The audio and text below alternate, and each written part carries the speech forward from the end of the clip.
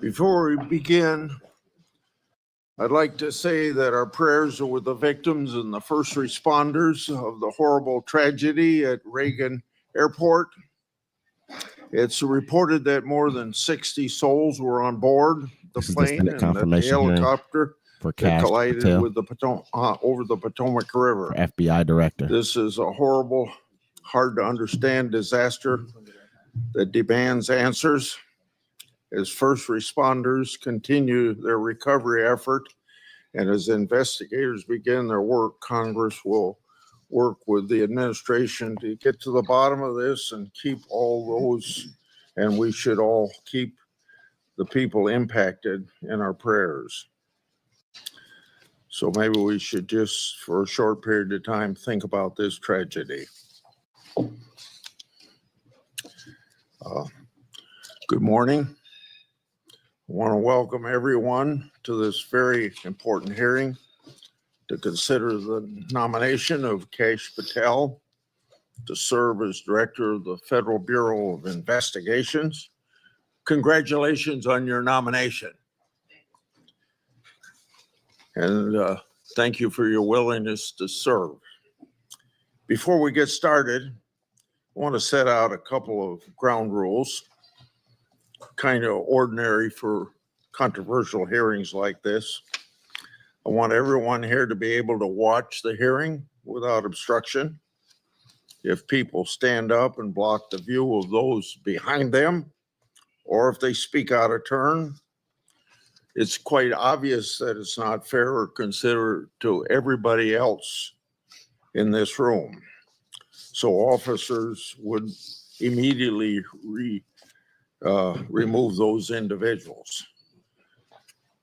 Now I will explain how we're going to proceed. I'll give my opening remarks and then invite Ranking Member Durbin to give opening remarks.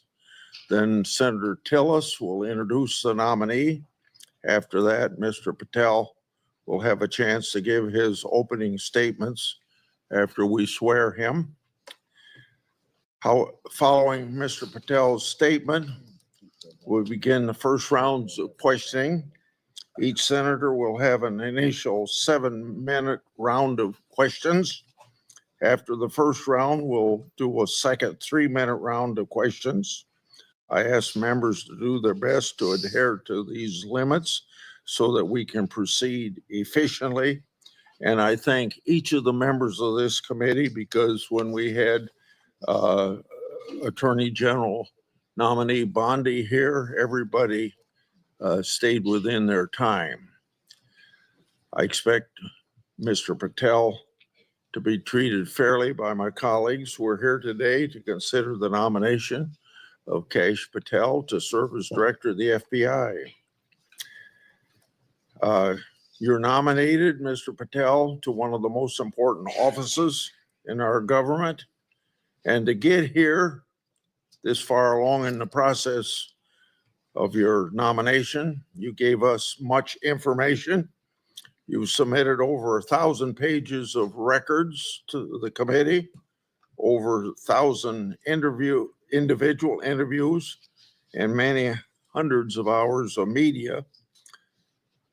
I thank your family for coming. I know some of them have traveled to get here, and I know they're very proud of you, and I determined that by looking them in the face. Public trust in the FBI is low. Only 41% of the American people think the FBI is doing a good job. This is the lowest rating in a century. It's no surprise that public trust has declined in an institution that has been plagued by abuse, lack of transparency, and weaponization of law enforcement. Nevertheless, the FBI remains an important, even indispensable institution for law and order in our country. It's the people on the top floor of the J. Edgar Hoover building, not your local FBI agents, that have caused the low approval rating. Mr. Patel, I know you know this, but it's your job to restore the public trust and return the FBI to its core mission of fighting crime. Your extensive background gives you a unique position to make this happen. Mr. Patel's career has been a study in fighting unpopular but righteous causes, exposing corruption, and putting America first. For almost a decade, Mr. Patel served as a public defender, defending the constitutional rights of some of the least popular people in this country. After serving as a public defender, Mr. Patel joined the Department of Justice under President Obama as a counterterrorism prosecutor in the National Security Division. In this role, he investigated and he prosecuted many important cases, including the World Cup bombing in Uganda in 2010, for which he received an award of excellence.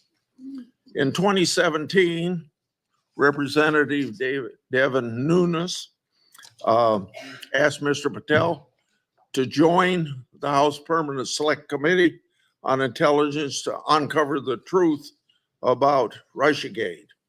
And Mr. Patel did uncover the truth. It was during this period of time that, if you remember, I first met you, Mr. Patel. Through tireless works, Mr. Patel showed that Crossfire Hurricane was based upon fraudulent, discredited information paid for by the Democratic National Committee and the Clinton campaign. As reward for his efforts to uncover the truth, mainstream media, can you believe this, personally attacked Mr. Patel, and the FBI secretly subpoenaed his records. Now, I know what that is because my staff received similar treating during my investigation.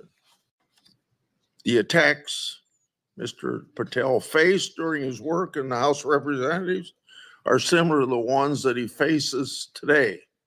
I expect many of these underhanded attacks will be repeated today. Mr. Patel has been accused of having, quote unquote, an enemies list. This is not a fair characterization, as he stated, quote, "There is no revenge list," end of quote.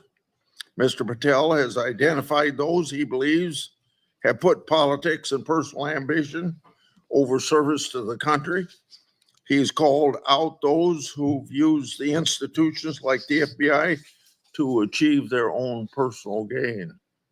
Mr. Patel has said he believes that people who do this should be named and that Americans deserve transparency so that they can make their own judgment, as they did in this last election. Other attacks against Mr. Patel are similarly unfounded. To take just one example, he's been accused of jeopardizing hostage rescues. In fact, those allegations have been repeatedly shown to be false smears. As numerous national security officials have said publicly and on the record, Mr. Patel played a critical role in returning Americans safely home and has done so through hard work and personal cost to him. Mr. Patel has been accused of being unqualified to be FBI director. This suggestion ignores his impressive career at the highest levels of government service. After exposing Russiagate scandal in the Congress, Mr. Patel served in roles such as Senior Director, Counterterrorism at the National Security Council, Deputy Director of National Intelligence, and Chief of Staff to the Acting Secretary of Defense. Mr. Patel managed large intelligence and defense bureaucracies, identified and countered national security threats, prosecuted and defended criminals. He's done this while fighting for transparency and accountability in the government. Mr. Patel has precisely the qualifications we need at this time when the FBI is not being respected by our public. Mr. Patel, should you be confirmed, you'll take charge of an FBI that is in crisis. Recently, my oversight exposed that a special agent in charge of the FBI New Orleans field office was on vacation during New Year's Eve and New Year's Day. Of course, that was also included the Sugar Bowl. Senior personnel should be at their posts, not on vacation, during critical security events. And we all remember what happened at that time in New Orleans. But of course, the this FBI agent would find it acceptable to do what he did. In August 2022, an FBI oversight hearing of this committee, Director Wray decided to leave early. I asked him to stay just 1 hour and 20 minutes longer, but he already made up his mind that he was going to leave. Later, under questioning in November of that year by Senator Hawley, Director Wray admitted that he left this committee hearing early so that he could go on vacation. These two incidents, among others, are examples of the blatant disrespect that the FBI leadership has shown to this committee and indirectly to the American people. In November 22, I released internal FBI records that my office received pursuant to lawful whistleblower disclosures. Those records provided data about how hundreds of FBI employees who had retired or resigned to avoid discipline, many of those employees engaged in sexual misconduct in the workplace. Those records also showed lower level FBI employees were punished. Lower level employees of the FBI were punished more harshly than senior level employees. No, fairness was out the window. Over 1 year later, with no response from the FBI, I asked Director Wray about this at a December 5, 23 hearing before this committee.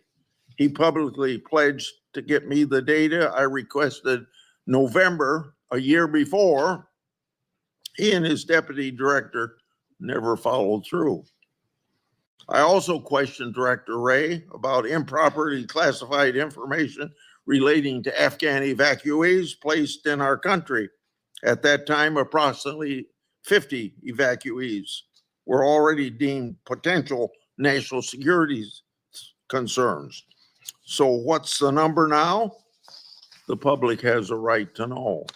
I've also raised concerns about whistleblower disclosure, saying that the FBI moved agents from child sex abuse cases to those January 6 cases.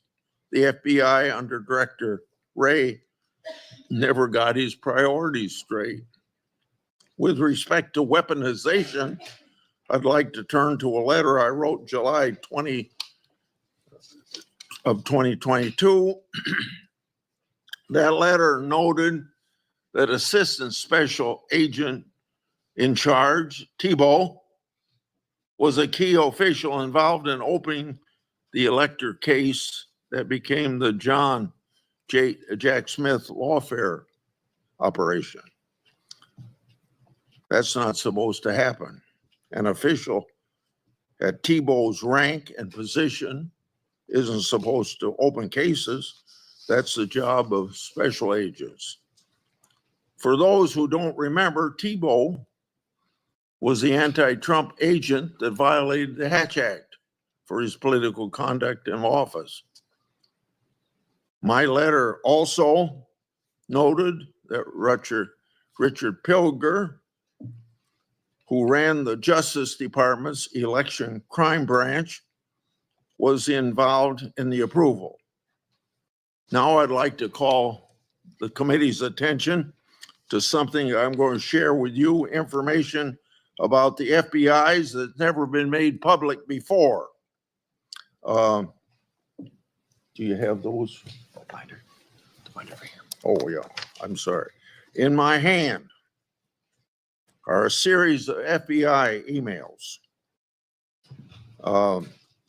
The first is an email that Tebow sent to subordinate agent on February the 14th, 2022. He said, quote, "Here's a draft opening language we discussed," end quote. The draft opening was attached and it included material that would later become part of Jack Smith's elector case. The second email, February 24th, 2022, email from Tebow to John Crabb, a prosecutor in the U.S. Attorney's Office for the District of Columbia, saying, quote, "I had a discussion with the case team and we believe there is predication to include former President of the United States, Donald J. Trump, as a predicated subject," end quote. This FBI case would later be codenamed Arctic Frost.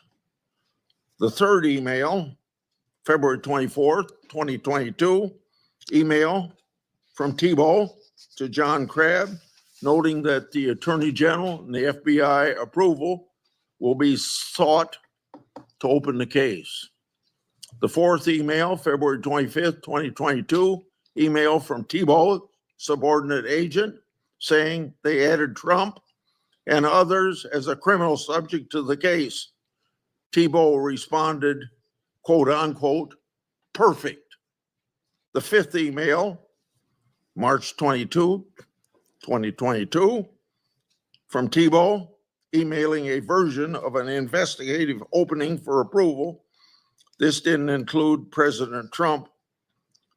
I want to make clear, that one didn't include President Trump as a criminal subject. The sixth email is on April 11th, 2022, from Tebow approving the opening of Arctic Frost. The seventh email is an April 13th, 2022 email from FBI agent to Tebow stating that the FBI deputy director approved its opening.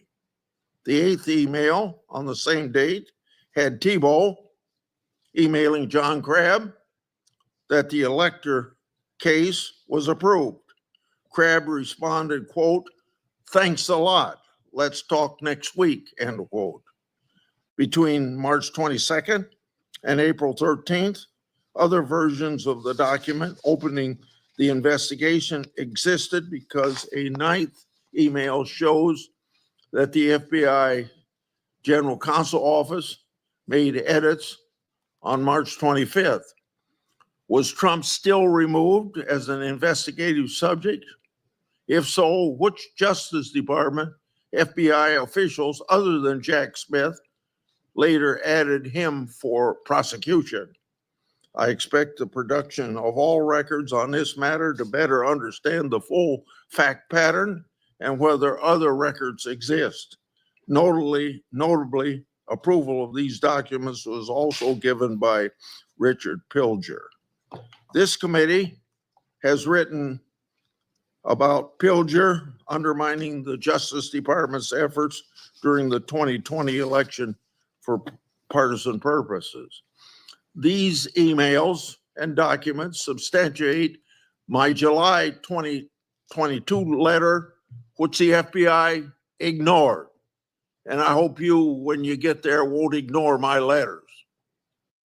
Partisan FBI agents and DOJ officials tried and ultimately succeeded in launching a full field criminal investigation and prosecution of the President of the United States. Justice Department and FBI leadership acted in concert to further a political scheme to take down Trump. just like they did with Crossfire Hurricane. They have yet to learn a lesson, and I hope you'll learn that lesson for them or teach that lesson. And their conduct, yet again, seriously eroded integrity of this once storied institution. As I've said before, if a politically charged investigation is to be open, it must be done the right way. And that didn't happen here. Mr. Patel, in my time, I've never seen our law enforcement intelligence community institution so badly infected with political decision-making. And I say intelligence community because you know what happened when 55 people, former or present intelligence agencies, signed a letter in 2020 that the laptop was a Russian hoax, as an example. So all of this is these institutions breaking faith with we the people. Mr. Patel, you must be fair, you must be consistent, but you must be aggressive. Your actions must be based on accountability. And transparency brings accountability. Should you do so, you'll have my support. And remember, either you're going to run your agency or the agency's going to run you. And the agency certainly ended up running Director Ray and probably people before him. Without objection, I'm going to put in this letter in the record, and this letter is sent to Director Ray December the 9th last year, calling for him and his deputies to step down, and it's titled, quote unquote, failures. Now I turn to Ranking Member Durbin. Thank you, Mr. Chairman. I appreciate your commitment to the Judiciary Committee's longstanding bipartisan practice of vetting presidential nominees. A little history. The FBI dates back to the start of the last century, 1908, when then Attorney General Charles Bonaparte organized a special agent force. J. Edgar Hoover became director of the FBI in 1924 and led the Bureau for 48 years until his death in 1972. He is credited with professionalizing the Bureau and developing its investigative ability. However, with little or no oversight, Hoover also used the Bureau's investigative powers improperly. He infamously directed the FBI to spy on Dr. Martin Luther King Jr., Thurgood Marshall, and other civil rights leaders of the day. In 1975, the United States Senate created Frank Church's committee, and they disclosed widespread abuses by the FBI and other U.S. intelligence agencies. The Church Committee concluded these agencies had engaged in illegal surveillance, and as a result, quote, groups and individuals have been assaulted, repressed, harassed, and disrupted because of their political views, social beliefs, and their lifestyles. And quote, the intelligence agencies have served the political and personal objectives of presidents and other high officials. The Hoover era of the FBI, the Watergate scandal, and the findings of the Church Committee highlighted the risk of political interference in FBI investigations and led to significant, important reform. In 1976, Congress passed a law that limits the FBI director to a single term of 10 years, which was intended to insulate that position from political influence. And critically, we made the FBI director's appointment subject to the advice and consent of the Senate. That's why we're here today. Since 1935, the motto of the FBI has been fidelity, bravery, integrity. These qualities represent the Bureau's core values and the high standards that are expected of all of its employees, including the director of the FBI. After meeting with Mr. Patel and reviewing his record, I do not believe you meet this standard. Mr. Patel has neither the experience, the temperament, nor the judgment to lead an agency of 38,000 agencies and 400 field offices around the globe. During the time I've served on this committee, I've had the opportunity to consider 4 FBI director nominations. Each one was a Republican, and I voted for all of them. My concerns about the director of the FBI are not partisan. As much as Republicans claim that President Biden and former Attorney General Garland weaponized the FBI, let's look at the record. President Biden kept the FBI director, a lifelong Republican who had been appointed by President Trump. Contrast that with President Trump. Fired his first FBI director, James Comey, forced out his second FBI director, Chris Wray, for being insufficiently loyal. With Mr. Patel, however, obviously the president has found a loyalist.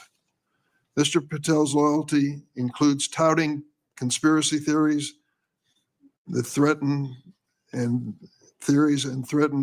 efforts at President Trump's enemies. How do we know Mr. Patel's theories, his beliefs, what motivates him, what he really believes? He wrote it in a book. This book, Government Gangsters, I urge all of you to read before you cast a vote for this gentleman.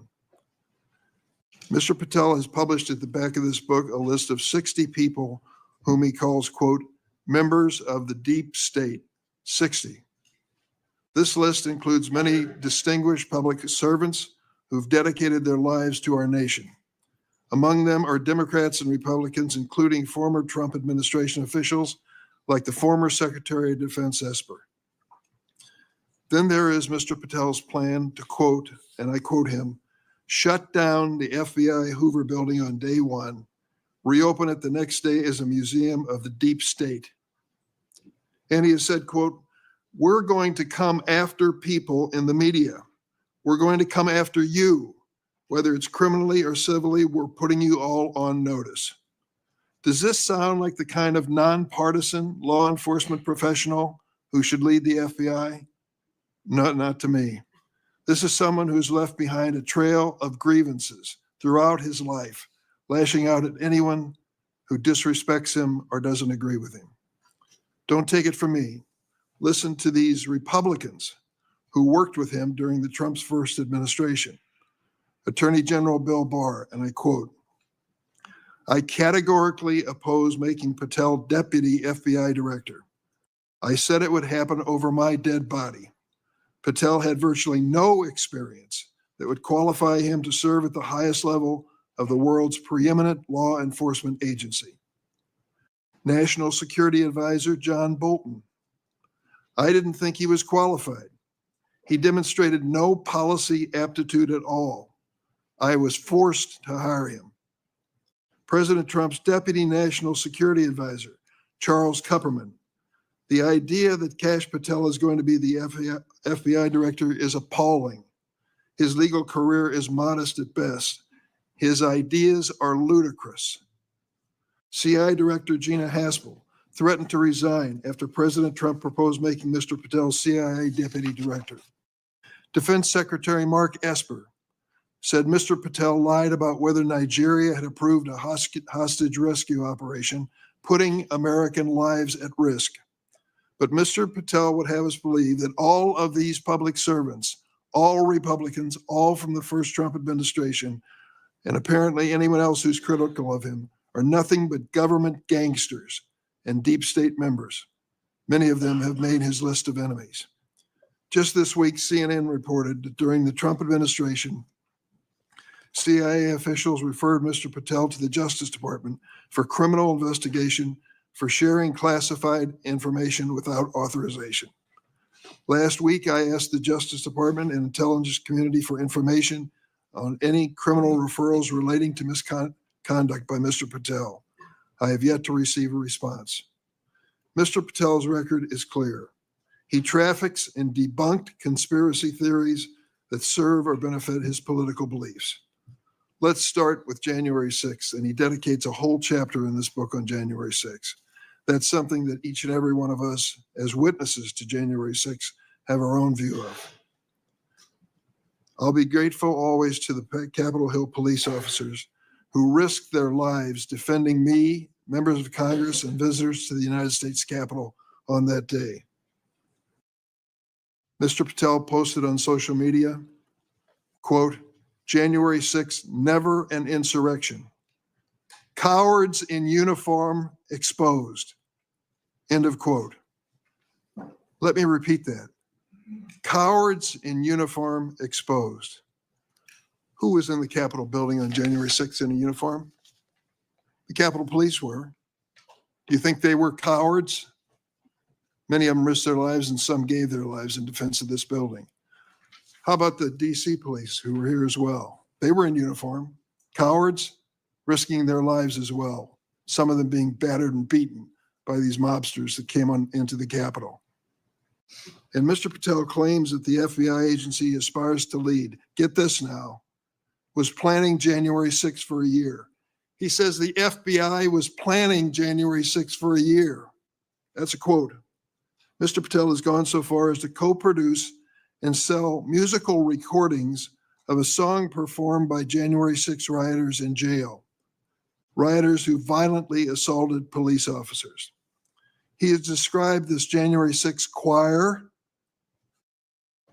as, quote, political prisoners. Political prisoners. But at least 6 members pleaded guilty to assaulting law enforcement officers on January 6. All 6 have now been pardoned by President Trump. Here are some of those people who received blanket clemency by President Trump on his first day in office in the second term. Julian Cater assaulted Capitol police officers with pepper spray, incapacitating 3 officers. Ryan Nichols sprayed pepper spray on multiple police officers. After the attack, Nichols posted on Facebook, and I quote, "So yes, I'm calling for violence and I will be violent." Jordan Mink struck officers, quote, aggressively with a long pole. He spat at officers and threw large items at them. Armed with a knife, Ronald Sandlin shouted at officers, quote, "You're going to die, get out of the way." Sandlin shoved officers when they tried to lock the doors to the Senate gallery. After breaching the Capitol, James McGrew struck an officer and lunged for his baton. McGrew also threw a wooden handrail with metal brackets at officers. I want to read a sentence from this book on the January 6th experience, just to give you an idea of Mr. Patel's take on what he calls a haphazard riot.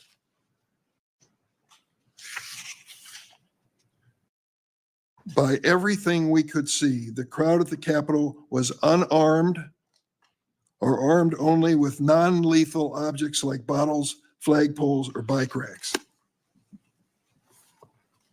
Mr. Patel has also peddled conspiracy theories for his own financial benefit, promoting a line of dietary supplements that claim to help people detox from COVID-19 vaccines. During my time on this committee, I was fortunate to get to know and work with former FBI Director Bob Mueller. I met him a few days after 9/11. That's when he took over the FBI. I trusted him. I worked with him. I did everything I could to help him because I believed that the FBI was a critical central agency in restoring America's confidence that we were safe. Bob Mueller was an extraordinary man. Oh, he was a Republican. Make no bones about it. He said it and admitted, and I knew it. He comes from the San Francisco area. And when he was in college and graduated, a friend of his a year ahead of him had enlisted in the Marine Corps and was killed in Vietnam. Bob was inspired to do the same thing, join up in the Marine Corps, and he did. And he was a first lieutenant in Vietnam. He received a Bronze Star with a Valor Pin, and he also received a Purple Heart. He was injured in battle. I read about his experience because after he was healed from that wound to his leg, he returned to combat. He was just that kind of fella. Regardless of party, he was a real American. He was a longtime federal prosecutor, a U.S. attorney, the head of the DOJ's criminal division, and acting deputy attorney general before he became head of the FBI. After 9/11, I worked with him, and we had a good relationship, a professional relationship. We didn't always see eye to eye, but I respected him so much for what he had given to this country. In this book, Mr. Patel calls Director Bob Mueller, quote, a swamp creature. With all due respect, Mr. Patel, I've not worn the uniform of this country, and neither of you. To think that you would denigrate Bob Mueller's service to our country and call him a swamp creature is an indication of the depths your political views take you. The FBI plays a critical role in keeping America safe from terrorism, violent crime, and other threats. Our nation needs an FBI director who understands the gravity of this mission and is ready on day one, not someone who is consumed by his own personal political grievances. The American people deserve an FBI director focused on keeping our families safe from terrorism, drug trafficking, and violent crime, not this checklist of grievances we find in this book. Mr. Patel, your record makes it clear you're not that person. I yield.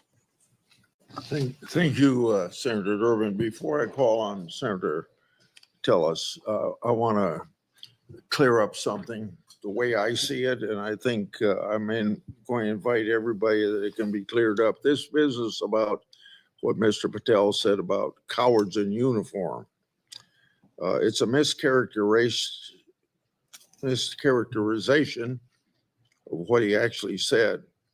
So I'm going to invite you to listen to the interview Mr. Patel gave that linked to his post to hear what he actually said. When he said cowards in uniform, he was talking about senior Pentagon leadership failing to mobilize the National Guard to protect the Capitol. His comments had nothing to do with police. Mr. Patel made his comments while discussing an article in the New York Times exposing grave miscommunication between the Department of Defense and the DC National Guard. So I would encourage people to follow up on that. Senator Tillis. Thank you, Mr. Chairman, Ranking Member, colleagues on the Senate Judiciary Committee. It's my honor to introduce Kash Patel, President Trump's nominee to be FBI Director. I've completed due diligence on his life and career, and I'm convinced that Kash possesses significant expertise and ironclad commitment to justice, and he's an outstanding choice to lead the FBI. Kash's parents are Indian immigrants of Gujarati ancestry. They're up here in the front row. The Gujarat state is a melting pot of religions, including Hinduism, Islam, Jainism, with temples, mosques, and other religious sites scattered across the state. His father was raised in Uganda, but his family had to flee the country to escape repression under Idi Amin. His mother was born in Tanzania. They met and married in India and ultimately made their way to New York City by way of Canada, where his parents, along with 7 brothers and sisters and their spouses and at least a half a dozen kids, lived under the same roof. His parents raised Kash in the Hindu faith, and they instilled in him the values of hard work and education. Kash is a devout Hindu, and consistent with his faith, he's shown respect to people of all faiths. Kash attended the University of Richmond, where he earned his bachelor's degree in criminal justice and history. He went to Pace University School of Law, where he earned his JD, and an international law certificate from the University College of London, Faculty of Laws. Kash began his career as a public defender in Florida, where he led or co-led more than 60 jury trials in state and federal court. Kash clearly demonstrated a devotion to upholding the rule of law and defending the rights of individuals. Kash led the defense of Jose Buitrago in United States versus Buitrago, a high-profile case in Florida in 2015. Buitrago was one of the Colombian nationals arrested in a major drug bust involving Operation Backrim. Kash and his co-counsel successfully argued that key evidence was withheld by the prosecution, leading to Buitrago's release. I suspect some of Kash's disdain for prosecutorial misconduct stemmed from this experience. Kash was hired as a senior counsel on the House Permanent Select Subcommittee on Intelligence Committee, in 2017. He told me he distinctly remembers my friend Trey Gowdy comment shortly after they were introduced. He said in Trey's dialect, Cash, Congress is where righteous investigations go to die. I hope you're ready. I think Cash was ready, and he went on to establish a solid reputation for pursuing the facts, and from there, he held senior posts at the NSC, the Department of Defense, and the DNI. Since leaving the administration in 2020, Cash has written articles and books on national security, law, and governance. Through his work as an author, Cash continues to advocate for justice and transparency, and to be ever vigilant in defending our great democracy and the rule of law. Colleagues, I created a Cash bingo card that I have available to any of my colleagues who would like it on the other side of the aisle. Some may view this as an unserious caricature and not appropriate for this committee. Sadly, I consider it a serious caricature of what I expect to be witnessed today. I think we'll have words like enemies list and deep state. I've already X'd out 4 boxes in the opening statements alone. The fact of the matter is, some people will be here to simply substantiate a false narrative. At worst, they may be just going through an unfounded litany of quotes and half-truths, some of which have already been dispelled by the chairman after the opening statements. Mr. Chair and Ranking Member, in my 10 years in the Senate, I hope I've established a reputation for being fair, doing my homework, and taking tough positions that have been met with harsh criticism. Heck, I've even been censured by my entire state and 30 counties for taking tough positions. And I stand by those decisions today and my decision to support Kash Patel. When President Trump announced his intent to nominate Kash, I contacted Trey Gowdy and others who worked with Kash, and they gave me glowing recommendations. So I called Kash on December the 2nd, and I offered to help him with his nomination. Since then, we have spent hours together, in person and on the phone. I've asked him difficult questions, and I've urged him to reach out to members across the aisle. In fact, Kash Patel has met with 60 members of the U.S. Senate. Every member except the last 3 who were sworn in, and the majority of the members on the other side of the dais in this committee and members off the committee.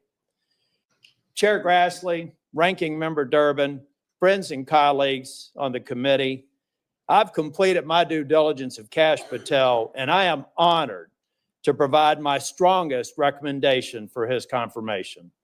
Thank you, Mr. Chair. Thank you for that introduction. Before I swear you guys like and I subscribe want to the page. make clear that Thank you for before watching. you give your statement, if you want to introduce family and friends in the audience, you're welcome to do that.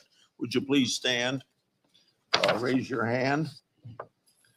Do you swear or affirm that the testimony you're about to give to the committee will be the truth, the whole truth, and nothing but the truth? So help you God. I do, Mr. Chair. Okay. You may proceed. Chairman Grassley, Ranking Member Durbin, and members of the Judiciary Committee, thank you for the opportunity to appear today. I must start with a word of prayer for the tragic accident that befell our nation last night, where we lost civilians and service members. I pray for their families. I pray for law enforcement and military personnel, and I pray for their souls, and hopefully God will find them peace in the near future. I'd like to welcome my father, Pramod, and my mother, Anjana, who are sitting here today. They traveled here to get here from India. My sister's also here, Nisha. She also traversed the oceans just to be with me here today. It means the world that you guys are here. Jesse Krishna. I wouldn't be here today without their guidance, their unwavering support, and their relentless love. When President Trump informed me of his intention to nominate me as the director of the FBI, I was deeply honored. Sitting here today, I carry not only the dreams of my parents, but also the hopes of millions of Americans who stand for justice, fairness, and the rule of law. My commitment to these principles is deeply rooted in my family's history, which has profoundly shaped my worldview. My father fled Idi Amin's genocidal dictatorship in Uganda, where 300,000 men, women, and children were killed based on their ethnicity, just because they happen to look like me. My mother is originally from Tanzania. She studied in India, as did my dad, and they were married there. They would later emigrate to New York, as the senator pointed out, where I was born, and we were raised in a household of my father's 7 siblings, their spouses, and at least half a dozen children. That's the only way we knew how to do things at the time in the 70s and 80s, the Indian way.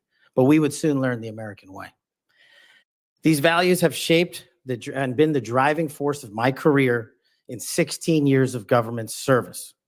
Protecting the rights of the Constitution is of the utmost importance to me and has been every single time I've taken that oath of office. The recent terrorist attacks in New Orleans tragically claimed the lives of 14 innocent Americans and serve as a stark reminder that our national security is at threat, both internally and externally. The FBI, the Federal Bureau of Investigation, and the Department of Justice, where I served, play a pivotal role in securing our freedoms and our safeties for American citizens. If confirmed as the next FBI director, I will remain focused on the FBI's core mission. That is to investigate fully wherever there is a constitutional and factual basis to do so, and to never make a prosecutorial decision that is solely the providence of the Department of Justice and the Attorney General. For the first 8 years after law school, I served as a public defender, first for Miami-Dade County and later for the Southern District of Florida. During that time, I represented some pretty awful human beings charged with some pretty heinous crimes. But what I learned there was the core value that has been enshrined in me since, that due process must be provided without bias to all Americans. And if we cannot provide due process to the worst, then there can be no due process for anyone, and our constitutional republic fails. But I battled on that hill for that due process. I would later serve in the Obama Justice Department as a terrorism prosecutor in the National Security Division, where we successfully contributed to the prosecutions of terrorist organizations like Al-Qaeda, Al-Shabaab, and others. I was honored to receive the 2017 Assistant Attorney General's Award from Loretta Lynch for my work in helping the Ugandans bring members of Al-Shabaab to justice for murdering 74 innocent people, including an American. I would also receive the Human Intelligence Award from the intelligence community for related work on that mission. My experiences at the National Security Division it would later be followed by my experiences on the National Security Council as Senior Director for Counterterrorism, and later as the Deputy Director of National Intelligence, responsible for the production, creation, and promulgation of the Presidential Daily Briefing, our nation's most sensitive classified information and secrets to protect our country. My time in National Guard was my top mission priority, not politics. And that is my love of this country, to protect our laws and our way of life. And it was no different. If there's any ever corruption, I have been the first to call it out. And I will continue to call out corruption in government service because it is a privilege to serve this nation. Thank you, Mr. Chairman. Outside of this committee, and some people on this committee have accused you of promoting the QAnon movement. My colleagues have already asked your future boss, Mr. Bondi, many questions about this. I think it's easy to see these attacks for what they are, guilt by association. Are you a follower or promoter of QAnon? No, Senator. In fact, I have publicly, including in the interviews provided to this committee, rejected outright QAnon baseless conspiracy theories or any other baseless conspiracy theories. They must be addressed head on with the truth, and I will continue to do that. And I will always continue to support Americans who support law enforcement, our military, and want a secure border. Over the past 4 years, the FBI and Justice Department have weaponized law enforcement towards partisan ends. This has affected you personally. You, along with even members of my staff, were the victims of FBI overreach when they secretly subpoenaed your records during the investigation into Crossfire Hurricane. Inspector General Horowitz of Justice department was right to say actions like this have a quote, unquote, chilling effect on whistleblowers. How do you intend to make sure that this kind of misconduct never happens again? Senator, this may be one of the scenarios that most uniquely qualifies me to take command at the FBI. Having been the victim of government overreach and a weaponized system of justice and law enforcement, I know what it feels like to have the full weight of the United States government barreling down on you. And as the Biden Inspector General determined, those activities by the FBI and DOJ were wholly improper and not predicated upon law and facts. I will ensure, if confirmed, that no American is subjected to that kind of torment, to that kind of cost, financially and personally. And most importantly, I will make sure that no American is subjected to death threats like I was, and subjected to moving their residences like I was, because of government overreach, because of leaks of information about my personal status. If confirmed as FBI director, Mr. Chairman, you have my commitment that no one in this country will feel that pain. Senator Durbin. Thanks, Mr. Chairman. Mr. Patel, I woke up this morning to National Public Radio, and they had an item on there about what has happened to those who were given blanket clemency by President Trump. One of these individuals was a man named Matthew Huddle. Are you familiar with him? I'm sorry, what was the last name? Matthew Huddle. If you could remind me, Senator. Well, I was reminded again this morning, he's a man who's been found guilty of numerous crimes. The one described this morning was an outrageous situation where he beat his 3-year-old child to a point where the poor kid couldn't even sit down for a week. Mr. Huddle was one of the demonstrators who came to the Capitol on January 6th.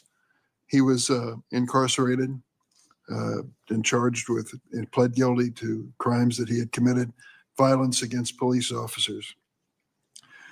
After he was released by President Trump, he returned to his home state of Indiana. A few days later, he was stopped on the road, pulled a gun on a policeman. The policeman, sheriff's deputy, turned, shot, and killed him. This is not the only instance of a person who received President Trump's clemency committing another crime. Peter Schwartz was mentioned this morning on the radio. 38 criminal convictions, 38. He'd been sentenced to 14 years in prison. He was released because of the president's unconditional clemency, which was given to him as well. So I guess my question is this. Was President Donald Trump wrong to give blanket clemency to the January 6th defendants? Thank you, Ranking Member. A couple of things on that. One, the power of the presidential pardon is just that, the president. Alignment, I concede he has the authority. I'm asking, was he wrong to do it? And as we discussed in our private meeting, Senator, I have always rejected any violence against law enforcement, and I have, including in that group, specifically addressed any violence against law enforcement on January 6th. And I do not agree with the commutation of any sentence of any individual who committed violence against law enforcement.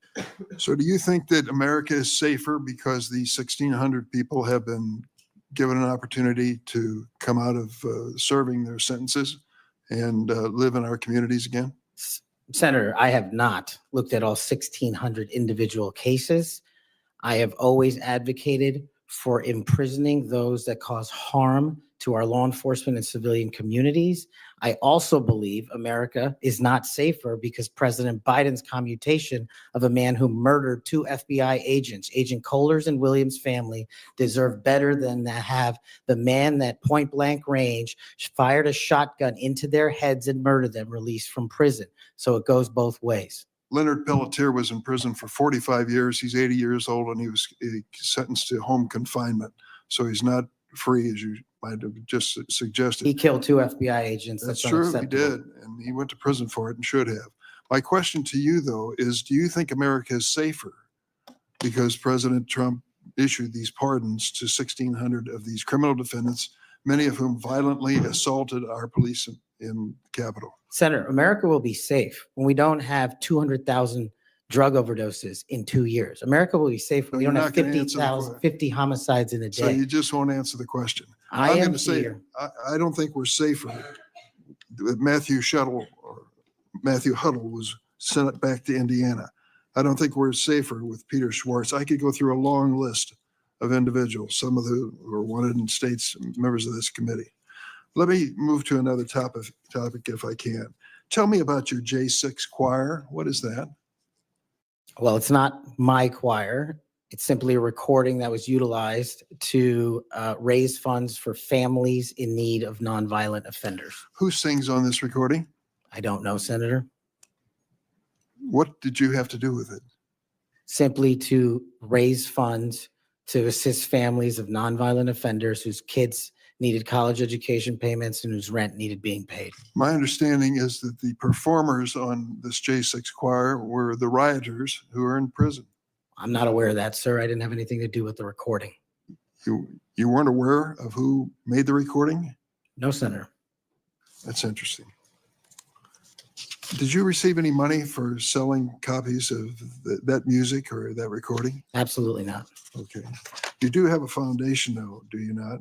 I'm very proud of the Kash Foundation and the $1.3 million we've given to families in need across this country, including active duty service members, police officers, putting kids in college and helping people in disaster relief areas rebuild their homes and their communities. 1&0 LLC, are you familiar with that? Sorry? 1&0 LLC? I believe, Senator, you're referring to the LLC that one of the individuals has his private business with. Is it part of the Kash Foundation in any way? Only in that one of the members of the board has that LLC for his outside business. Andrew Allis? I believe that's his name, yes. Yes. Do you know how much was paid to him from your charitable work? Yes, like any other charity, we had to go out and fundraise, something I'm sure every member of this committee is familiar with. And we use digital marketing campaigns.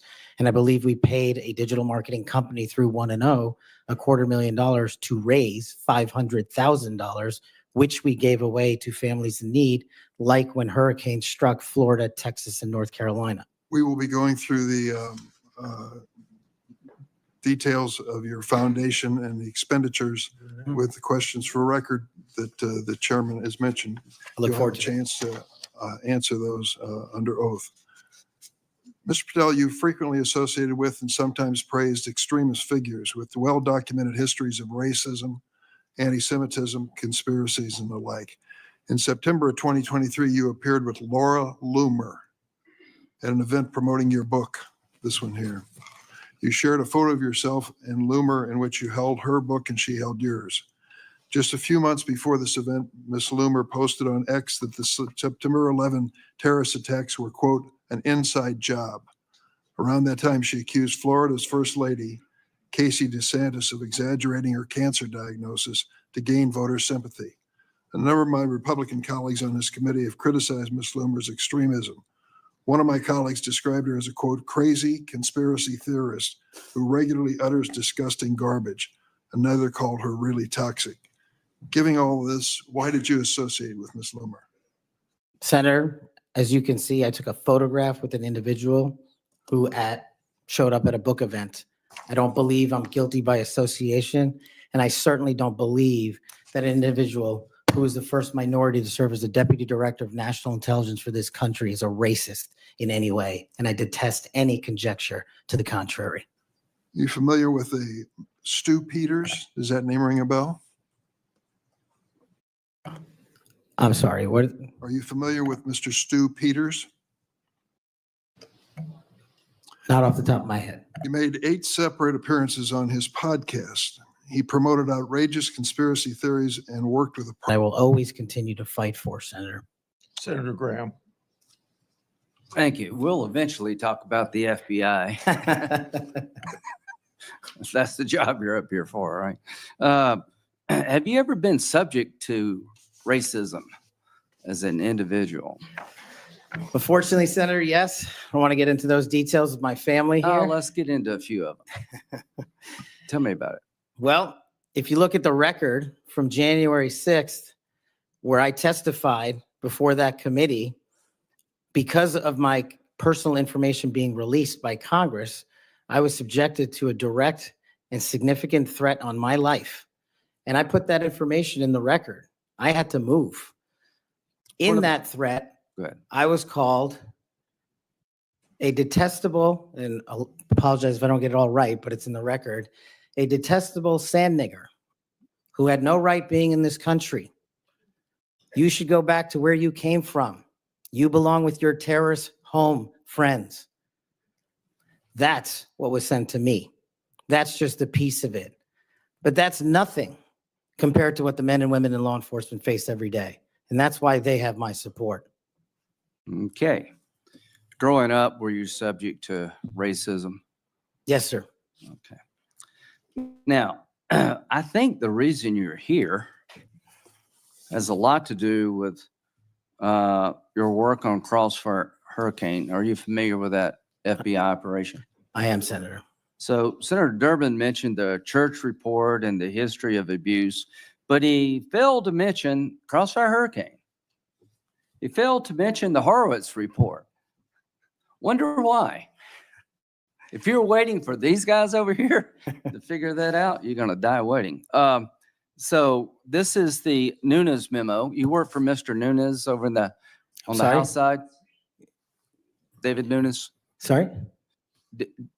Are you familiar with this memo by the Foreign Intelligence Service Act abuses of Yes, the Department of Justice? absolutely. Did you help write this memo? I did as a staffer. Okay, I'm gonna put this in the record. Thank you. In this memo, you kind of dissected the abuses of Crossfire Hurricane, right? I did, Senator. And the Mueller investigation.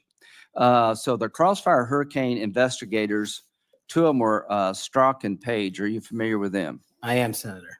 Okay, it was opened up on July the 31st, 2016. And here's what Strzok said. And damn, this feels momentous because this matters. The other one did too, but that was to ensure we didn't F something up. This matters because this matters.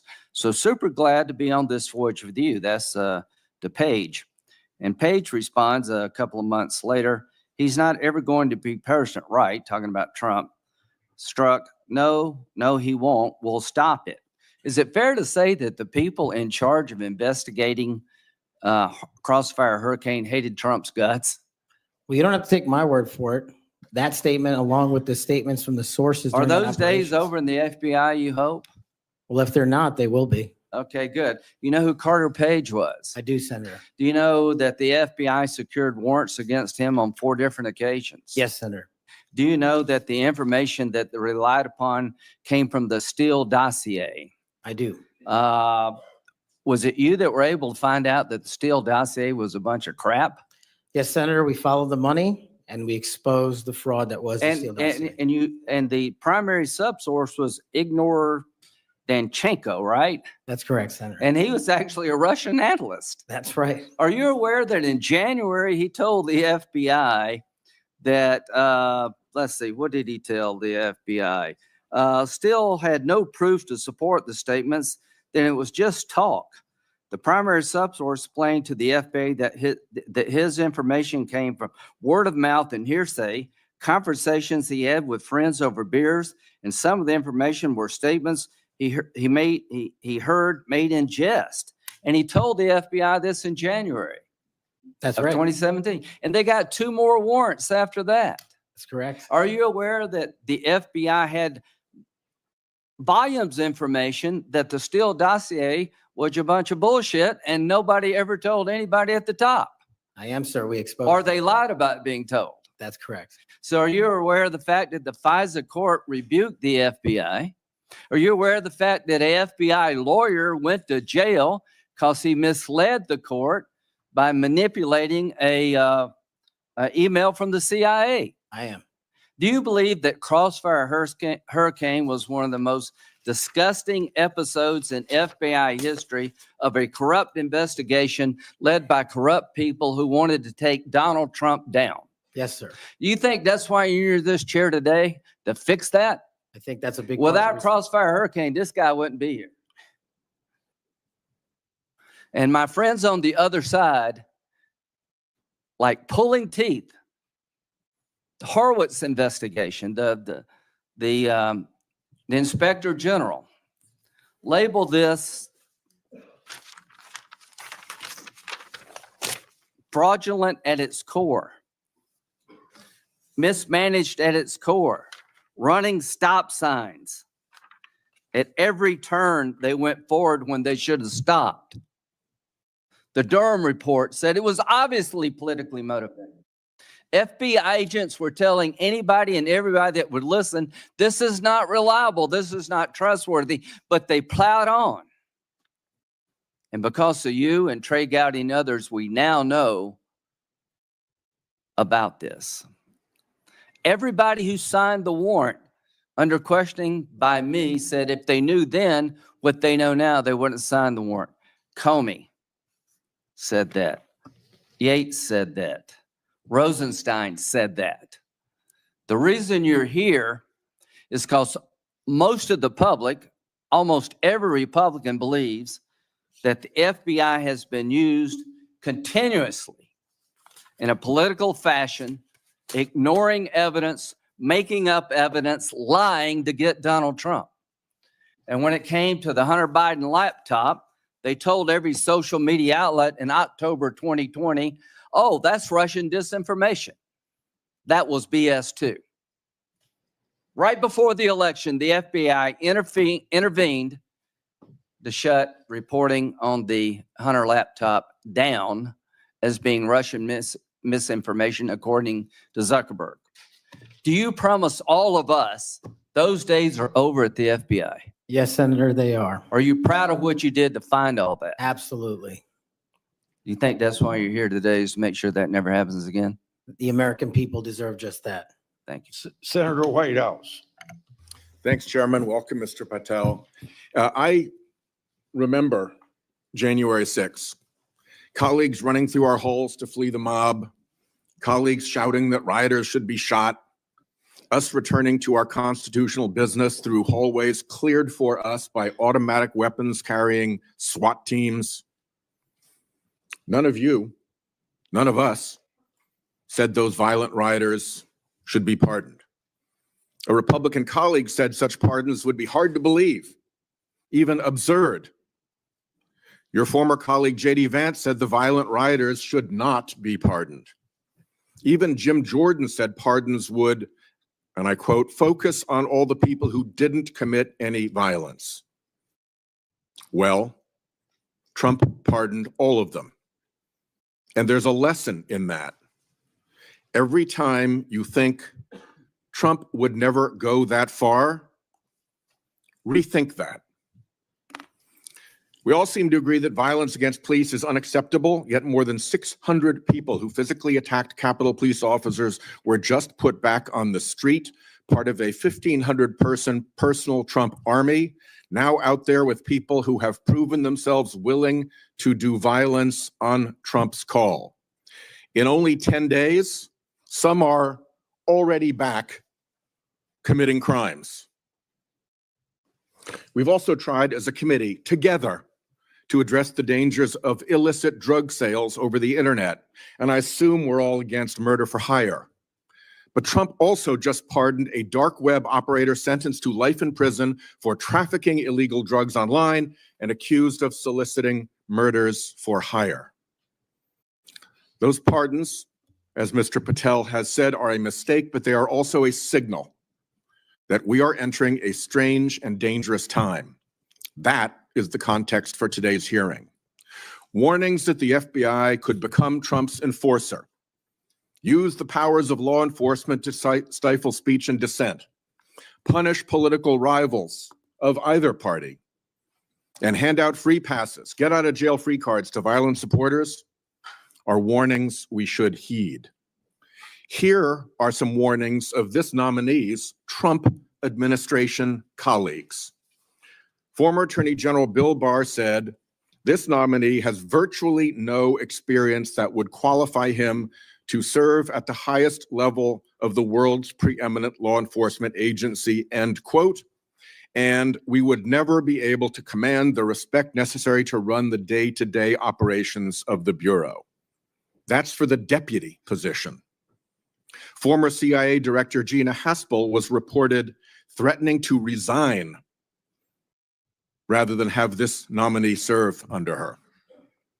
John Bolton, Trump's former national security advisor, said, "I didn't think he was qualified. I was forced to hire him." Trump's deputy national security advisor, the nominee's former supervisor, said, "His ideas are ludicrous. He's absolutely unqualified for this job. He's untrustworthy.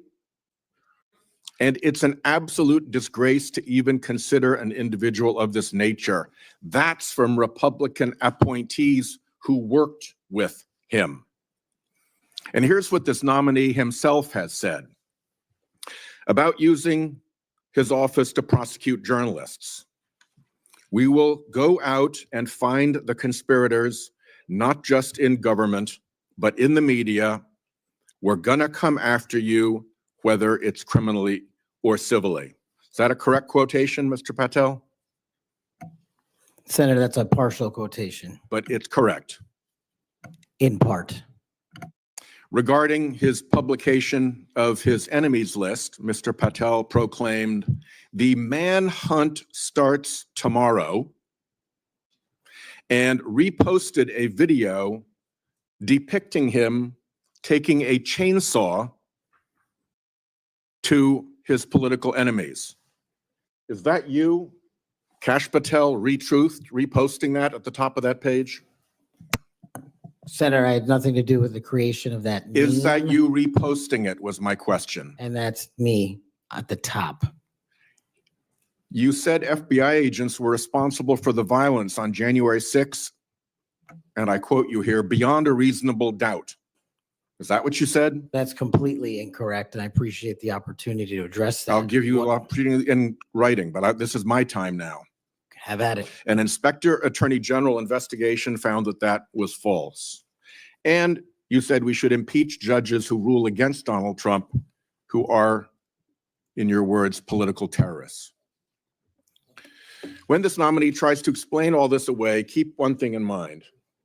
He's testified under oath before a Colorado judge who presided over a Trump case in which he was a witness. And the judge found, and I'm quoting here, he was not a credible witness. His testimony is not only illogical, but completely devoid of any evidence in the record. That's from a judge. This is a dangerous time, and I ask all my colleagues to consider whether these plain comments by this person and by his own Trump administration colleagues should be given a blind eye, just overlooked, or whether, like the warnings of pardoning violent January 6 offenders, they're warnings to be heeded. There is an unfathomable difference between a seeming facade being constructed around this nominee here today and what he has actually done and said in real life when left to his own devices. Conduct shows character. And if you look at history, you see the danger of security chiefs in authoritarian regimes becoming the tools of political power. The characteristics that they often show are that they are vengeful, that they are grandiose, that they are intemperate, that they are partisan and blindly loyal, and that they are servile and won't say no. I'm afraid that the history of this nominee's conduct raises those warnings. And I yield my 1 second back. Before Senator Cornyn, you said you'd like to explain something. I forget the point he made. You can do that now if you want to. Simply this, Senator. In the collective, all of those statements are taken out of grotesque context. And anyone that thinks my 16 years of service isn't exemplary on how I would proceed if confirmed as FBI is intentionally putting false information into the public ether and creating more public discourse.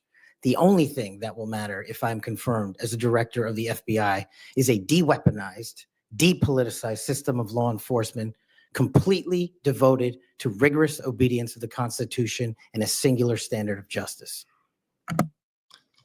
Before I call on Senator Carnan, I'd like to say that we've heard about the January 6th pardons. I think it's important that we remind people at the same time of some pardons by the previous administration.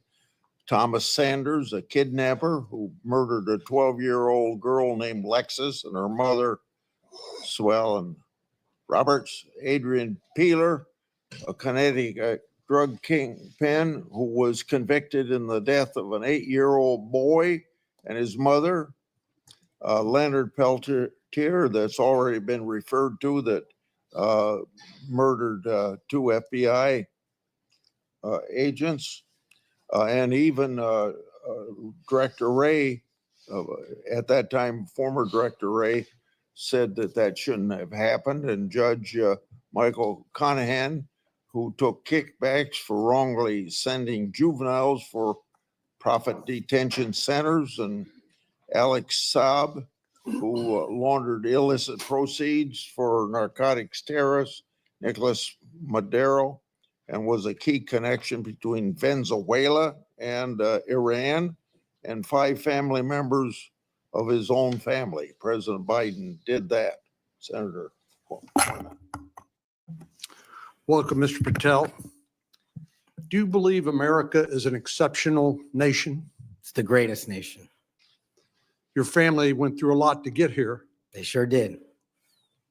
and your life story is, I think, a great example of people pursuing the American dream. Do you believe what a large part of what makes America an exceptional nation is the rule of law? It is one of the fundamental precepts that determines that. And why is that? Because without a singular application of a rule of law, we go back to the Uganda that my father fled in Idi Amin. I believe that the 2 most important institutions in America to preserve and protect and enforce the rule of law are the FBI and the Department of Justice. And the sort of politicalization that Senator Graham and others have already talked about during the Crossfire Hurricane investigation or project of James Comey at the FBI, and the abuse of intelligence tools like Title I of Section 702 are a betrayal of American values and adherence to the rule of law. And I think your biggest task is going to be, along with Pam Bondi at the Office of the Attorney General, is to restore the rule of law to the Department of Justice and the FBI. Are you willing to do that? Absolutely, Senator. Without regard to partisan affiliation or politics? Absolutely.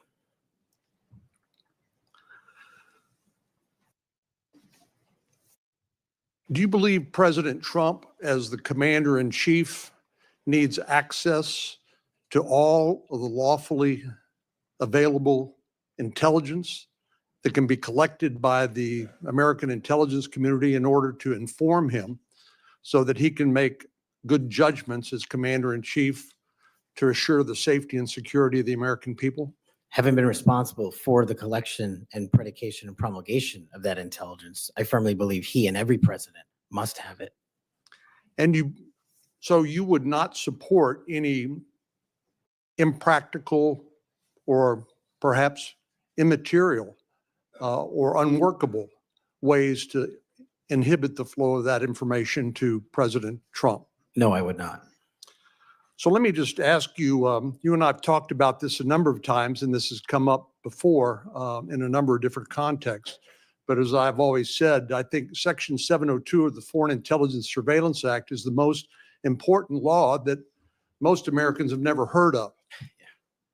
But when I was questioning my fellow Texan, John Ratcliffe, who now has been confirmed as the director of the CIA, about this, we talked about some of the reforms that have been made to Section 702 over the years. This has been an ongoing conversation here in Congress. People like my colleague here, Senator Lee, and others have proposed reforms, which I think have gone a long way to help protect the privacy rights of American citizens. But let me just point out some of the improvements that have been made over the years. This is not the same 702 that was in effect during President Trump's first terms. These are a number of things that we did together on a bipartisan basis to make sure that the balance between the national security interests of the American people and the privacy and constitutional rights of American citizens were protected. Do you agree with that? Yes, Senator, I do. And I think Senator Tillis, with his typical outstanding graphics, has a wonderful handout which lays all of that out.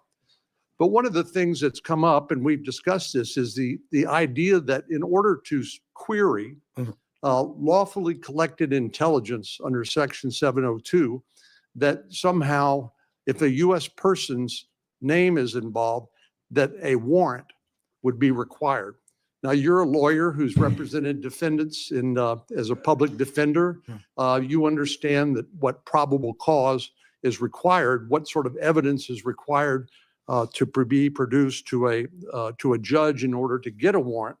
Do you believe a warrant requirement is a practical and workable or even a necessary element of 702? If I may just give some context on that, Senator. Having a background, not only utilizing FISA and 702 as a national security prosecutor, but as a civilian at JSOC and later as an intelligence official and the Deputy Director of National Intelligence, 702 collection formulates over 45% of the presidential daily briefing that you referred to earlier. I actually have heard it's as high as 60%, but anyway, it's a lot. It's a lot.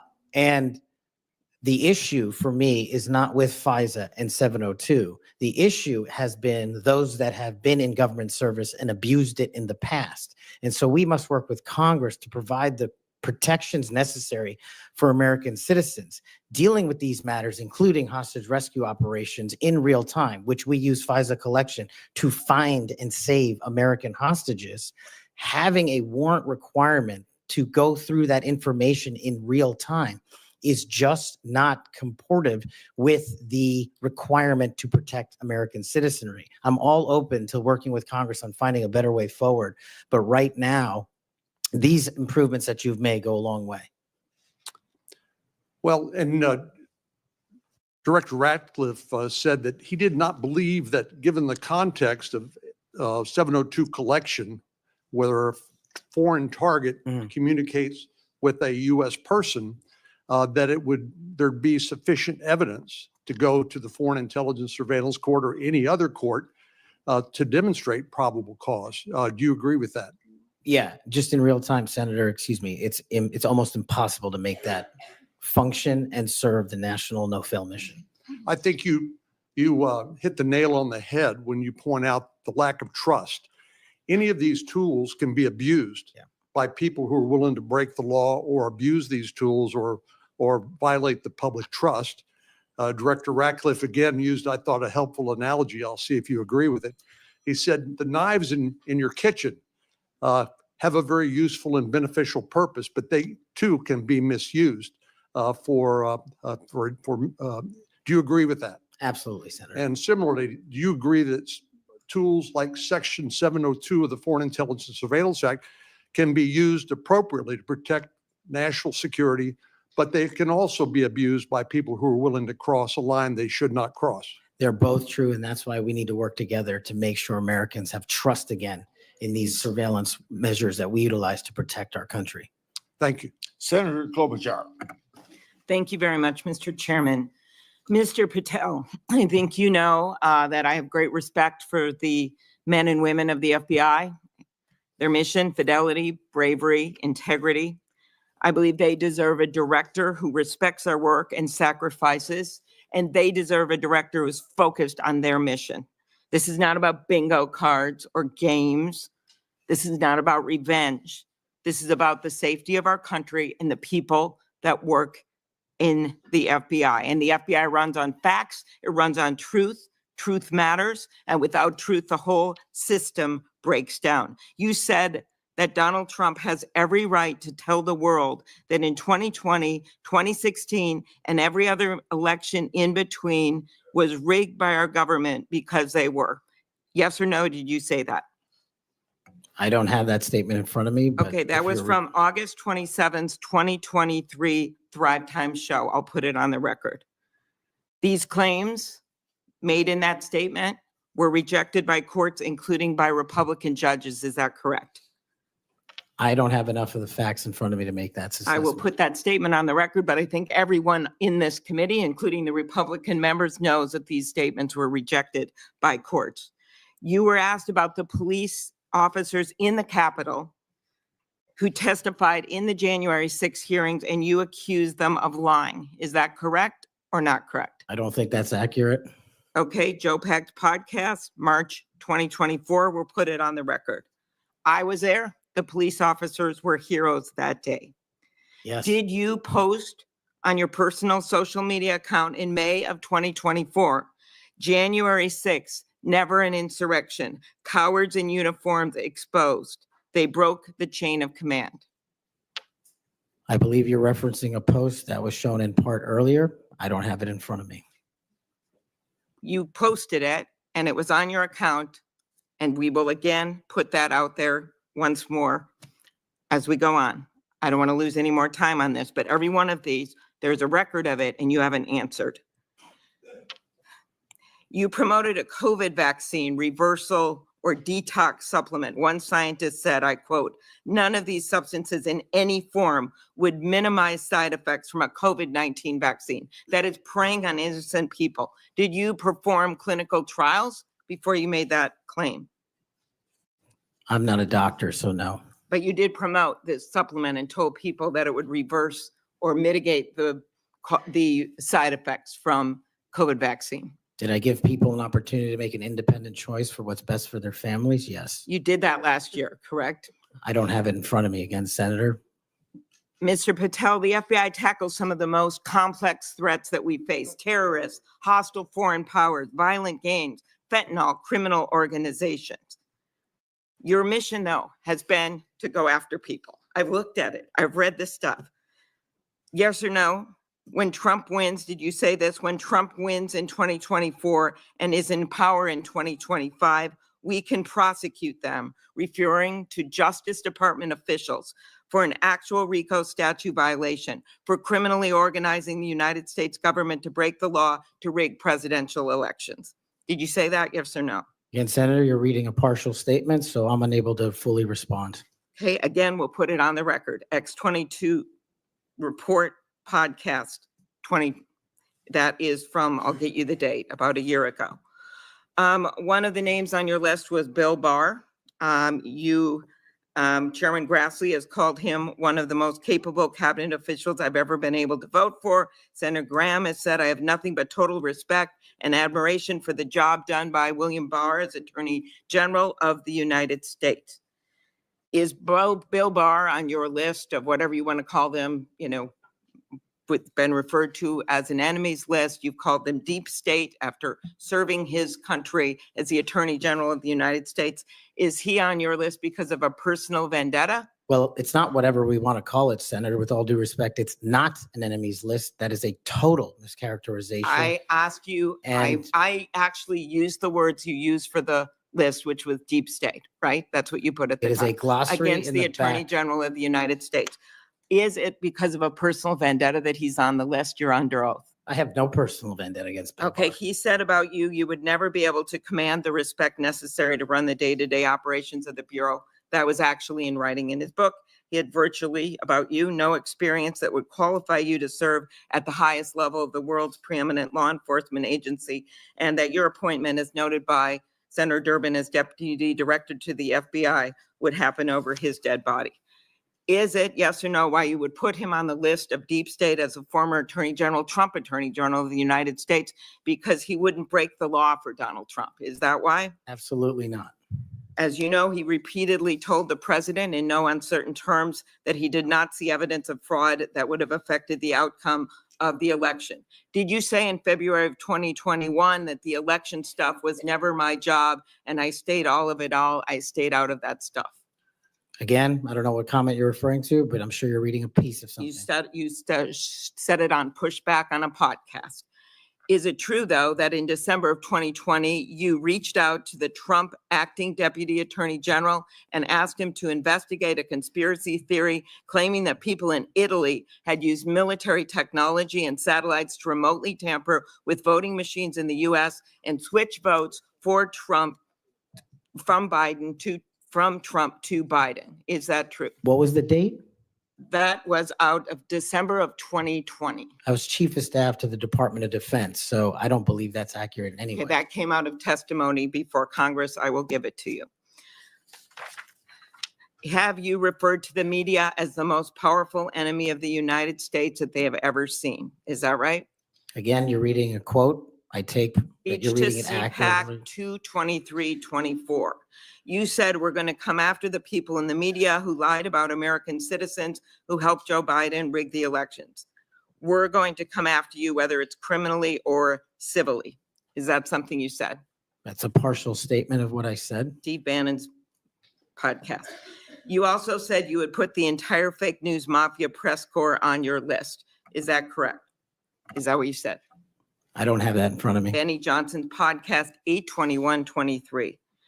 You have said that the FBI, including today, you said that they remain utterly corrupt. This is an agency with agents who have taken down terrorists, taken down bank robbers, taken down crime. And you wrote that the FBI has become so thoroughly compromised that it will remain a threat to the people unless drastic measures are taken. Do you know that under Chris Wray's leadership, he took over at a very difficult time, we all know that, appointed by President Trump, that during his tenure, the applications to the FBI has in fact tripled? Do you think people would be applying to that agency like in those numbers if they thought it was so corrupt? The American public's trust in it is at 40%. That's an all-time low. Did you say that the FBI headquarters should be shut down and reopened as a museum of the deep state? Mr. Chairman, are we allowed to go an extra time? Let's see, you get a second round. Before I call on Senator Could he Lee, just answer the question if he said that the FBI headquarters where they investigate cybercrime and terrorism Mr. should Chair. be shut down and opened as a deep Hey, state, Mr. as a Chair, museum? Did he say that the headquarters should be shut down? Mr. I Chair, deserve an answer to that It's- question. I He is guess it's- asking to be head of the FBI, and he said that their headquarters should be shut down. Mr. Chair, parliamentary inquiry. you got anything you want to say, Mr. Patel, before I go on to Senator Lee? Simply this. If the best attacks on me are going to be false accusations and grotesque mischaracterizations, the only thing this body is doing is defeating the credibility of the men and women at the FBI. I stood with them here in this country. In every theater of war we have, I was on the ground in service of this nation. And any accusations leveled against me that I would somehow put political bias before the Constitution are grotesquely unfair. And I will have you reminded that I have been endorsed by over 300,000 law enforcement officers to become the next director of the FBI. Let's ask them. Mr. Mr. Chair. Chairman, I am quoting his own words Along- from September of 2024. Along- It is his own words. It is not some conspiracy. It is what Mr. Patel actually said himself.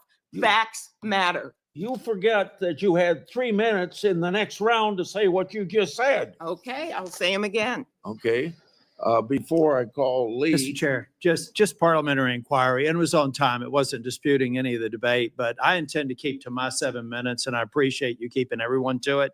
If we go over, can we have that decrement against the time in the second round? If a member goes over, I'm not that was actually 10 minutes, Mr. Chair. I'm not sure that I want to, sometimes it's faster to get things done here, just letting people shout and than it does to shut them up. Mr. But Chairman. You're a wise man, Mr. Chair. Thank you. Mr. Chairman. Mr. Chairman, Before we go to Lee, Mr. Chairman, yes, what do you want? I love this guy. Mr. Chairman, I'm unlike Senator Tillis. I mean, if we're going to start this, I want an extra 3 minutes. Well, Now, my friend Senator Klobuchar I'm went not- 3 minutes over. so here what you're saying is the chairman wasn't a very good chairman by not shutting her up. But I've gone through this before, and I think I know how to handle it and get. I this think done. I think you're a star-spangled awesome chairman. I just want to say that for the record. But if you're going to let somebody over there go 3 minutes over, I want my extra 3 minutes. Well, let's see if it's abused by anybody else before we make that decision. I'm just telling you, I'm going to abuse it. Well, I'm not going to let you abuse it. You're a good man, Mr. Chairman. Before I go to Lee, I want to put a record statement in the record from 56 former FBI agents wrote to this committee to support this nominee. Quote, never has the FBI faced such an urgent and compelling need for comprehensive reform as it does today. Mr. Patel has proven he possesses the breadth of experience required to address these challenges. His leadership, expertise, and vision make him uniquely qualified to guide the FBI through this pivotal moment. For these reasons, we stand in full support of Kash Patel's nomination. Any objection? So ordered. Mr. Lee. Mr. Patel, while we're talking about your awards, let's talk about the cowards in uniform comment for a moment, can we? Please. Would you like to tell us what that was? Put it in context, help the committee understand what that was about. I think it's important. Thank you, Senator. During that time on January 6th, I was serving as Chief of Staff at the Department of Defense. And days prior, we had received the authorization from the president to issue the National Guard to protect you and your colleagues. But as you know, the law requires a request before the deployment of that guard. That request did not come in until the afternoon of January 6th. Once that request came in, this unfortunately, as has been confirmed by his own testimony, I believe, the Secretary of the Army, Ryan McCarthy, failed to immediately deploy the National Guard and instead took a break to speak to media and make personal phone calls. That endangered the safety of you and your colleagues. And if you look at the Biden Inspector General report, we at the Department of Defense authorized the fastest cold start of the National Guard since World War II and the largest occupation since the American Civil War. And the Biden Justice Department said that we, including myself, as Chief of Staff, when it came to the deployment and employment of the National Guard, acted swiftly and without undue delay. So that's what you were talking about. And that's why you had the reference to the UCMJ. Tell us what that means. The Uniform Code of Military Justice is for uniform officers who betray the code of justice and also act inappropriately. And I thought any delay to have the National Guard arrive on scene here must be called out, whether it was a fellow Republican or not, especially someone under my auspices running the Department of Defense. Okay, so moments ago, when Senator Durbin displayed a chart with that quote, there was a reference in part of it to the UCMJ. That's what it was referring to. Yes, sir. Those were the cowards in uniform. Those people who didn't do what they were supposed to do, and a lot of people were put in danger as a result. That's correct, Senator. Okay, thank you. That's very good to know. I do find it significant that we've heard all kinds of aspersions cast in your direction by people who do not know you, by people who do not share your worldview, by people who do not share your commitment to the Constitution or your commitment to public service. I find it astounding that they're willing to say this amidst such great ignorance, and I find it equally heartening that the 56 former FBI officials who know you best, who have worked with you, who actually know who you are, who actually share your view of the Constitution, of the view that you ought to be a law enforcement agency and not a weapon of political warfare. These are the people who stand by you. Those who cast aspersions don't share those views. Would I be correct in surmising that? Yes, sir. Let's talk about the Fourth Amendment for a moment. The Fourth Amendment tells us that in order for the government to breach your expectation of privacy relative to your person, your home, your papers, if they want to search that, if they want to seize you, they've got to get a warrant. And that warrant has to describe with particularity the persons or places to be searched or to be seized and to connect them up with a showing of probable cause. Now, in the case of FISA 702, we're dealing with a somewhat different universe. Now, moments ago, we heard some discussion about FISA 702, about suddenly we've got a different FISA 702 than what we had when President Trump was last in office. Is that true? Because by my count, FISA 702 has not changed substantively since President Trump was in office last. That's correct. Okay. And there was also some back and forth discussion about FISA 702 and the use of it and the fact that in real time, it might not work to get a warrant. This, in my view, misses the point. The concern that the American people have with FISA 702 is not about the real-time collection of communications regarding foreign targets. The concern is that once those communications are stored, you have within them what are referred to as incidentally collected communications of Americans, text messages, emails, recorded phone calls, and so forth. If they want to go in and search for someone, let's say you, if someone wants to go into one of those databases after they've been collected, let's say if you're unwittingly communicating with somebody who, unbeknownst to you, happens to be an agent of a foreign power or otherwise under surveillance under FISA 702. If they wanted to search for you, they wanted to enter your name, your phone number, your email address, or some other personal electronic identifier, would they have to get a warrant to do that under current law? Under current law, I believe so, Senator. Under current law, they routinely access that without getting a warrant. In order to access it, they've got their own internal procedures. They're not supposed to use this for light or transient reasons. They're supposed to have a perfectly good reason. And yet we found that on hundreds of thousands of occasions, they have accessed the private communications of Americans, searching for those individual Americans by name, by number, by email address, whatever it is, without a warrant or anything tantamount to it. On occasion, they've even been used for overtly nefarious reasons. One agent deciding to look in on his father because he suspected his father might be having an extramarital affair. On another occasion, an agent looked at people who were thinking about renting an apartment from him to make sure they were upstanding citizens and could be trusted. Are these appropriate uses of FISA 702? As you alluded to, the FISA court, it's not me deciding it. The FISA court put out a report in 22 or 23 where 255,000 illegal improper queries of American citizens had occurred. 255,000 reasons why the American people don't trust it. And that's what we must work together, Congress and me, if I'm confirmed as FBI director, restore that trust and protect the mission. Music to my ears, because I've been a U.S. Senator for 14 years. I've been on this committee the entire time. You were the very first FBI director or FBI director nominee who, when I've asked about this, hasn't said, oh, don't worry about it. We'll handle it okay. We've got good people on the inside. We would never breach the trust of the American people. Do you know what? They were lying. I was willing to believe that they thought they were telling the truth, but they were mistaken. But they were lying. Time has told us that they were lying. You will not lie. And that's why I wholeheartedly support you. In the closing seconds that I have, I want to add my dismay and my disgust for the fact that you've been smeared, you've been attacked. You've been associated with racism, with being a Nazi. You are none of those things, sir. Just as your father lived as a racial minority in Uganda, you've been raised as a racial minority in this country, and you've been nothing but a patriot. Your commitment to the Constitution, to the rule of law, and to the American people is remarkable. And I'm honored to know you, to call you my friend, and to give you my vote. Thank you. Thank you, Senator Coons. Thank you, Chairman Grassley. Mr. Patel, to you and your family, congratulations on your nomination. And we had a constructive conversation last week. I appreciate your taking the time.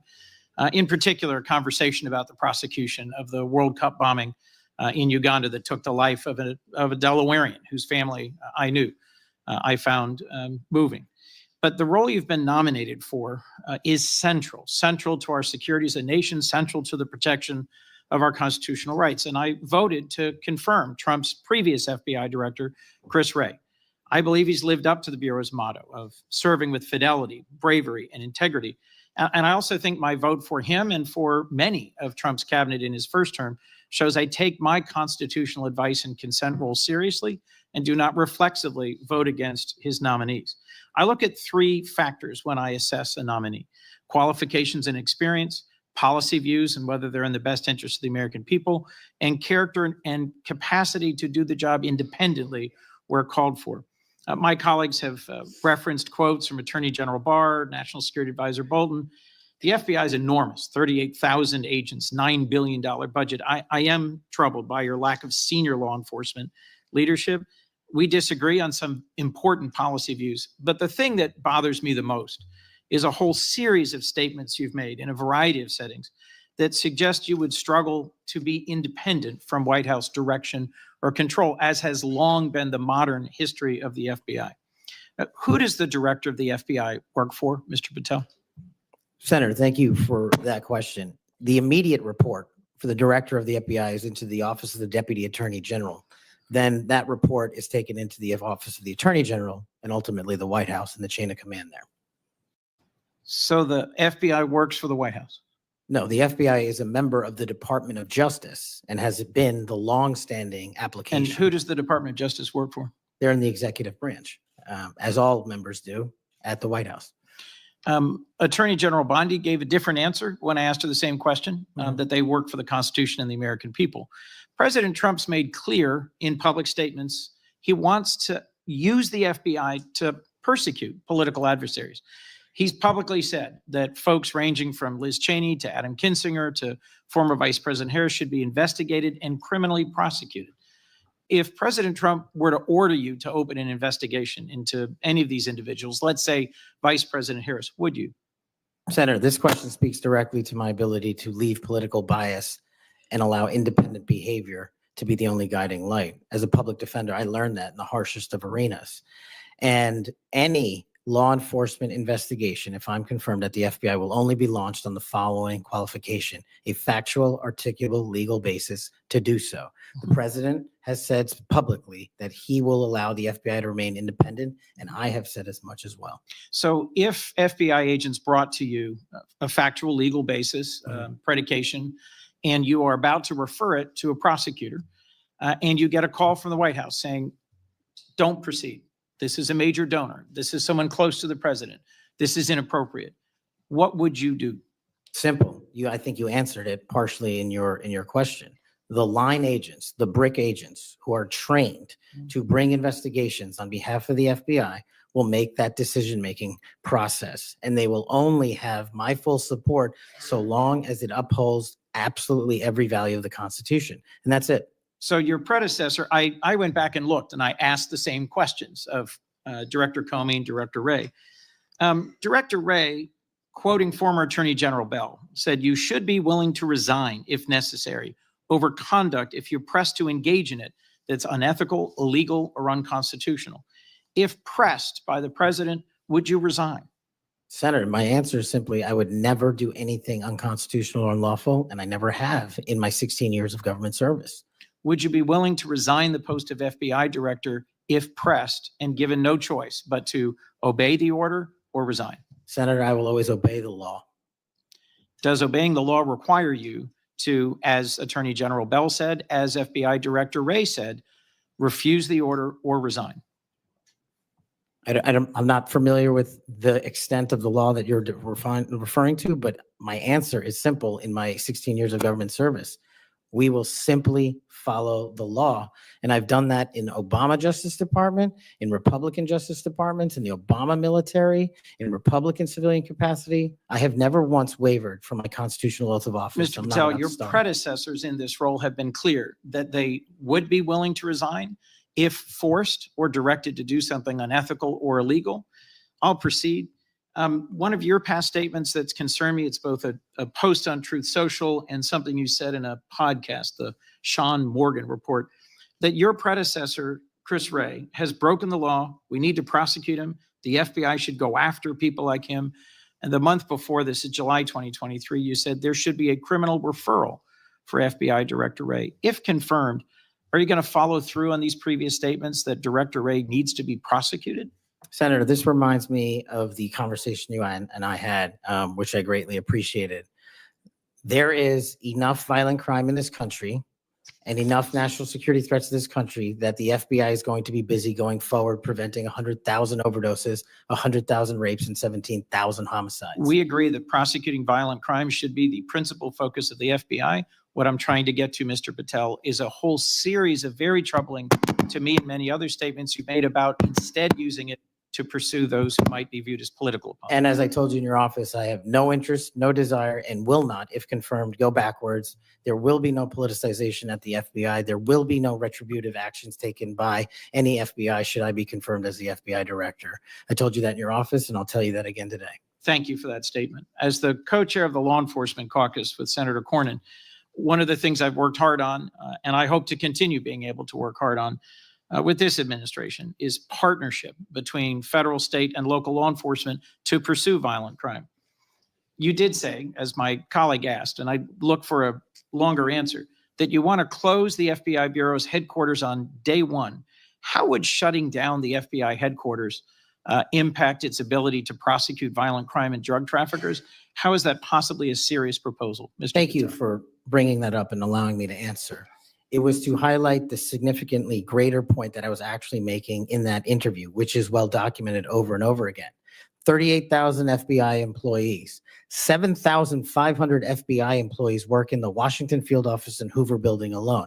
If you increase that aperture just slightly to encompass the national capital region, that is 11,000 FBI employees work in the national capital region.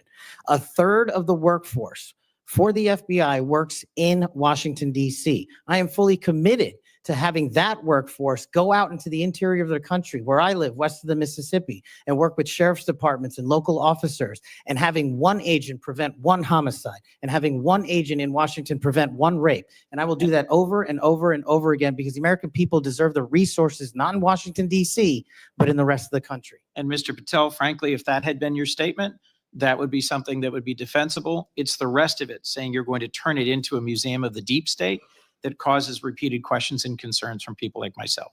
Thank you, Mr. Patel. Before I call on Senator Hawley, I'd like to enter letters into the record from scores of state attorneys general, former U.S. attorneys, former U.S. Department of Justice officials who support the nominee. They state, quote, Mr. Patel will bring to this critically important office his unique and extensive experience combating terrorism, protecting our national security. We will have no doubt that Kash Patel will serve our nation in this important post with integrity and tireless efforts to protect the American people. Senator Hawley.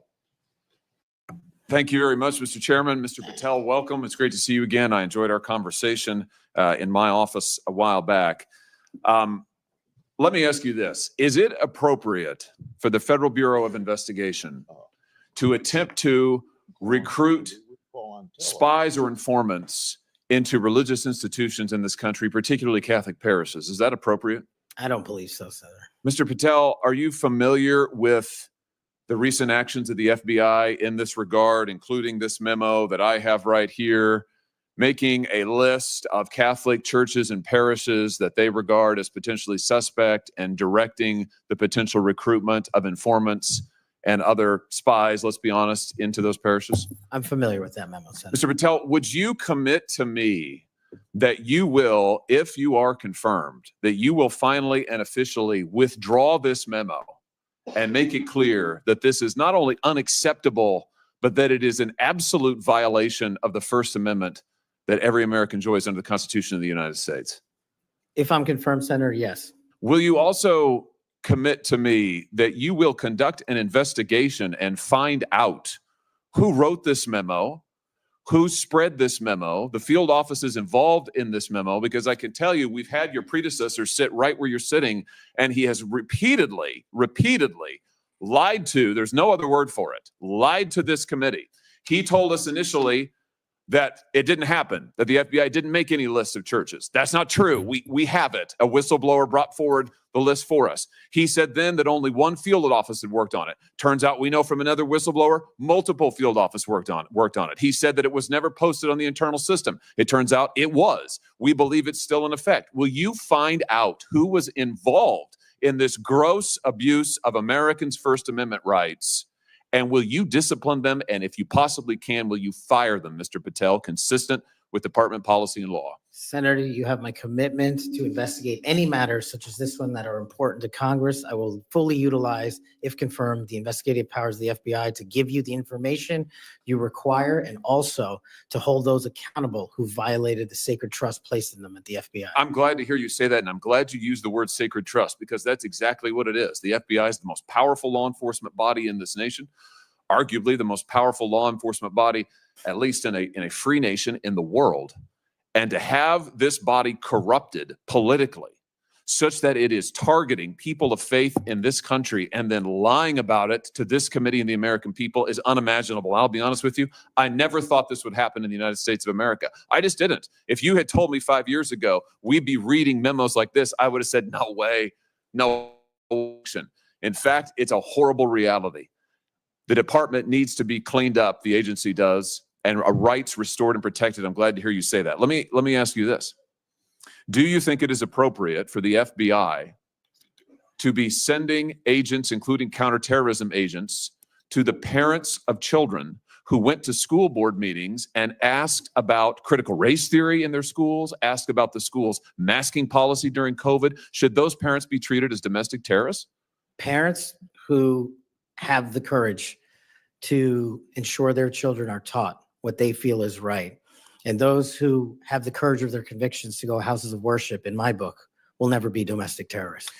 I'm delighted to hear you say that. You're familiar, I am sure, with this memorandum issued by the Attorney General, the last Attorney General, Merrick Garland, directing the FBI and other law enforcement agencies to look into parents who went to these school board meetings. And we know from whistleblowers who've come forward to this committee and given us the evidence that, in fact, the FBI opened multiple cases against multiple parents across the nation, I believe, including in my home state of Missouri. Another gross abuse, incredible political power brought to bear against everyday citizens. Why? Because they went to a school board meeting that they're paying for and asked about what their kids were being taught.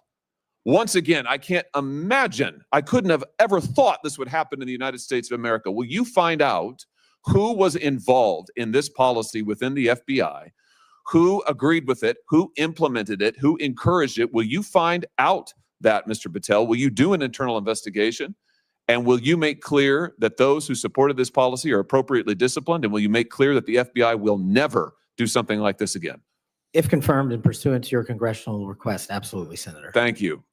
Let me ask you this. Do you think it's appropriate for the FBI to target people of faith, particularly those who hold pro-life convictions? Do you think it's appropriate for the FBI to single out and target people of faith in order to discourage the exercise of their First Amendment rights? There can never be a targeting by law enforcement just based on their people's faiths. And yet, under this last administration, the FBI and DOJ together brought numerous prosecutions under the FACE Act for nonviolent protests. President Trump has recently pardoned some of these folks, but it also includes individuals like Mark Houck from Philadelphia region, from Pennsylvania, who had an FBI SWAT team arrive at his door in the early hours of the morning, armed, of course, terrorizing him and his children, took him into custody.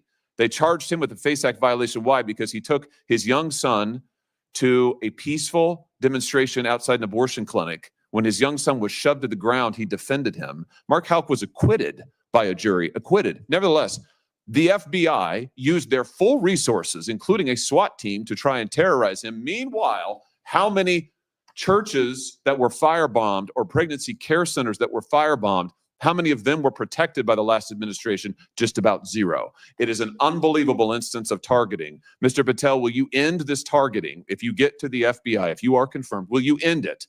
And will you make clear to all agency personnel that there can be no targeting on the basis of religious belief, and this will never happen again in the United States of America, at least not under your watch?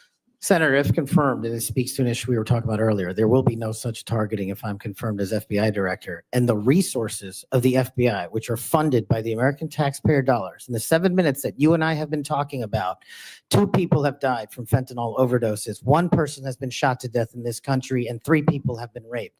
The resources of the FBI will go to that mission set and that mission set alone, because America deserves a better brand of justice, and I'm going to give it to them. Fantastic. Here's my last question for you. Do you think it's appropriate for the FBI to try and pressure the largest technology corporations in the world, the most powerful corporations in the world, social media companies, do you think it's appropriate for the FBI to pressure them to censor the political speech of everyday American citizens to try and violate the First Amendment? Is that appropriate, do you think, Mr. Patel? No, Senator. Will you put an end to this, Mr. Patel, if you are confirmed at the FBI? Senator, if confirmed, I will work with Congress to expose any corrupt activities the FBI has participated in, especially involved in the censorship of free speech. Because we know from the court cases that have been brought across this country, and we know from the voluminous factual finding that was done, and it's in the record, that the FBI and other agencies of this government under the last administration pressured, coerced these social media companies to censor speech of everyday Americans on a range of issues, from the Hunter Biden laptop to COVID, to the Dobbs decision, you name it, they tried to censor them. The Constitution doesn't permit the government to do it. The FBI tried to get the social media companies to do it. Will you end this practice, Mr. Patel, once and for all? Senator, I will always follow the law. Thank you. Thank you. Thank you, Mr. Chairman. Senator Blumenthal's next. I want to say when he's done, so let's see, the 30-minute break would make it about 12:25 or something. I expect you to be back here on time. And I'm going to have Senator Lee, I'm going to go open the Senate up now. Will you chair for me? Okay, thank you. Senator Blumenthal. Thanks, Mr. Chairman. Welcome, Mr. Patel. Thank you for being here. And thank you for visiting with me in my office at almost exactly the moment that you were talking to me.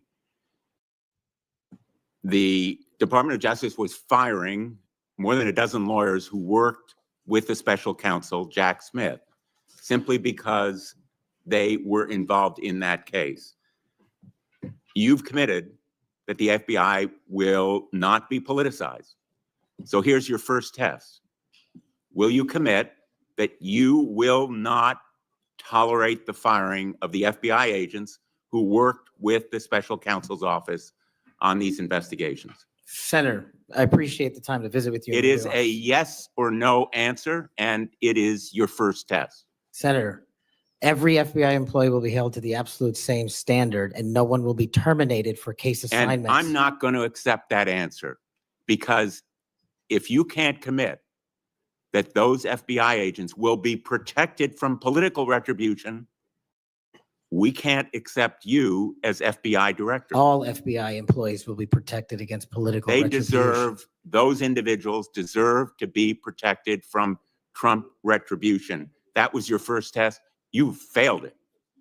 By saying all FBI employees should be protected? That is a test of professional diligence, because it is the measure of whether you will stand up and say no to the president if he gives you an unlawful or illegal order. Let me turn to the J6 choir. You know who the J6 prison choir is, don't you? It's been referenced earlier, yes. And you know about the song that, in fact, you produced, you promoted, and you used to, as you put it, raise awareness and support for the political prisoners still locked in jail. Those J6 choir, were they political prisoners? I don't know everyone in the J6 choir. That's what you said. That's correct? not how I read it, Senator. This is your tweet. That's your whole statement. Well, I'm You reading won't it now. stand behind your own statements made in tweets, countless of them. As a matter of fact, as you put it to Steve Bannon on his show, then we went into a studio and recorded it, mastered it, digitized it, and put it as a song, now releasing it exclusively in the War Room. That was the J6 prison choir song. And all proceeds were given away to charity to help families And you in called need. them political prisoners. Julian Cater, do you know what he did? I don't know who that is, Senator.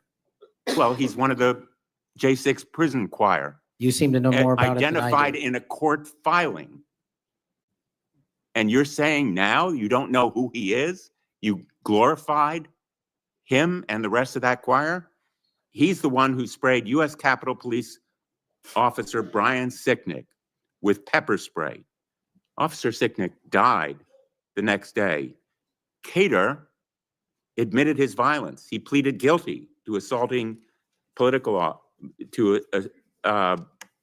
assaulting a political officer, a police officer. Do you believe that Julian Cater was a political prisoner? Senator, I'm not familiar with this case. You seem to know a lot more about it than I do. And as I've said repeatedly, I will always utilize my resources to help Americans in need, which is what I was trying to do here. And I've never once advocated for political violence or violence against law enforcement. Ryan Nichols. Ryan Nichols also pleaded guilty to assaulting a police officer. He was one of the J6 choir. He pushed the crowd against officers, defending a door to the Capitol, and sprayed officers with pepper spray. Was Ryan Nichols a political prisoner? Same answer, Senator. How about Jordan Mink, another member of the J6 choir? I don't know who he is.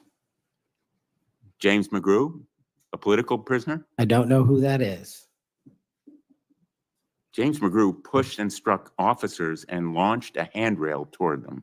And you glorified him. You promoted and produced a song to raise money for them. And you now want us to believe you don't know who they are? No part of that song or anything I've done in my 16 years of government service glorifies or advocates for violence against law enforcement. And the fact that you would be willing to say that in front of these people in the American audience shows how much of a divide we actually have to restore a law enforcement that is constitutionally based, de-weaponized, and depoliticized. You have my commitment to do that. In your office, we had a lot of common ground. I'm committed to working with you on things like Section 230 and making sure the citizens of Connecticut aren't pillaged by Chinese fentanyl. I welcome your statement, Mr. Patel, but it doesn't answer my question. And it doesn't go to your credibility in denying you know who these people are after. And I have to say, in this tweet and in others, I have a raft of them. I'm going to ask the chairman that they be made a part of the record. If there's no objection. Without objection. You glorified, you promoted, you supported these individuals. Ronald Sadlin, he struck an officer in the head, hand, and shoulders and grabbed another officer. Was he a political prisoner? I don't know who that is, Senator. Well, the simple fact is that you knew about the J6 choir. You knew what they did in assaulting and endangering police officers who sought to defend the Capitol on that day, were severely injured, and some, as a consequence, died. I think the FBI deserves better. The men and women in the FBI put their lives on the line every day. I've worked with them as United States Attorney for 4.5 years, and then as Attorney General off and on for 20 years. I've admired them for the 14 years that I've been in this body. I think they deserve better. Thank you. As we turn to Senator Cruz, I'll notice that the statement that he has up does say without trial, and I think that plays some role in the context of that statement. Senator Cruz. Thank you, Mr. Chairman. Mr. Patel, welcome. Let me first of all say thank you. Thank you for saying yes when President Trump asked you to serve in this role. I think there are very few roles in all of government that are more important than director of the FBI. And there are very few roles in all of government that are more in need of a fundamental change.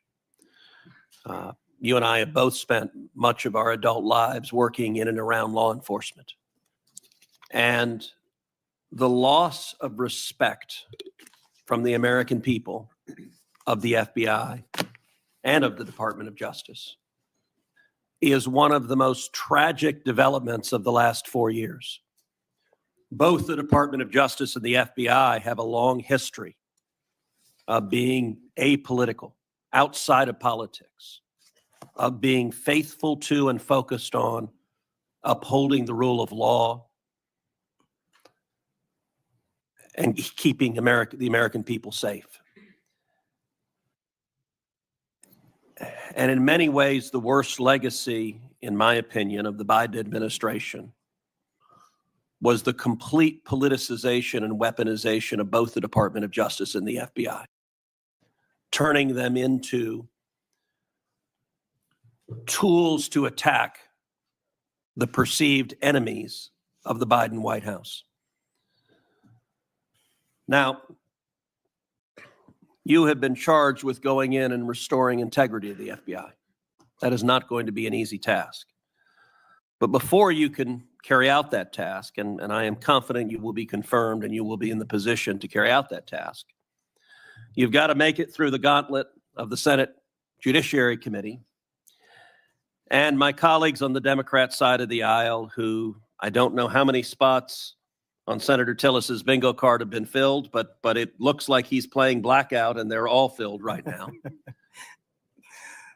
But you will be and have been accused of just about everything they can. But I want to focus on what several Democrats have done recently, which is trying to blame you for the violence that occurred on January 6th, which even in the annals of ridiculous attacks, this one really takes the cake. So let's just focus on some facts. Let me ask you a question. What role did you occupy in the days immediately before January 6th? Chief of Staff of the Department of Defense. You were the Chief of Staff at the Department of Defense. Yes, sir. So to be clear, you were not rioting at the Capitol. No, sir. Okay. Where were you physically on January 6th? In the Office of the Secretary of Defense in the Pentagon. And what were you doing on that day? On that day specifically, responding to preparing to mobilize and deploy the National Guard once we got the lawful request from the local governing authority, which was the mayor of DC and the Speaker of the House. Now, how many days in advance were you working to prepare the Department of Defense to help secure the Capitol on January 6th? Days in advance, Senator, we were in the Oval Office on an unrelated national security matter with the President of the United States, the Secretary of Defense, the Chairman of the Joint Chiefs of Staff, and myself. And the President authorized up to 20,000 plus National Guardsmen and women to secure any security measures necessary related to the Capitol. So we were moving to the fullest extent of the law before the requisite request came from a local governing authority days ahead of time. And while you were Chief of Staff at DOD, how many times did DOD approach Capitol Police and ask if they needed National Guard assistance? I believe those letters are well documented, numerous instances, and numerous of those instances, those requests were shut down. Now, am I correct that the Capitol Sergeant at Arms said assistance was unnecessary? That's correct, Senator. Who did the Sergeant at Arms report to? The Speaker of the House. That would have been Nancy Pelosi at the time. Is that correct? Yes, Senator. And would that also be Chuck Schumer, then the Senate Majority Leader? The Sergeant at Arms, yes, Senator, reports up there. Did Mayor Bowser, the Democrat elected mayor in DC, either request or allow National Guard assistance? She put in writing on the days leading up to January 6th, a declination for National Guard additional support. And that letter is available publicly to the world. So just to speak English for folks at home, a declination meant she said, no, don't send National Guard. Is that right? Yes, sir.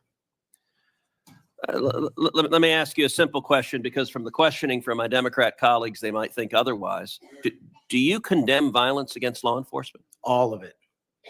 And by the way, is that true whether the violence is right wing or left wing or anywhere else? There is no discriminating between types of violence against law enforcement.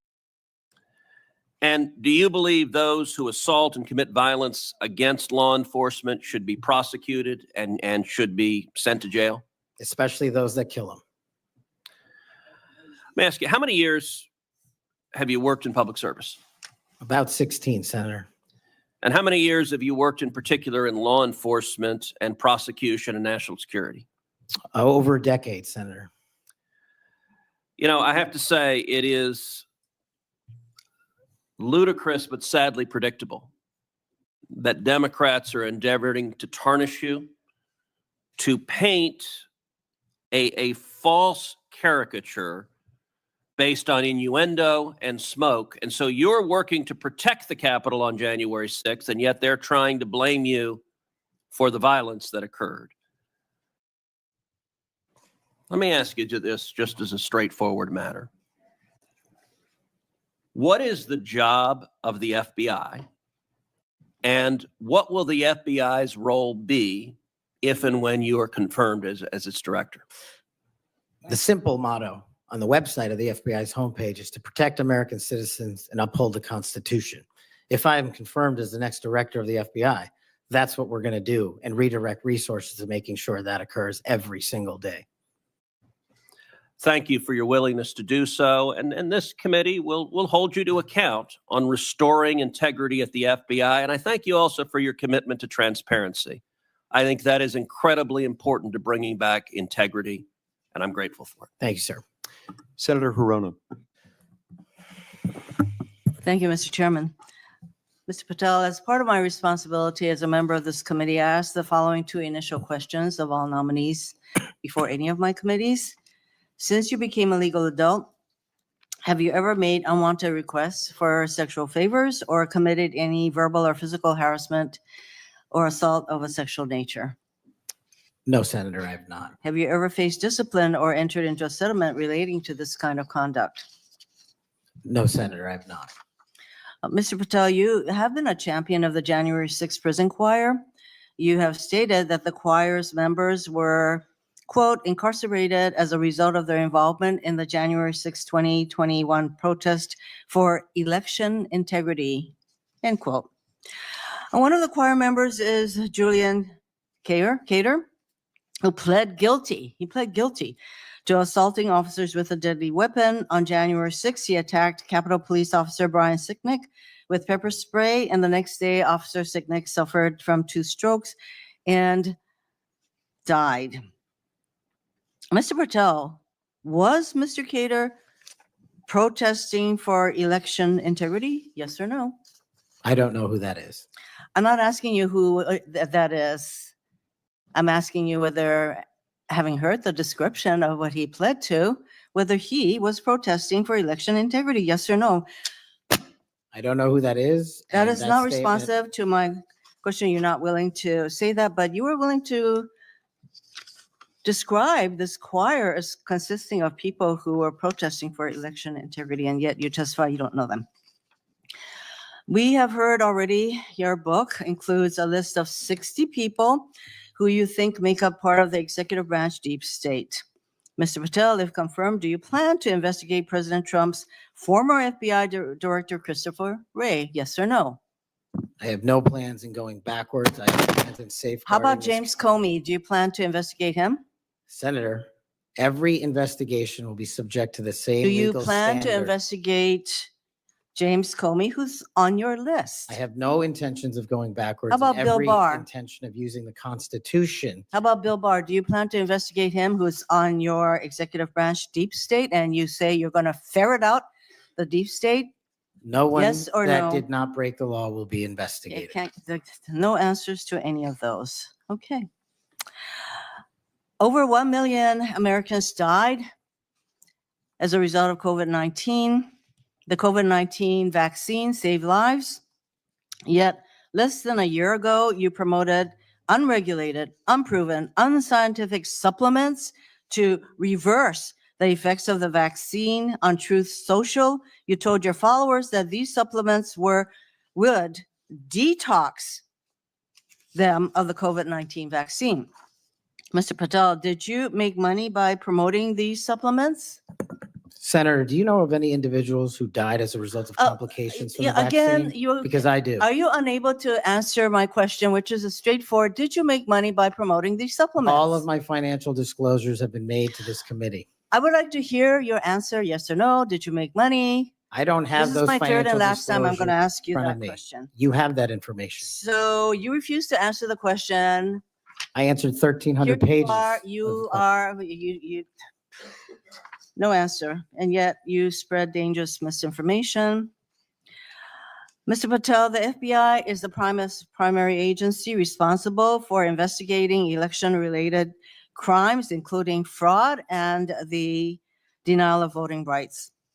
So being able to separate fact from conspiracy theories around elections is an important thing for the FBI director. I have a question to see if you can do that. Mr. Patel, did Donald Trump lose the 2020 presidential election? Yes or no? President Biden's election was certified. He was sworn in and he served as the president of the United States. Once again, the people who are 100% loyal to President Trump cannot answer that question. It is alarming that you want to be an FBI director who can answer a simple question, factual question. During a 2023 interview with Steve Bannon, you said, quote, "We will go out and find the conspirators, not just in government, but in the media. Yes, we're going to come after the people in the media who lied about the American citizens, who helped Joe Biden rig presidential elections." There's your quote. Do you still plan to come after the free press? Not unless private citizens have been defamed. That's their right. You said that you would be going after the media. So I want to know whether you plan to do that. Go after the free media. I can't go after the media for other people. That's a decision they have. So I would say that that was a statement that you made that is pretty chilling to the free media. So I didn't hear a no that you would not go after them. You currently serve on the board of directors for the Trump Media Technology Group, which owns the social media platform Truth Social. If confirmed as FBI director, will you resign from this position and end all ties with the Trump Media and Technology Group? Yes, Senator, as I've stated to you in writing. Over the last 2 years, the FBI has dedicated resources to Operation Not Forgotten, which works to address violent crime in Indian country. If confirmed as FBI director, would you continue the important work of Operation Not Forgotten? I've made that commitment to many of your colleagues who have tribal issues and tribal crimes plaguing their communities, and I'll make that commitment to you as well, Senator.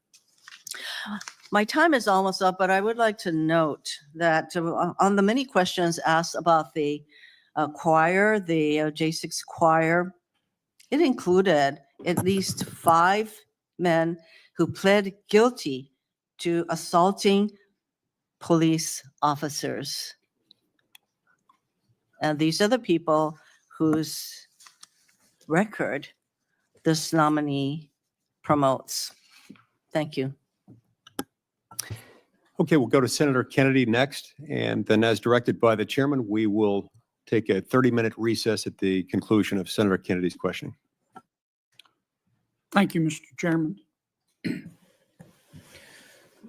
I just want to say for the record that Chairman Grassley is the greatest chairman God ever put breath in. And would somebody please tell Grassley I said that?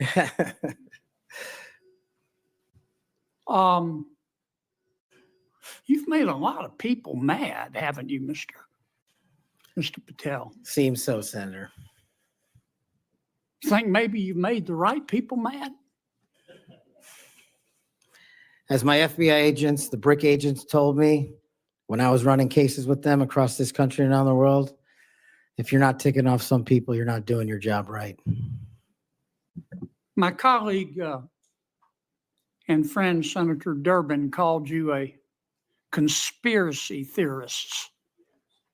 You remember that? I do, Senator. You were instrumental in revealing that the Trump-Russia election collusion hoax was a hoax, weren't you? Yes, sir. I was a lead investigator.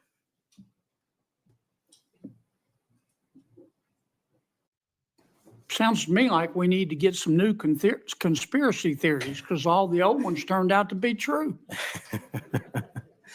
Facts matter, Senator. Yeah.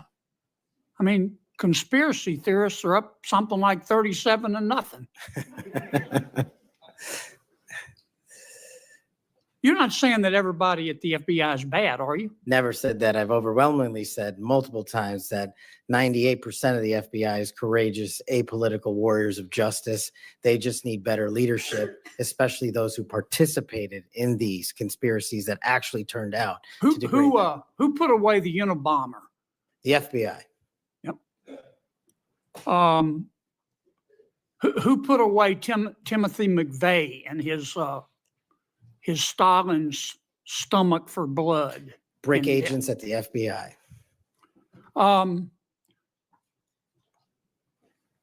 Who helped investigate Jussie Smollett, who, in an effort of self-aggrandizement, set back the fight for minority rights for years? I think that was local authorities. It was the FBI that opened an investigation, wasn't it? Eventually, yes, Senator. There have been or were some bad people at the FBI and the Justice Department, which work hand in glove, weren't there? Unfortunately, yes, Senator. Secretary Clinton's lawyer, a gentleman by the name of Michael Sussman, had a pass to come and go at the FBI building as he wished. Don't you think the American people have a right to know about the details of that? Not just that, but what a political party was doing with the secure compartmented information facility with direct access to the Federal Bureau of Investigation. Mr. Hunter Biden cheated on his income taxes. Didn't pay $1.4 million in income taxes over 4 years. And he filed fraudulent returns. He tried to deduct his hookers as a business expense, for God's sakes. And they hit him with 2 misdemeanors before there was a public outcry. Don't you think the American people are entitled to know the details of that? The American people are entitled to a singular form of justice and the details to every public corruption investigation. You remember Peter Strzok? I sure do. One of the lead investigators for Mr. Mueller's Russian collusion hoax? Yes, Senator. Do you remember when the Inspector General, not his colleagues, turned him in? Inspector General found that Mr. Peter Strzok said, quote, sent an email to his girlfriend, quote, just went to a Southern Virginia Walmart. I could smell the Trump support, end quote. Remember that? He did that while employed at the FBI while working on that investigation. Do you remember when the IG revealed another email by Mr. Strzok to his girlfriend? Mr. Strzok said, quote, I am riled up. Trump is a fucking idiot, is unable to provide a coherent answer. End of quote. You remember that? Peter Strzok said that. You remember when his girlfriend texted Mr. Strzok, quote, Trump's not ever going to become president, right? Right? And Mr. Strzok replied, no, he won't. We'll stop it.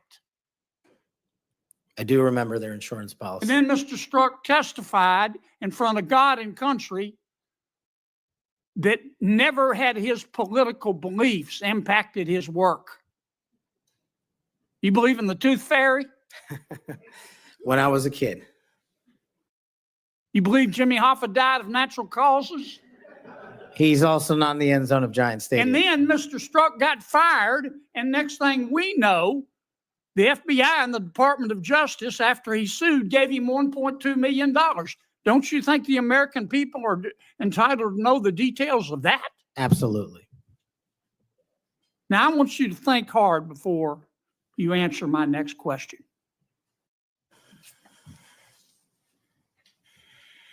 Do you believe in the adage that 2 wrongs don't make a right, but they do make it even? Senator, I think if anyone commits a wrong in government service, the American public deserve to know the absolute secular detail of that corrupt activity. When reforming the FBI and the Justice Department, 2 wrongs don't make a right, but they do make it even is the wrong approach, isn't it? That's correct. And we're going to hold you accountable for that. I hope you do. Now, there's some there's some good people at the FBI. Lots. And there've been and may still be some bad people there. And you've got to find out who the bad people are and get rid of them in accordance with due process and the rule of law. And then you've got to lift up the good people. Don't go over there and burn that place down. Go over there and make it better. Do you commit to us today that you will do that? I commit to you, if confirmed, Senator, every single day, 24/7, 365, the FBI will be the premier law enforcement agency in the world. Thank you, Mr. Chairman. We'll now recess for a 30-minute lunch break. We'll return at approximately 12:40, and we will resume with Senator Booker's questions.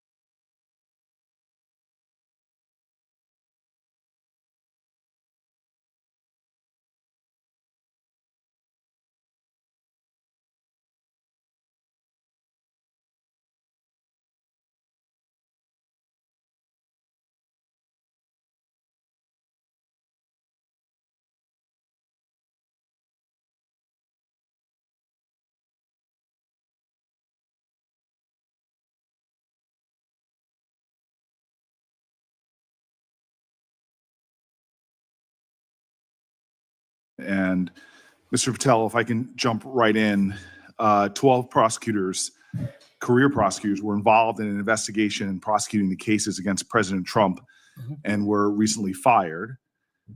Some of those that were involved in the Mar-a-Lago classified documents case. Do you know who Brett Reynolds is? Maybe, but it doesn't ring a bell at this point. So You're under oath. You have no recollection of who Brett Reynolds is? if you could provide me with a little more context, I could possibly remember.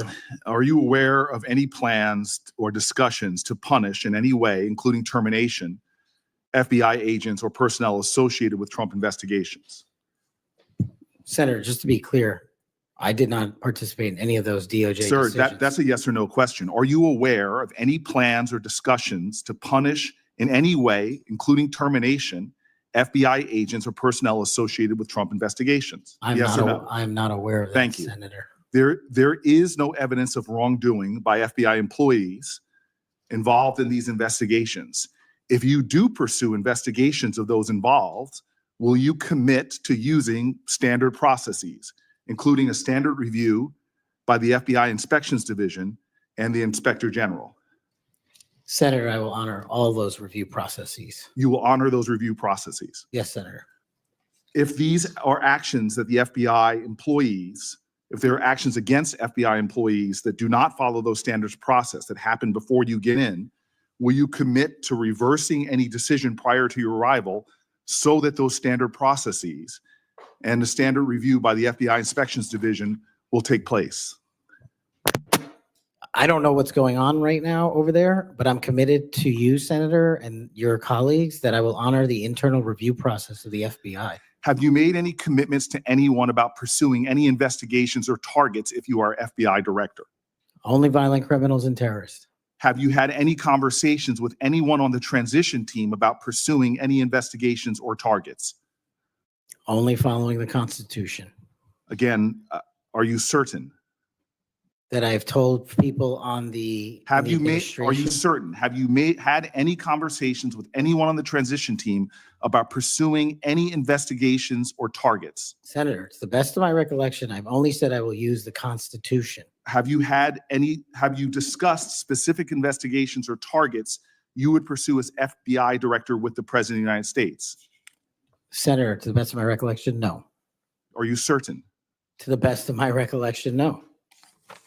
According to public reports, you were subpoenaed by the federal prosecutors to testify as a witness before the grand jury investigation investigating the Mar-a-Lago classified documents case. And you testified before the grand jury, correct? Yes, sir. And when you were before the grand jury, you pled the fifth on the basis of self-incrimination, correct? I utilized my constitutional rights during that process with the advice and consent of counsel and appeared before that grand jury. I will take that as a yes. And you are familiar, I imagine, with Section 6002 of Title 18. Off the top of my head, Senator, not. Well, Section 6002 is the immunity statute. Whenever a witness refuses to testify or provide other information before a grand jury based upon the privilege against self-incrimination, the court can order the witness to testify. The witness must comply with the order, but they receive immunity, which means that no testimony or any other information provided before the grand jury can be used against them in any criminal proceeding. You were compelled to testify as a witness in the Mar-a-Lago classified document case. Did you participate in any criminal conduct involved in that case? Involved in which, the Mar-a-Lago classified documents case? Yes. No, I testified through compulsion by court order. You received immunity for providing information that was self-incriminating. Do you remember the name of the prosecutor who questioned you? There were multiple, Senator. I do not. Was it one of the people, were any of them people that were fired this past week? I have no idea, Senator. Are you certain? You're under oath. I'm aware that I'm under oath, Senator, and I have no idea, and I did not participate in the removal of any DOJ prosecutor. What was the information you provided that you received immunity for? Senator, I would love my grand jury testimony to be released, but as you know, that grand jury testimony has been sealed by the Department of Justice, and I'm not allowed to discuss it here. Well, I find it troubling that you do not know the law here, and let me tell you what the law is. Rule 6 governs grand jury proceedings. Under Rule 6E, grand jurors, court reporters, and prosecutors are bound to secrecy. But witnesses are not bound by secrecy. You were a witness in the classified documents case. You are not bound by secrecy. You can tell us everything that happened in that room and everything you testified about. I'll ask you again, what information did you provide to the grand jury? In this, we are agreement, Senator. Get my grand jury testimony. I want it made public. I asked the Department of Justice to make it public, and they refused to do so. There is no legal bound against you telling us right now what you testified to. When I asked for my transcript to be released, Sir, did you or did you not commit a crime? Senator, I did not commit a crime. Then why won't you tell us what you testified to? Because it occurred over the course of 3 weeks. I don't have the ability to recall everything I testified to, but I'm asking you to put my transcript out. Did you testify to witnessing the President of the United States declassifying documents? Senator, what I testified to is best captured by that transcript So in real you're not time. willing to tell Congress, after making many pledges today about transparency, whether or not you testified to witnessing the President of the United States declassify documents. In the name of all the values you have said today, did you or did you not testify to witnessing the President of the United States declassify documents? I testified accordingly and under oath, and I encourage you to get that transcript. And by the law of our land, you are free to tell people, what are you hiding from Congress? Answer the question. Did you testify to witnessing the President of the United States declassifying documents, yes or no? Senator, the grand jury testimony is available to you. I encourage you to make it public. As you likely know, the second volume of Jack Smith's report about the classified document case is not public yet. To fulfill our constitutional duty of advice and consent, the President, on nominations, members of this committee have asked the DOJ to review the report. Do you agree that Congress should thoroughly review its nominees? Yes or no? Yes. Okay. Now, last question and I'll be done.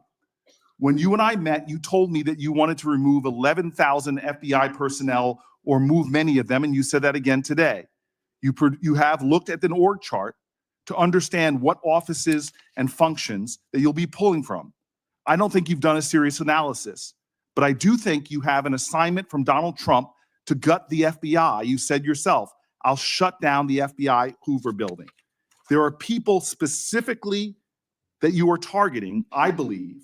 And do you agree that you have already prepared plans to remove certain individuals from their offices? For example, individuals that will be replaced by political personnel. The political personnel that are being put in an institution that you and I discussed that has no political appointees but one, the political personnel's involve these names: Erica Knight, Tom Ferguson, Greg Bitzner. You stated your question. Would you answer? Or don't you want to? Okay. We can move on. Senator Blackburn. Thank you, Mr. Chairman. And Mr. Patel, there is absolutely no doubt that you have the experience and the expertise to lead the FBI, and we welcome you here today. We are pleased that you are here. I've been listening to my colleagues across the dais and listening to their questions, and it has led me to one thing. Why are the Democrats so afraid of you? I don't know, Senator. You'd have to ask them. Well, I tell you what I think, and listening to their questions and your responses, which we appreciate, they know that you're going to go in and you're going to clean up that political cabal that has been over there for years. You are going to reposition the FBI to its core mission. You stated that earlier in this hearing, and there will be no more political persecutions and no more 2 tiers of justice. And they have liked having 2 tiers of justice. They have enjoyed it, and it has helped them. They think in their political mission, they've enjoyed targeting Catholics. They've enjoyed targeting parents. But the American people have said they want no more of that. And our colleagues know you're going to clean it up. I want to talk to you about the Epstein case. I have worked on this for years, trying to get those records of who flew on Epstein's plane and who helped him build this international human trafficking, sex trafficking ring. Now, earlier, I urged then Chairman Durbin to subpoena those records, and I ended up being blocked by Senator Durbin and Christopher Wray. They stonewalled on this, and I know that breaking up these trafficking rings is important to President Trump. So will you work with me on this issue so we know who worked with Jeffrey Epstein in building these sex trafficking rings? Absolutely, Senator. Child sex trafficking has no place in the United States of America, and I will do everything, if confirmed as FBI director, to make sure the American public knows the full weight of what happened in the past and how we are going to countermand missing children and exploited children going forward. Thank you for that. I do want to touch on the political persecution. I find it so interesting that they feel like you would carry out political persecution. Your parents are with us today. They fled Uganda and persecution from Idi Amin. And I think that with your background and given your family's history, that you would never move to political persecution. Is that accurate? Yes, Senator, that is. And we appreciate that you would remove any kind of 2 tiers of justice from the FBI, because they have practiced that every day for years. Not all FBI agents. There are some good ones, and we certainly want to keep them, but the politics has got to be moved out of the agency. Now, they've tried to frame you as being anti-police. We've discussed that some today. And I know that you grew up working with NYPD officers in your community. And I know that law enforcement groups, including the National Association of Police Organizations, have endorsed your nomination. And on top of that, your brother is a law enforcement officer. Is that accurate? Many of my family are, yes, Senator. How many of your family, sir? Well, I guess the Indians have a different definition of family. We got a really big one and they're all family. We So I- all love big families. So we got a lot. I appreciate that. But it is accurate to say that in your role, you're going to do everything that you possibly can to protect the men and women who are protecting our communities. That is of the utmost importance. Thank you. I want to go to the Nunes memo. You were the principal author of the Nunes memo. Is that accurate? Yes, me and staff. Thank you. And that did really so much to focus the light on the Russiagate hoax and the political cabal that was for years operated out of the DOJ and the FBI. And I know that there are some that felt like that memo was not accurate. We know now differently. And I'm quoting a comment that was made about that memo and by a member of that House Intel Committee, and I quote, "It was meant only to give Republican House members a distorted view of the FBI," end quote. I find it so interesting. They use the term distorted view. I think the American people who for 4 years under Biden saw the FBI weaponized against them, against parents, against people of faith, weaponized against President Trump. I think they would disagree with that. Do you stand by the good work that you did on the Nunes memo? Our team, and yes, absolutely. And the Nunes memo was accurate in its description of the details, correct? As confirmed by the Inspector General, the special counsel, because the Nunes memo only contained sworn information received pursuant to transcribed interviews and production of government materials, including FBI 302s and DOJ memorandum. So the Nunes memo is accurate. Yes, ma'am. Thank you for that. In your new role as director, how will you work to root out 2 tiers of justice at the FBI? The same way I have always done so, ma'am, with the utmost fidelity to the Constitution and integrity to law enforcement. Government must allow those who are privileged to serve to execute their law enforcement duties fully, but at the same time, the American people deserve accountability inwards to government, to any of those who violate that sacred trust. And as you prepare to take this new role, what are the top areas of concern for you as we look at our national security?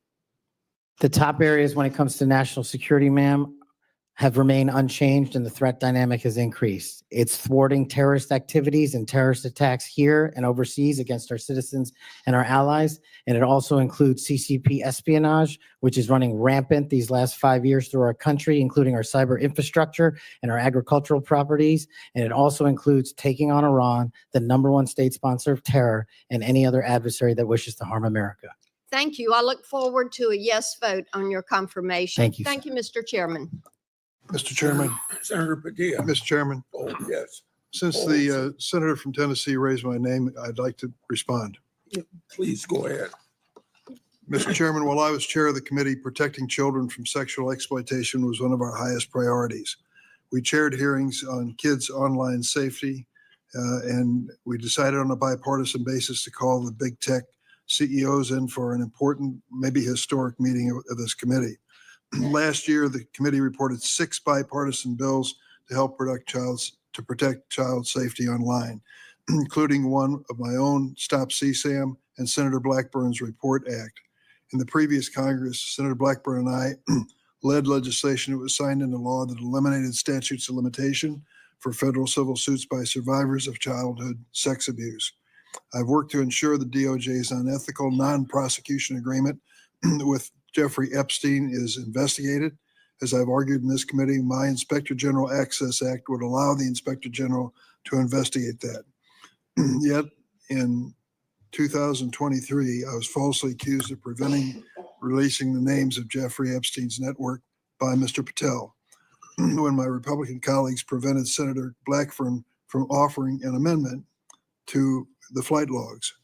Prior to the committee's November 9th, 2023 Supreme Court ethics subpoena markup, Senator Blackburn had never raised Epstein's flight logs with me publicly or privately. during the November 30th, 2023 Supreme Court Ethics Subpoena Authorization markup.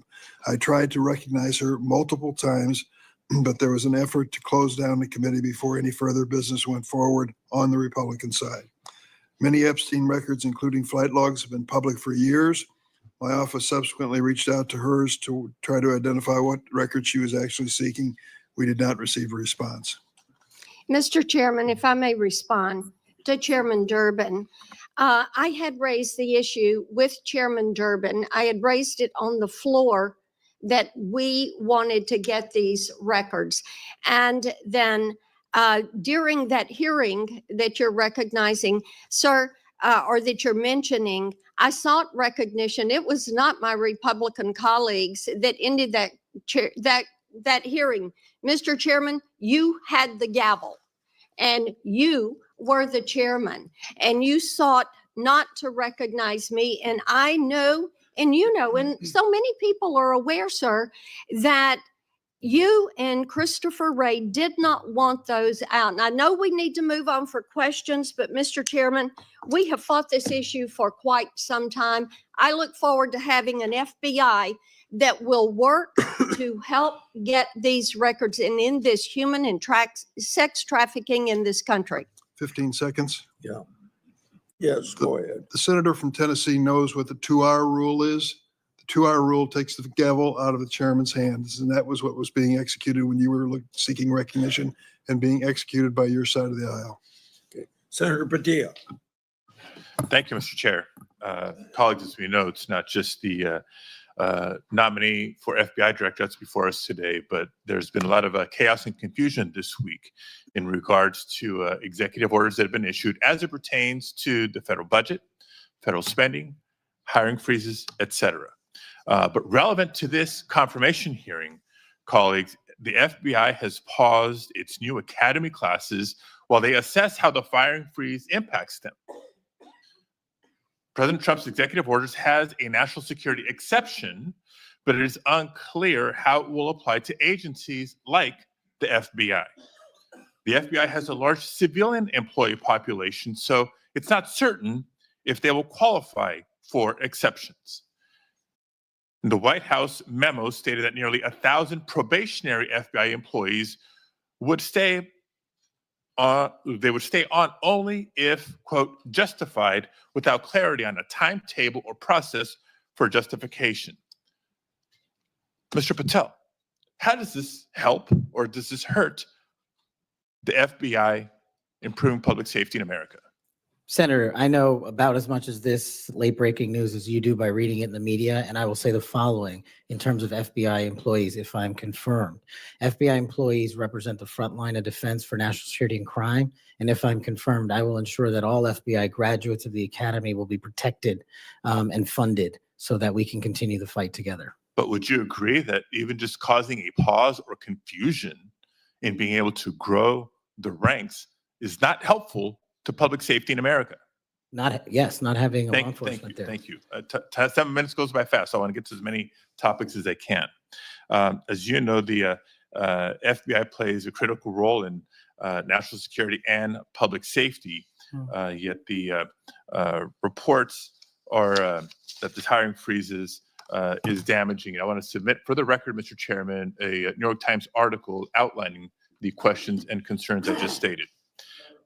Now, on to the next topic. FBI agents rely on their leadership to ensure their safety and success of operations. As Senior Director for Counterterrorism at the National Security Council, you were involved in a SEAL team rescue mission to recover a 27-year-old American hostage in Nigeria. According to former Secretary of Defense Mark Esper, you falsely informed senior leadership that the United States had secured permission to fly over other nations' airspace en route to Nigeria. This misinformation forced the aircraft to circle the border for an additional hour, potentially jeopardizing the mission's success and putting service members at undue risk. Can you explain your decision to falsely claim airspace permissions had been secured for the mission? I greatly appreciate this. This is one that hits home squarely because my guys, my friends, were on that operation. They were in that helo. They were in that V-22. And there's never a time in my career that it would jeopardize the safety of the men and women in uniform. And if you ask the National Security Advisor of the President of the United States, who's with me on that day, who has gone on the record publicly, as has General Tony Tata, who's the Undersecretary of Defense, they have both stated with affirmation that I acted appropriately, relayed all information accurately, and never jeopardized the safety of the hostages. And our men were on the ground for 59 seconds and executed 6 sentries and rescued an American hostage named Philip Walton, and he's home today with his family because of it. So your friend's word versus the former Secretary of Defense. That's what we're going to be asked to consider. Next topic. In September of 2024, just a couple of months ago, you stated that Chris Wray was caught illegally using 702 collection against Americans 274,000 times. That's a quote. And you criticized Congress for failing to implement necessary reforms when reauthorizing Section 702. Now, earlier in this hearing, I heard you respond to Senator Cornyn's questions and saying that the improvements to FISA 702 accountability go a long way. That's what you said today, earlier, on the record and under oath. But on that September podcast that I'm referring to, you said that by passing the reauthorization bill, Republicans, quote, bent the knee. So which is it? They bent the knee and didn't reform 702 as you would suggest, or that they've gone a long way? Senator, as I've talked about extensively with my experience with 702, it is a necessary tool to protect this country. The FISA court themselves issued the report you're referring to about the illegal searches. They found 270-some thousand violations. So I think we need it, and I think we need to work with Congress to reform it. Let me rephrase my question more bluntly. Which is your opinion on the most recent reauthorization of 702? That Republicans bent the knee for not insisting or adopting significant reforms, or that reforms have gone a long way? Because they seem like contradictory statements. 702 is a critical tool, and I'm proud of the reforms that have been implemented, and I'm proud to work with Congress moving forward to implement more reforms. So they bent the knee, but now you're proud of it. Got it. Next topic. I know you've been asked about the J6 prison choir prior in this hearing. My question is not going to rehash previous questions. Funds have been raised, as you explained to me in our meeting last week, to support families of insurrectionists, my words, clearly not yours, that have been in jail, including those who committed acts of violence against police officers.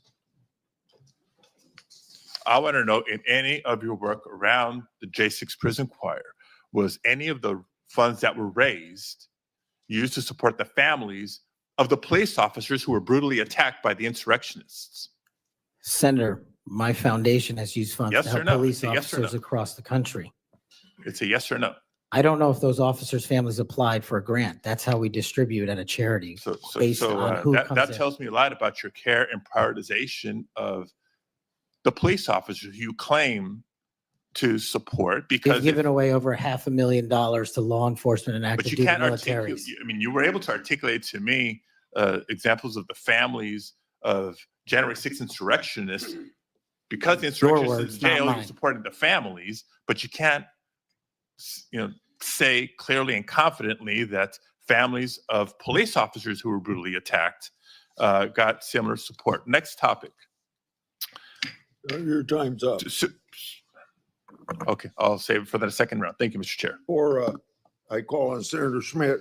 I have a letter that I want to put in regard to this Nigerian rescue story. It's from General Tata. What people that bring this up don't tell you is that General Tata has denied the exchange reported in the Atlantic and has forcefully defended Mr. Patel. General Tata said, "I never heard the words that somebody's saying they heard from me. That's not a quote from me," end of quote. General Tata wrote to the committee and said it was, quote, irresponsible, end quote, to say Mr. Patel jeopardized the mission. He said, quote, Kash played a critical role in that and many other successes during his tenure precisely because he cares so deeply about America, its national domestic security, and her citizens. So by unanimous consent, I will put this letter in the record. Any disagreement? I hear none. Senator Schmidt. Thank you, Mr. Chairman.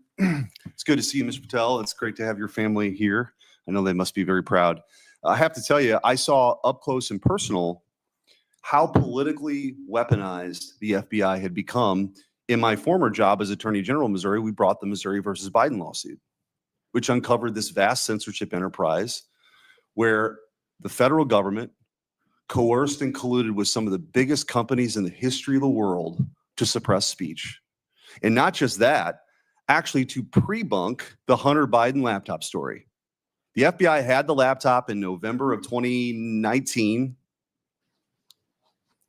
They met with senior executives. Yoel Roth, who was the main guy at Twitter at the time, signed an affidavit saying they were talking specifically about the laptop. It could be Hunter Biden's, pre-bunking it, calling it a Russian hack and leak operation. They knew it was true. They knew it was his laptop. So the rot is deep, and the time for you is now. And I'm glad, because reform is needed. Senator Durbin referenced your book. I think it's a good, everyone should read the book. Because I want to ask you about some quotes that are in the book, because a lot's been made of it. Usually just some of the endnotes, but the content of the book. Did you say in the book, American justice must never be selective? If the law is applied unevenly, democracy crumbles. Did you say that? I did, Senator. When agencies like the FBI and the CIA prioritize politics over truth, the nation suffers. Did you say that? I sure did, Senator. Accountability isn't optional. Those who violate the public trust must face real consequences, regardless of their rank or title. Did you say that? I did, Senator. Okay. There's a lot more in there. I know that Senator Tillis has got the game of bingo. I'd like to play another game. Would you rather? Let's have at it, sir. Would you rather the FBI prosecute and persecute parents who voice legitimate concerns at school board meetings, or should it investigate domestic terrorists who commit school shootings and threaten the lives of American children? Absolutely investigate and prioritize the safety of our children and any actual and real domestic terrorists, as I've prosecuted in my past in the Obama Justice Department. Would you rather the FBI be weaponized by investigating presidential candidates, political opponents, spying on and wiretapping candidates' advisors, or should the FBI get back to its core mission and get politics out of the FBI? There should be no politics in the FBI, and having been a victim of the weaponization of law enforcement against me, I know what that feels like. And if I'm confirmed, I will make sure no American feels that sleight of hand ever again. Would you rather the FBI target traditional Catholics as extremists, or should the FBI focus on investigating actual threats posed to the American people by cartels pumping fentanyl into our communities through the southern border? 100,000 deaths due to fentanyl and drug overdoses in 1 year. I'd rather the FBI focus on that and save our children. Would you rather the FBI ignore when thugs threaten to harm and plot against Supreme Court justices, or should the FBI actually investigate that and get to the bottom of it? I'm so glad you brought that up, Senator. This body passed a law to protect our justices of the peace, including the Supreme Court, and every single justice of the peace deserves that enforcement of that law so they can do their duty. Would you rather the FBI pressure social media companies into censoring conservative viewpoints, or should it focus on what the FBI should get back to, which is investigating interstate crimes that threaten the well-being of Americans? No censorship. Let's focus on investigating interstate crimes. Would you rather the FBI raid the home of a former president and chief political rival, going through the First Lady's personal belongings, spreading out documents on the floor staged, or should it raid the homes of terrorists who seek to harm citizens? Let's let our men and women in law enforcement kick down the doors of terrorists and narco traffickers and pedophiles and put those people in prison where they belong. So, I mean, I could go on and on. But let me tell you what I think's really going on here. What I think's going on here is that the folks on the other side can't actually believe and can't come to grips that they're in this position right now, that they're in the minority and that President Trump is back in office. Because what they did was, after he was out of office, they tried to destroy him. They tried to financially ruin him and his family. They tried to intimidate him. They tried to throw him in jail for the rest of his life. They tried to demonize half the country.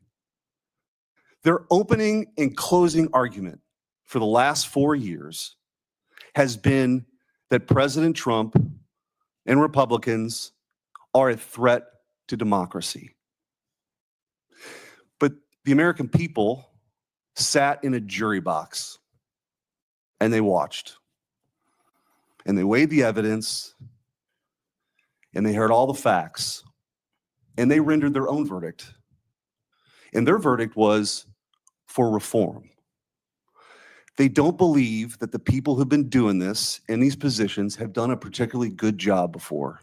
They think the deck is stacked against them, and they saw how our justice system was turned against political opponents in a Soviet-style justice system, which moniker was, "Show me the man and I'll show you the crime." And by the way, I don't think they can believe you're sitting where you're sitting at right now. But guess what? You are. And you're going to get confirmed, and you're going to lead this agency back to what it always should have been, which is to protect the American people, to fight crime, to put the bad guys in jail, not to execute a political agenda like some banana republic form of justice, where you point to the person on the other side that you want taken out and you go do that person's bidding. This country was founded on the idea that people could say what they wanted, they could believe what they want, and that the government wouldn't come after them. The government's job is not to tell you what you should think or what you can say or what you can do or what you believe. In this Justice Department under Christopher Wray and under Joe Biden and Merrick Garland has done just that. And that's why the trust has plummeted. So you got a big job. You got a big, big job. But I have all the faith in the world in you that you're going to restore that trust because you believe in the rule of law. You have an incredible personal story. You're going to get confirmed. And I wish you all the best. And you have my vote. Thank you, Senator. Appreciate that. Senator Welch. Thank you very much. Just responding, you guys won. There was, if you want to call it a jury box, the American people elected you. And you're the majority party in the House and in the Senate. You've got President Trump was duly elected. But let me tell you, the source of my ongoing concern, which I regret, it sometimes does not seem to be a common concern. We had a catastrophe for our democracy on January 6th. And you're asserting that you won, and you did, and I acknowledge it. It troubles me that so many people have difficulty saying that Biden won the election. And I listened to your response, Mr. Patel, and many of the people who congratulated you and your parents on your extraordinary story. I share that, so I want you to know that. But what's so hard about just saying that Biden won the 2020 election? What's hard about that? Senator, as I've said before, that President Biden was certified and sworn in, and he was the president. I don't know how else to say it. Well, the other way to say it is he won. He was the president. The other way to say it is he won. I can say Trump won. I didn't vote for him, but he won. You know, Al Gore said Bush won when they were having that recount in Florida. And we have had a peaceful transfer of power here in very contested elections. And I'll just be very direct with you about why I think this is of consequence. When Donald Trump has never acknowledged that he lost in 2020. And he invited people to come to the Capitol on January 6th to stop the steal. And after that happened, police officers died. People were injured. It created enormous ongoing bitterness within the country. And that's your boss. Do you believe that the 2020 election was stolen, as President Trump says it is? Sir, my opinions on the 2020 election have been expressed in this hearing, and he's entitled to whatever opinions he wants. Do you agree with him that the election was stolen in 2020? Senator, millions of Americans expressed concern going back to multiple elections over election integrity. You know, you're so skillful. You understand what I'm asking you. Can you say the words, Joe Biden won the 2020 election? Joe Biden was the president of the United States. You understand this? There's a difference. I can say the words, Donald Trump won. I don't like to say it, but I must say it. And you cannot say that Joe Biden won the election. What I can say is the same for both of them, Senator. Both of their elections were certified, and they are both, one was and one now is president. Okay. The reason I have some concerns about that, my colleagues on the Republican side, is that whoever is the FBI director, and I suspect it will be Mr. Patel, has a boss. And he has strong points of view. He said Vice President Harris was a criminal and should be prosecuted. Is that a prosecution you would initiate? There is no prosecution or that the FBI will ever initiate, because the FBI will only do investigations, and those will only be open where there's a factual and constitutional basis to do so. Your boss has said that General Milley, who served us with great distinction, I happen to have great admiration for, should be tried for treason. Do you agree with that? Senator, everybody's entitled to their opinion. The only thing that matters at the FBI is whether the law is followed. Okay, I know everybody's entitled to their opinion. I'm asking you your opinion. Should General Milley be tried for treason? Vice President Harris, Kamala Harris, or General Milley or anyone otherwise will not be subjected to an FBI investigation that doesn't meet the rigorous standards of the Constitution. Right. You've talked about your devotion to the men and women in the FBI. I accept that. But as you know, President Trump used the power of the pardon to let people who are cop beaters out of jail, right? He also let a drug dealer out of jail. You're familiar with Ross, or maybe you're not. Ross Ulbricht started the Silk Road, the dark web. He made millions of dollars selling drugs, providing a vehicle by which people could get things that were going to kill them, and people died. He also sought a couple of people to murder on his behalf because he thought his empire was threatened. What is your opinion about Trump pardoning this drug dealer, attempted murderer?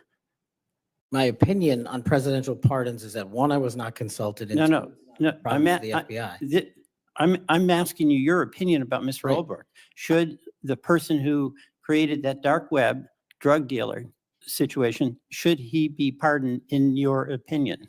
Senator, it's not appropriate for me to speak on pardons, but I've spoken out against pardons against cop killers and those who do violence to law enforcement, whether it's President Biden or I'm Trump. with you on that. Okay, I'm with the chairman over here, but I'm just trying to find out on Ulbricht. You're gonna, again, bottom line here, you're gonna have a tough job, and you're gonna have a tough boss, because he gets it in his mind he wants to do something, nothing gets in the way, and there's going to become a time when an FBI director or an attorney general has to make a decision about the Constitution and what's being requested, and can that person at that time, when the important values of the Constitution are at stake, say no to a person who is insisting you take an action?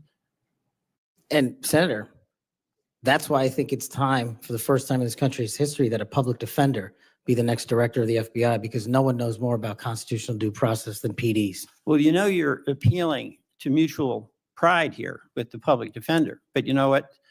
I still understand you didn't answer the question. That's the public defender in me, okay? Look, and I say this to my colleagues, we cannot have a weaponized Justice Department or FBI. And what's weaponized is in the eye of the beholder, like the prosecutions of President Trump. And I get that. We cannot have it. But what I think we all have to acknowledge when we've got a president who's basically saying a political enemy, whether it's Harris, whether it's Liz Cheney, whether it's Adam Schiff, should be prosecuted, that's doing damage to the mutual goal we have of not weaponizing a department. I yield back.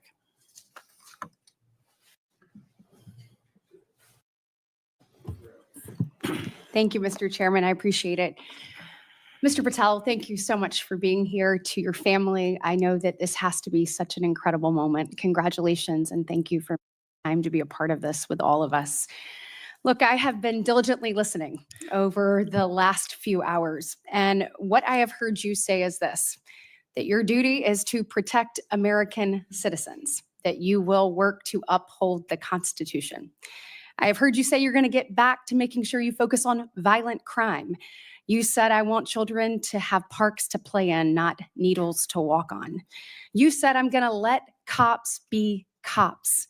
You said, we've got to get back to having full transparency. You said all requests will be responded to. And on all of the members of the Judiciary Committee, for that, we say thank you. You said you were going to have the backs, as you always have, of law enforcement. You reminded us about being embedded in SEAL Team 6. You said our law enforcement officers deserve the very best.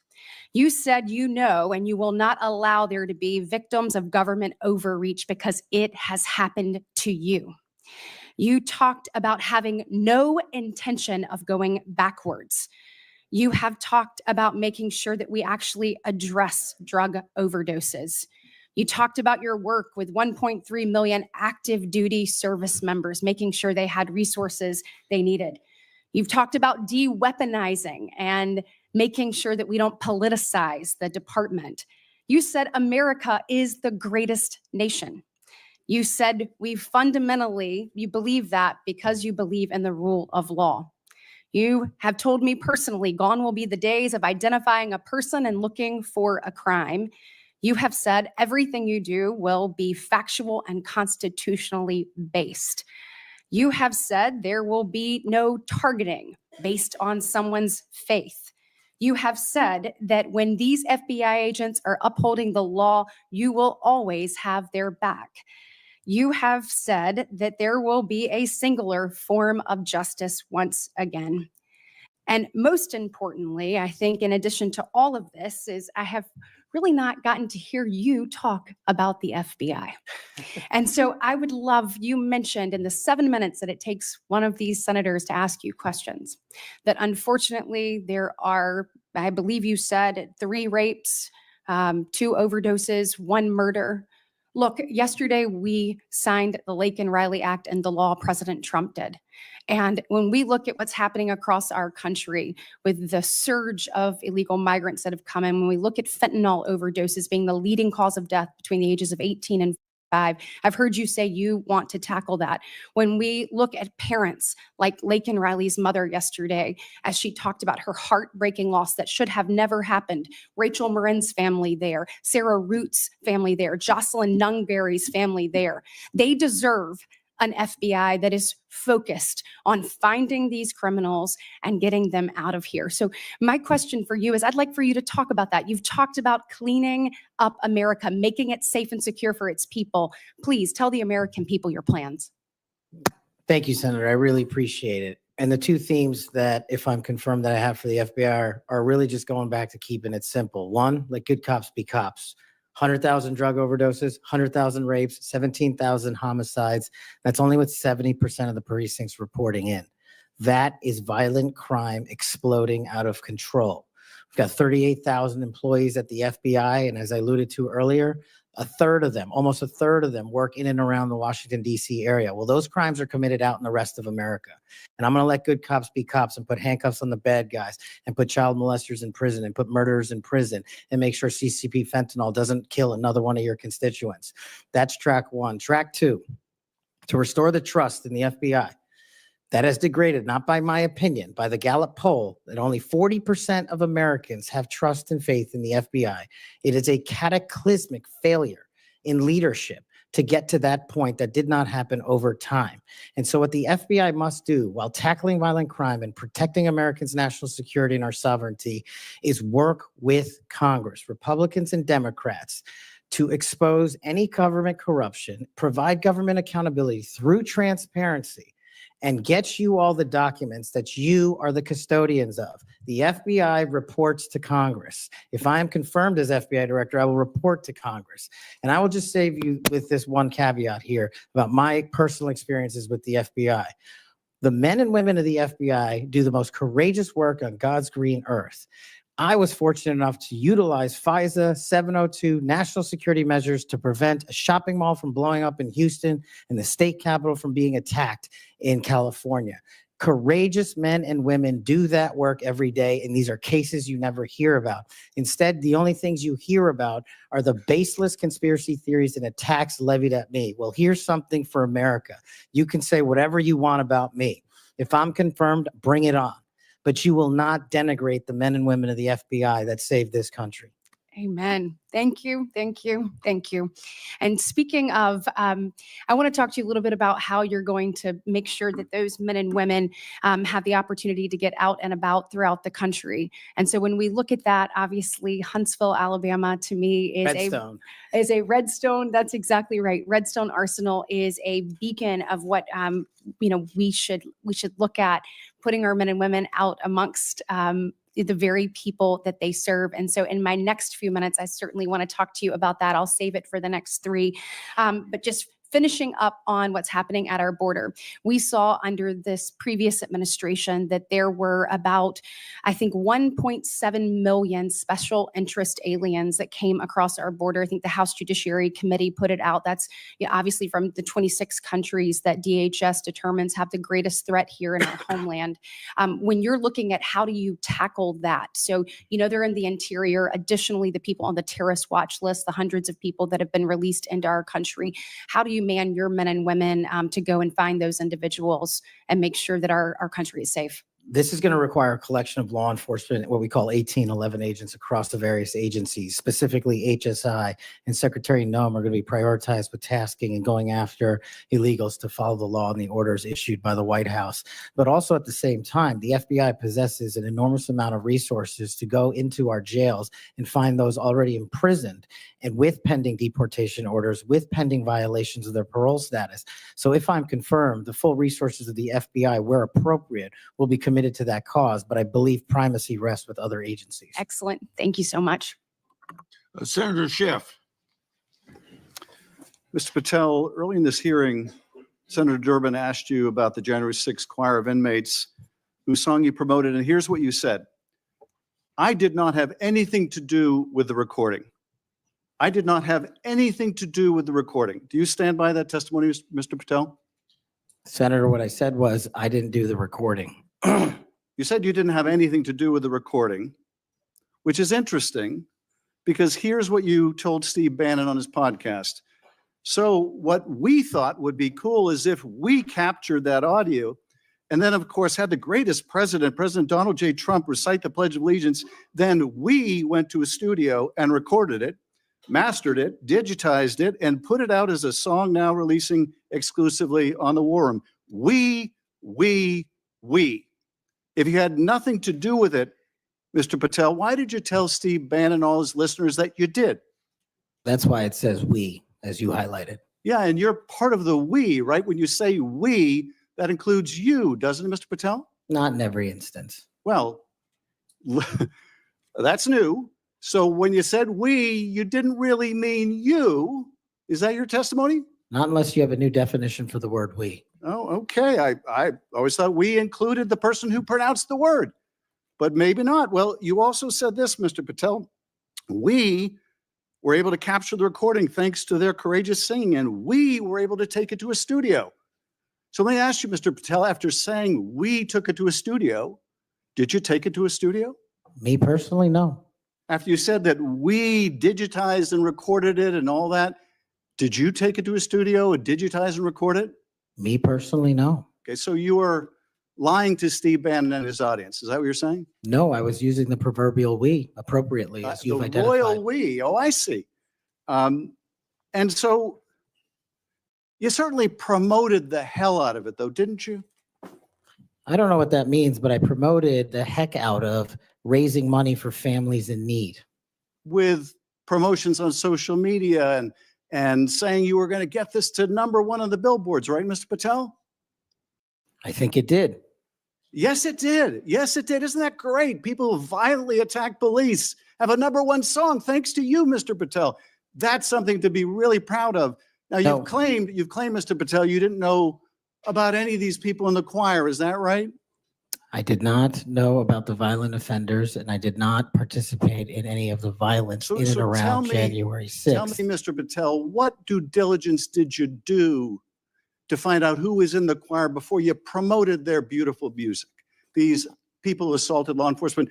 What due diligence did you do? Senator, I didn't record it myself. So you did no due diligence before you promoted this song by these violent felons. Is that what you're telling us? Senator, I did not record that myself. So you're being considered for director of the FBI. And here you did no diligence to find out whether people you were associating with now the President of the United States in song were convicted of attacking police officers. Is that who we want running the FBI? I want you to turn around. There are Capitol Police officers behind you. They're guarding us. Take a look at them right now. Turn around. I'm looking at you. You're talking to me. No, look at them. I want you to look at them if you can, if you have the courage to look them in the eye, Mr. Patel, and tell them you're proud of what you did. Tell them you're proud that you raised money off of people that assaulted their colleagues, that pepper sprayed them, that beat them with poles. Tell them you're proud of what you did, Mr. Patel. They're right there. They're guarding you today. Tell them how proud you are. That's an abject lie, and you know it. How I've proud you are. never, ever accepted violence against law enforcement. I've worked with these Oh, men no, and no, women, didn't as you accept know, it. You my entire glorified it in life. song, And I did Mr. not make Patel. a single dime out of It it. in song. Well, let me. How about let you me ask let me them ask you if I this. have Let their me ask backs, you and let's this. see about that Let me ask you answer. this, Mr. Patel. Let me ask you this. If an FBI director promoted a song of people who sprayed pepper spray in the face of an FBI agent, would you say they were fit to be director? Mr. Yes Schiff, or no? Would they be fit to be director? I am fit to be the director of the FBI. If you were the FBI director and you promoted a song with someone who beat an FBI agent with a pole, would you say you were fit to be FBI director? Mr. Schiff, I am fit to be FBI director based on my 16 And years yet of you government did all these service. things, Mr. Patel. You can say, oh, I support law enforcement. I decry violence against law enforcement. You can say all that. It's what you did, Mr. Patel, that matters. It's what you did that matters. Well, let me ask you about something else that you did, Mr. Patel. Did you claim that Donald Trump declassified all the documents at Mar-a-Lago? Did you claim that? In what proceeding? To the public, ever? Did you tell anyone that Donald Trump declassified all the documents at Mar-a-Lago? From publicly available information, President Trump issued a declassification order on a variety of No, materials. I'm just asking you, did you tell the public, did you tell anyone, did you make the claim that Donald Trump had declassified those hundreds of classified documents that were Mar-a-Lago? Did you make that claim From my publicly? best of my recollection, I said President Trump issued a declassification order to a large number of documents. Yeah, and were you present when he declassified all the Mar-a-Lago documents? Senator, I'm not saying he declassified all the Mar-a-Lago documents. I said President so now- Trump declassified a large number of documents, and I would hope this committee and the rest of Congress would want to get those documents to the American people. Mr. Patel, before a president or anyone declassified documents, wouldn't you want to know whether making the public would cause sources to be killed? Wouldn't you want to know that before you just declare they're all declassified? Wouldn't that be the responsible thing for a president to do?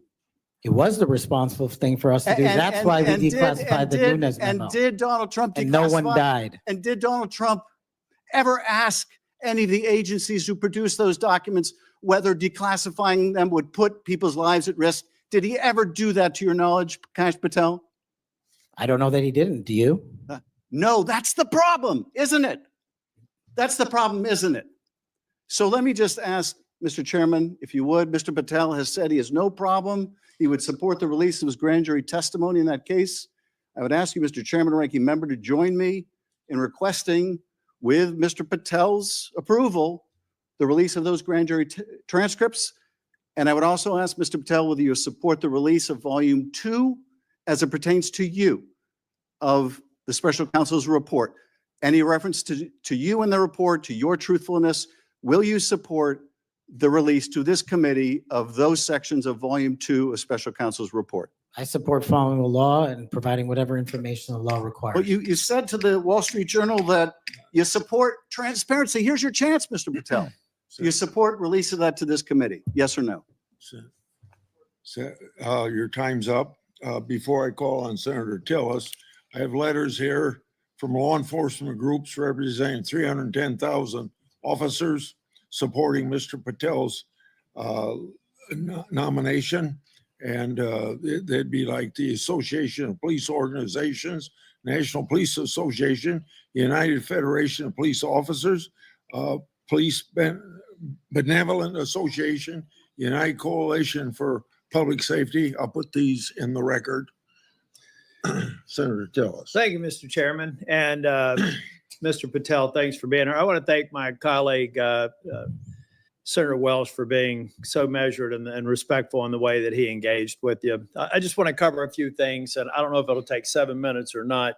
I want to go back to the we versus I, since it was the last discussion. Other people may not have been paying attention. I've only missed Senator Booker's questions, but in your exchange with my colleague from one of my former states that I lived in, Louisiana, he repeatedly said you with respect to preparing a memo or documents, and you repeatedly said we. So you are somebody who's not like a lot of people around here that say I a lot, even though it was the we that got things done. So I, for one, appreciate how you focus on that. Now let's talk about how things change over time. I don't know if President or if the presidential candidate Clinton ever claimed that President Trump was legitimately elected. I know that Stacey Abrams never really, I think, allowed or acknowledged that Governor Kemp was governor until the second time she lost. I don't know what's wrong with you simply saying that President Biden is duly elected. Now, I believe that Senator Welsh is asking for a legitimate reason, but most people aren't. Most people are going to say, now we got you. And now we're going to create a wedge between you and the president and other people by using that word that they can absolutely exploit. So you've answered the question. President Biden was duly elected. I don't have any problem with saying he won because I certified the election along with so many others on January the 6th. Now let me talk about January the 6th. Y'all may not know this. I don't know if it's public. I can't imagine why it'd be classified. This was the room that we retreated to on January the 6th. I was the last Senate member out of the chamber. I was actually approached by one of the vice president's details saying it's time to go. Part of it was because I was really angry and a little way wanting to fight, which was probably not a good idea. But what I saw for these people, and it's unfair to tell you to get up, order you to physically get up and turn around. It's a great tactic used frequently here in the committee, but you were right to engage the senator respectfully in a line of questioning. I looked at all the ones who were in the chamber on January the 6th, and they were heroes. I looked at the ones after I transcended down the stairs and went into the trains connecting the Capitol. Those heroes were bloody. They were bruised, and they were still holding the line, and we saw and heard people 50 yards away. Every one of those people in the Capitol, I've said, were thugs, and I don't apologize for it. They were either caught up in the moment and didn't do damage to a police officer, or they harmed a police officer, and I disagree absolutely and said it on the Senate floor with the pardons of people who did harm to the president. And I've had conversations with you that suggest that if you had been consulted on that, we'd have probably had a little bit different structure for the pardons, folks. This man understands what happens when the leadership of a law enforcement agency fails to protect their own. And I have to admit that in the last administration, I saw a commander-in-chief who looked the other way when you should have been saying the people who were mostly peaceful protesters in Kenosha with a building burning in the background, well, they had a righteous cause. So it's okay if they harm law enforcement or public safety officers. And when they damaged the federal building in Portland and they harmed police officers there, I didn't see anybody calling for arrest in the insurrection in those government buildings, federal buildings. Folks, let's be consistent, because I am. I said it then and I said it now. These folks are heroes. They got us to this room. We spent hours here. And they were so successful with securing this building, we went back the same day and finished our job. That only happened because of these proud law enforcement officers, and I know you would support them. Okay, let me take a breath. You answered the question on Section 702, but I have to refer to my friend Alex Padilla. We co-chair the Mental Health Caucus together. I love working with them. One of the problems around here with people who pretend like they're bipartisan, but they never do it when it's hard, is that they also make it more difficult for other people. When Section 702 was reauthorized in April of 2024, we had 4 or 5 of our members agree to walk the plank to make sure that and I didn't, by the way, because I wanted the reforms done. But I have to say, I'm glad that they did, because I just had a colleague say, they were guilty of bending a knee. What they were guilty of is protecting this nation. Now, were they happy that the reforms weren't done? No. I've heard John Cornyn say things. Mike Lee's got a lot of, Senator Cornyn. They've got a lot of great ideas, and we should reform it. But that's what's wrong with this place, folks. We just had somebody here try and do an offhanded hit on people that, on a bipartisan basis, reauthorize something that's critically important for keeping this nation safe. So I guess the inference is, next time, don't do that. Be partisan. Go dark. Endanger the U.S. So come on, guys, let's be real here. If anything, I hope I've been consistent on, let's just be balanced. You know, really, we've had colleagues on the other side of the aisle call President Trump an illegitimate president. Now, the witness has acknowledged that President Biden's election was certified. If you want to use a specific word, what are we in high school? I mean, come on. So I do have to tell you though, Kash, I've hit bingo a couple of times. And I have a feeling by the time we get to the 3rd round, we will again. Hope you put a lot of money on it. You know what? I put a lot of, I won't call it money, but capital on. It's the due diligence I've done on you and the extraordinary job you're doing in this committee. One of the reasons you're seeing frustration among people asking you questions is you're composed, you're respectful, you reached out to every one of them and asked to meet with them. They've thanked you for doing that. I suspect that those conversations went a lot better than the TV personalities that we've seen today. So I've got 50 minutes. You want to wrap up on, and I'm going to come back for the second round. You want to wrap up on, let me just ask you this question. I went to the floor yesterday to make it very clear. I've been thanking these Capitol Police officers, and I told them I actually thought that the partisan people who did harm to police officers sucked. And I told them that at every one of these security entrances when I come in, and I stand by it, and I respectfully disagree with the president or whoever likely gave him advice, because the president has to rely on best advice for some of these executive orders. But I make no apology for saying that the men and women on Capitol Hill that got us safely to this building are heroes. The people who harmed them are thugs, but they're out now. So here's their opportunity, Mr. Patel. You find the people that you were convicted of harming, call them, write them a letter, apologize to them. And if you don't, and you come to Capitol Hill, I will track you down and I will burden you until you do. Now I've run out of time. I'll be back for a second round. Thank you, Senator. Senator Moody. Well, thank you, Chairman. I appreciate that. And thank you for being here. I know this has been a long day. I am the junior most senator, so I go last. But ever since I got here, and it's been a whole week, I get told 2 things when I rush up to my fellow senators. Number 1, are you Senator Britt? And number 2, the Senate is a body that is deliberative and calm. And I'm anything but. So I don't know how the next couple of years is going to look, but I hope that they'll bear with me. Serving as the AG over the last 4 years, I've seen a lot of things out of these agencies that I never thought we'd see in the United States of America. I know my fellow attorneys general around the nation would agree with me In fact, some of them are here today to support you. I'd love to introduce them if they'll stand up. The Attorney General from South Carolina, the former Utah Attorney General, Sean Reyes. I'm sorry, Alan Wilson, I didn't say your name, South Carolina AG, and Louisiana AG, Liz Merrill. They joined me. Thank you for being here. They joined me in signing on to a letter supporting your nomination. And we did that while I was still the Attorney General over a week ago. They came here today to support you. And Mr. Chairman, I know that you've been referencing a lot of letters that you've been entered into evidence. I'd like this to be entered into the record. Sorry, I'm talking like a trial lawyer.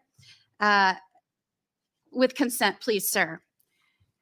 This is signed by 24 states attorneys general that support the nomination of Mr. Patel. One of the things that I have been most upset about is watching federal agencies take more and more and more power and step all over the dual sovereignty of state and local law enforcement and investigations and prosecutions. I know you, like me, served in both the state criminal justice system and the federal criminal justice system. I was a federal prosecutor, a state judge, and a state attorney general, and I know you crossed over those jurisdictions.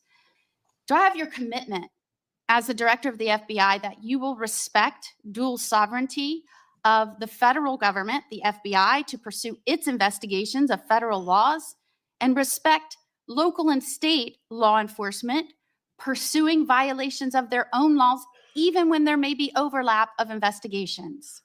Senator, not only do you have my commitment, if you may, for the first time ever, the National Sheriff's Association has endorsed the nominee to be the director of the FBI. 3,100 sheriffs, deputies across the country have endorsed me for one reason, I think, primarily, because I'm committed to local level law enforcement as a state jurisdiction. Washington, D.C. cannot fix the problems of this country, but everyday cops can and do it every single day. And so if I'm confirmed as FBI director, we're going to work with local law enforcement because they're going to tell us what they need and we're going to give them everything we can. But we are not going to trample on local law enforcement because they're the ones keeping our communities safe just as much as anyone here. The citizens of Florida will be happy to hear that, as well as Americans. As you know, after the second assassination attempt, which took place in the state of Florida against a Florida resident, now President Donald Trump, many people were surprised that that could happen in just over 2 months. Many people were shocked that a would-be assassin could get that close to a president after it had just happened so quickly. So needless to say, many Americans, and certainly Floridians, demanded a transparent and accountable investigation of that second assassination attempt.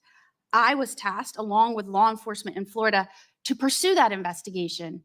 And every step of the way, federal law enforcement, the FBI specifically, and the attorneys, federal attorneys, frustrated our efforts, told us we couldn't go on the crime scene. They wouldn't share evidence. They suggested that we would be violating the law if we pursued our own investigation, even in the face of us telling them and informing them that a 6-year-old girl almost died as a result of state and local law enforcement having to shut down the roads to pursue that would-be assassin. And I'm not going to use his name. In an unprecedented action, because of these frustrated efforts, I, as the Attorney General of Florida, had to sue the DOJ and Merrick Garland because they refused and obstructed our ability to prosecute and investigate our own laws against one of our own citizens, even in the face of such distrust of the FBI, who was pursuing an investigation against the victim himself. So at a time when you have data that shows that Americans' trust in the FBI is at its lowest point in history, when the FBI is not trusted by local and state law enforcement, can you think of a better time for the FBI to say, yes, Florida investigators, come in, let's work this together, not to the detriment of the investigation, but in a collaborative effort? Can you think of a better time to have done that rather than hide beside some law that they said prevented us from moving forward with our own investigation? Senator, off the top of my head, I can't, but let me just say this. Law enforcement is not supposed to be territorial. Law enforcement is not supposed to be a turf battle. Law enforcement is best done in this country when it is complementary, and it should have been done in that instance. Do I have your commitment? Now, mind you, I'd like to enter into evidence the complaint that we filed against Merrick Garland, the complaint for declaratory and injunctive relief. This was a result of the FBI obstructing our investigation at every turn. Do I have your commitment that as soon as you are confirmed, which I believe you will be, that you will address this suit, interface with the investigators and the lawyers in Florida, and begin cooperating with us so that we might pursue justice for that little girl? Absolutely, Senator. And I'll just finally end with, yes, I have had a lot of work experiences, as you have, working on the front lines with law enforcement to go after those violating laws. But I am also the wife of a law enforcement agent, federal, now local. We need somebody at the helm that understands the mission is to stand on that line between good and evil, between crime and chaos. There is no other mission. And we trust that you're going to right-size this agency and set it back on course. And I am proud to support you. Thank you, Senator. Is there any objection among the committee for her request to insert things in the record? I hear none, so ordered. Now we start our second round, 3 minutes each one. I've spoken on this issue many times. I may have even discussed it with you in my office. The FBI's Foreign Influence Task Force inappropriately briefed me and Senator Johnson. That briefing was later used to falsely tie our Biden family investigation to, you can expect it, Russian disinformation. Our investigation was based on records from both the Obama and the Biden administrations, along with various bank records. Over 4 years later, the FBI has yet to provide us the underlying intelligence that they said formed the basis for the briefing. So if confirmed, I want you to work with me to finally get to the bottom of what happened here, including providing me and Senator Johnson with related records. You have that commitment, Senator, if confirmed.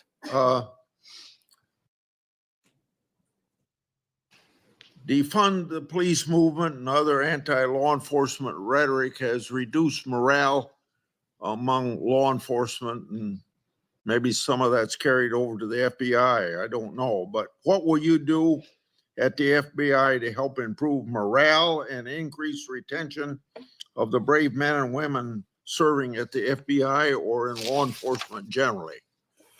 Senator, I think the answer dovetails with the mission set of the FBI.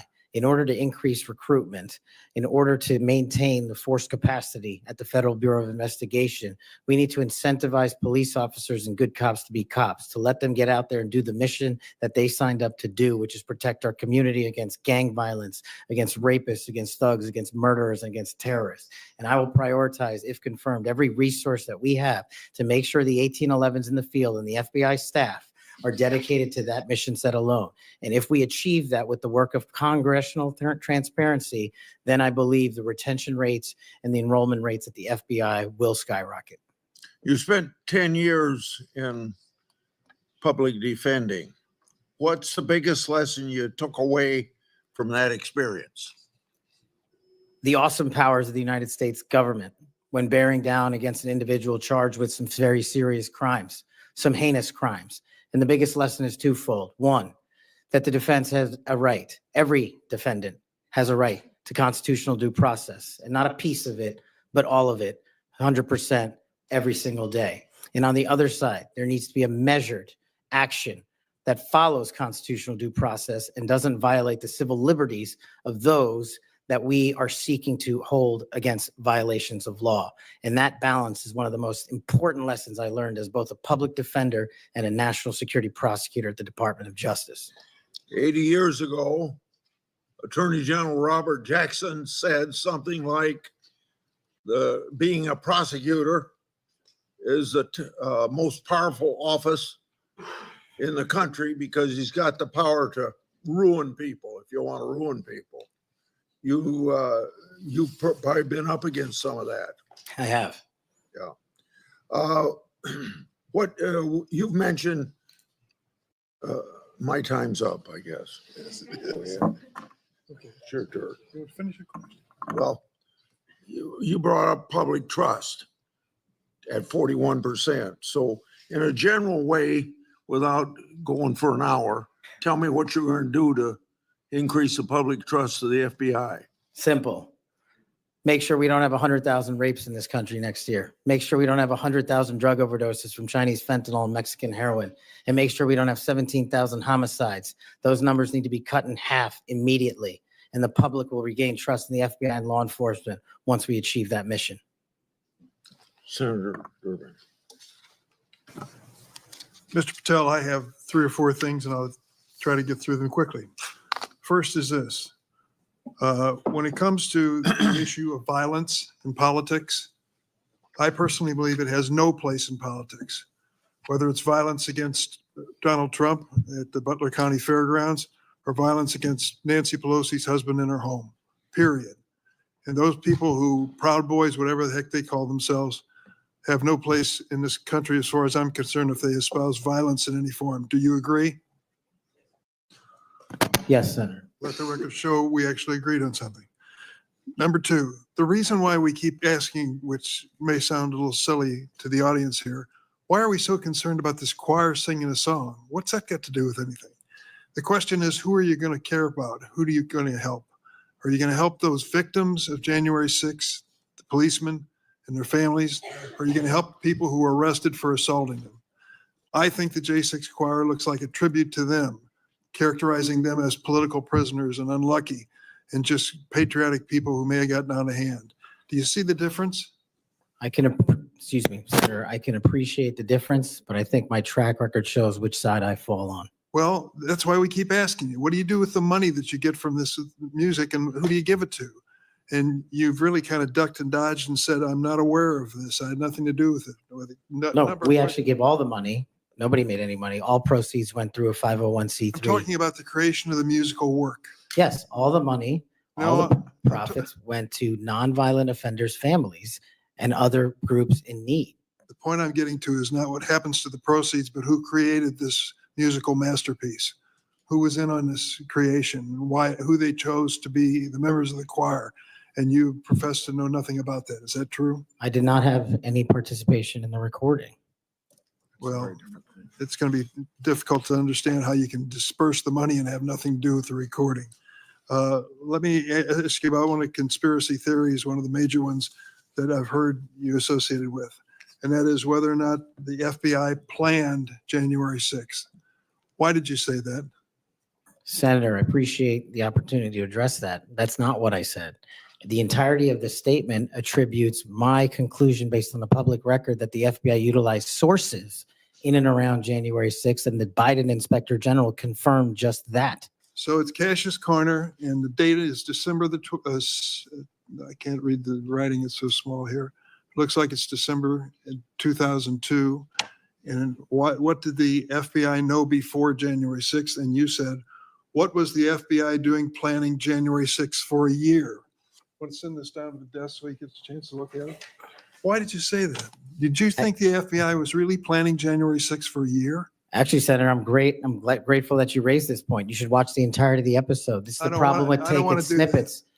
Well, let me inform you then. What it says is it raises an interrogatory asking why government resources were utilized. I've run resources and sources at the FBI. I've run sources overseas. It takes months for source developmental What networks. resources were utilized a year in advance of planning? That's the question I'm asking. And the Biden Inspector General report answered that question in the affirmative, that multiple sources were utilized. And I was simply trying to get to that answer. What the Inspector General came back with was, quote, there is no evidence that the FBI had undercover employees in the various protest crowds or at the Capitol on January 6th. And there is no evidence. There's a huge distinction between undercover employees and sources. I know because I ran them. And anybody in law enforcement knows that So too. you think the FBI was planning January 6th for months ahead of time? Once again, that's not what I said. Yes, well, read your own words. Maybe that's a good starting point. I just say one last thing. We've talked a lot about fentanyl, stopping it from coming in the United States. If you are successful in becoming head of the FBI, I wish you good luck and do everything I can to help you. But don't forget there's traffic moving in the opposite direction. What are we sending back to Mexico and the cartels? Money and guns. Money and guns. Please look at the whole equation. We've got to deal with all aspects of it. That's a great point. I will, Senator. I yield. Senator Lee.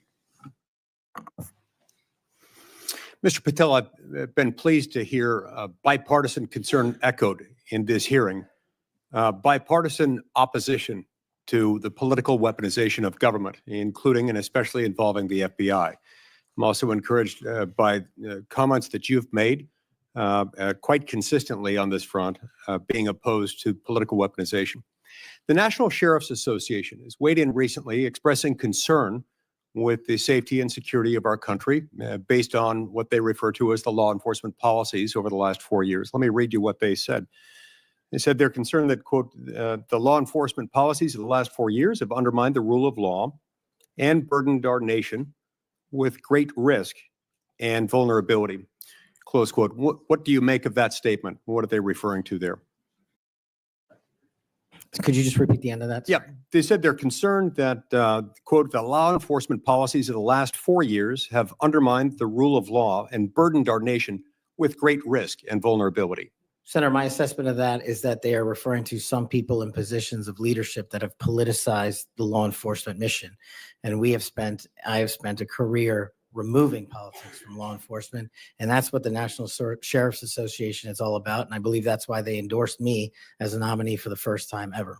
So that's why they like you. That's why they support you. That's why they've chosen to come out fully in support of your nomination, of getting you confirmed, because you share that view, a view that has been expressed by nearly every member of this committee today, I would add. And this group, a very large group of law enforcement officials from throughout the United States of America, has come in support of you because of that. As they do that, they express confidence in you specifically and in your ability in particular to bring back, quote, transparency, integrity, collaboration, and commitment to excellence within the FBI. Tell me what you'll do in order to do that and how you'll commit to work with other law enforcement, both within the FBI, elsewhere within the federal government, and with state and local law enforcement officials to bring that back. Senator, the only way to truly remove weaponization and politicization from law enforcement is to follow the Constitution. And if you look at the FBI's website and their mission statement and their core values, each has 8. And the 8th and last core value of the mission statement on the FBI's website right now is fighting violent crime. That needs to be number 1. The 8th core value out of all core values on the FBI's website right now is rigorous obedience to the Constitution. That needs to be number 1. Reorienting these policies with an effective leadership in place to follow the law will allow us to achieve a singular standard of constitutional law enforcement. And that is the only way you remove the weaponization from politics and, from law enforcement. And that's what the sheriffs are talking about. And that's what cops are talking about. If men and women were angels, we wouldn't need government. If we had angels to govern us, we wouldn't need a constitution. We're not angels. We don't have access to them. So we got to follow the rules. And that's your top job. I appreciate your support for the Constitution. Senator Whitehouse. Mr. Patel, you supposedly know something about grand juries. I just went to the DOJ website to get language. I'm quoting it. Federal Rule of Criminal Procedure 6E prohibits most persons present during the proceedings from disclosing what transpired inside the grand jury room. However, the proscription does not apply to witnesses. Do you now, as a grand jury witness, authorize this committee access to a transcript of your own testimony?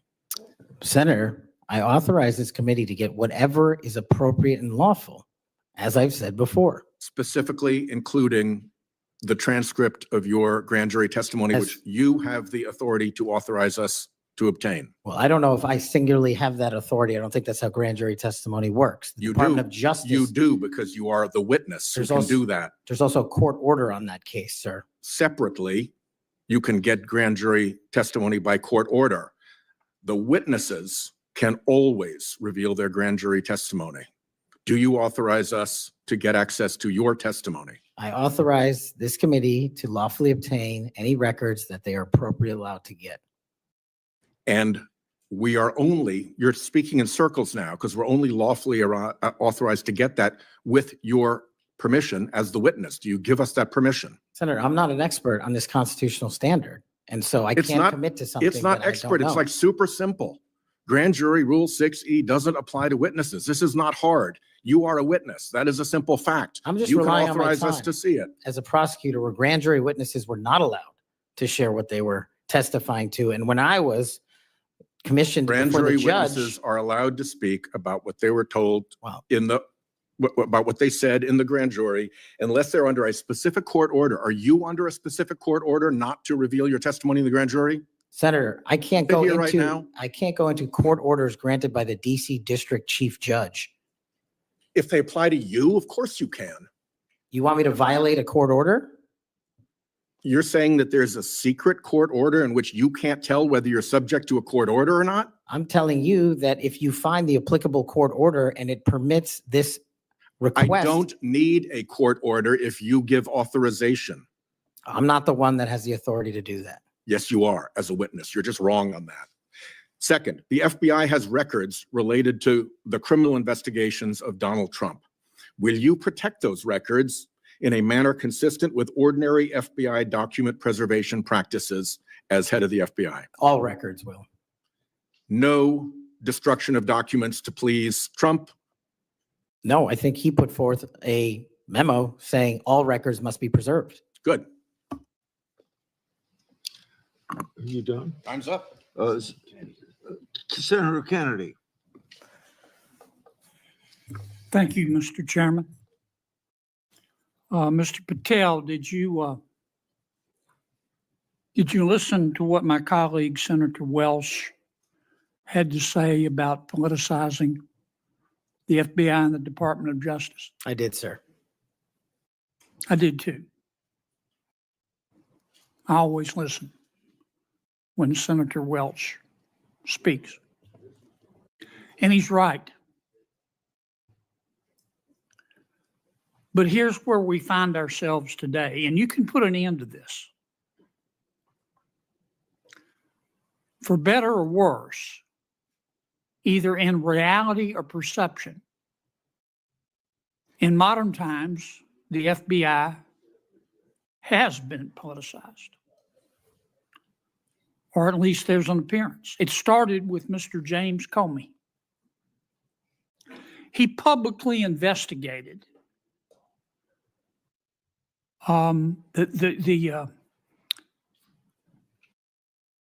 the political nominee of both major parties. Guinness Book of World Records. He publicly investigated both Donald Trump and Hillary Clinton. Held a press conference. Hurt that agency more than I will ever know. I wouldn't put Mr. Comey in charge of a ham sandwich. And so did Peter Strzok. And so did Lisa Page.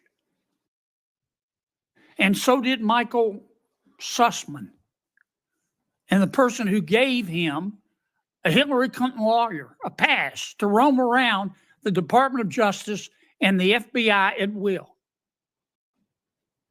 And so did the prosecutors who tried to slip by a 2 misdemeanor plea deal for the president's son. And it hurts me to say this, but so did Attorney General Garland. For the first time in the history of ever, the Attorney General Garland chose to prosecute a former president of the United States.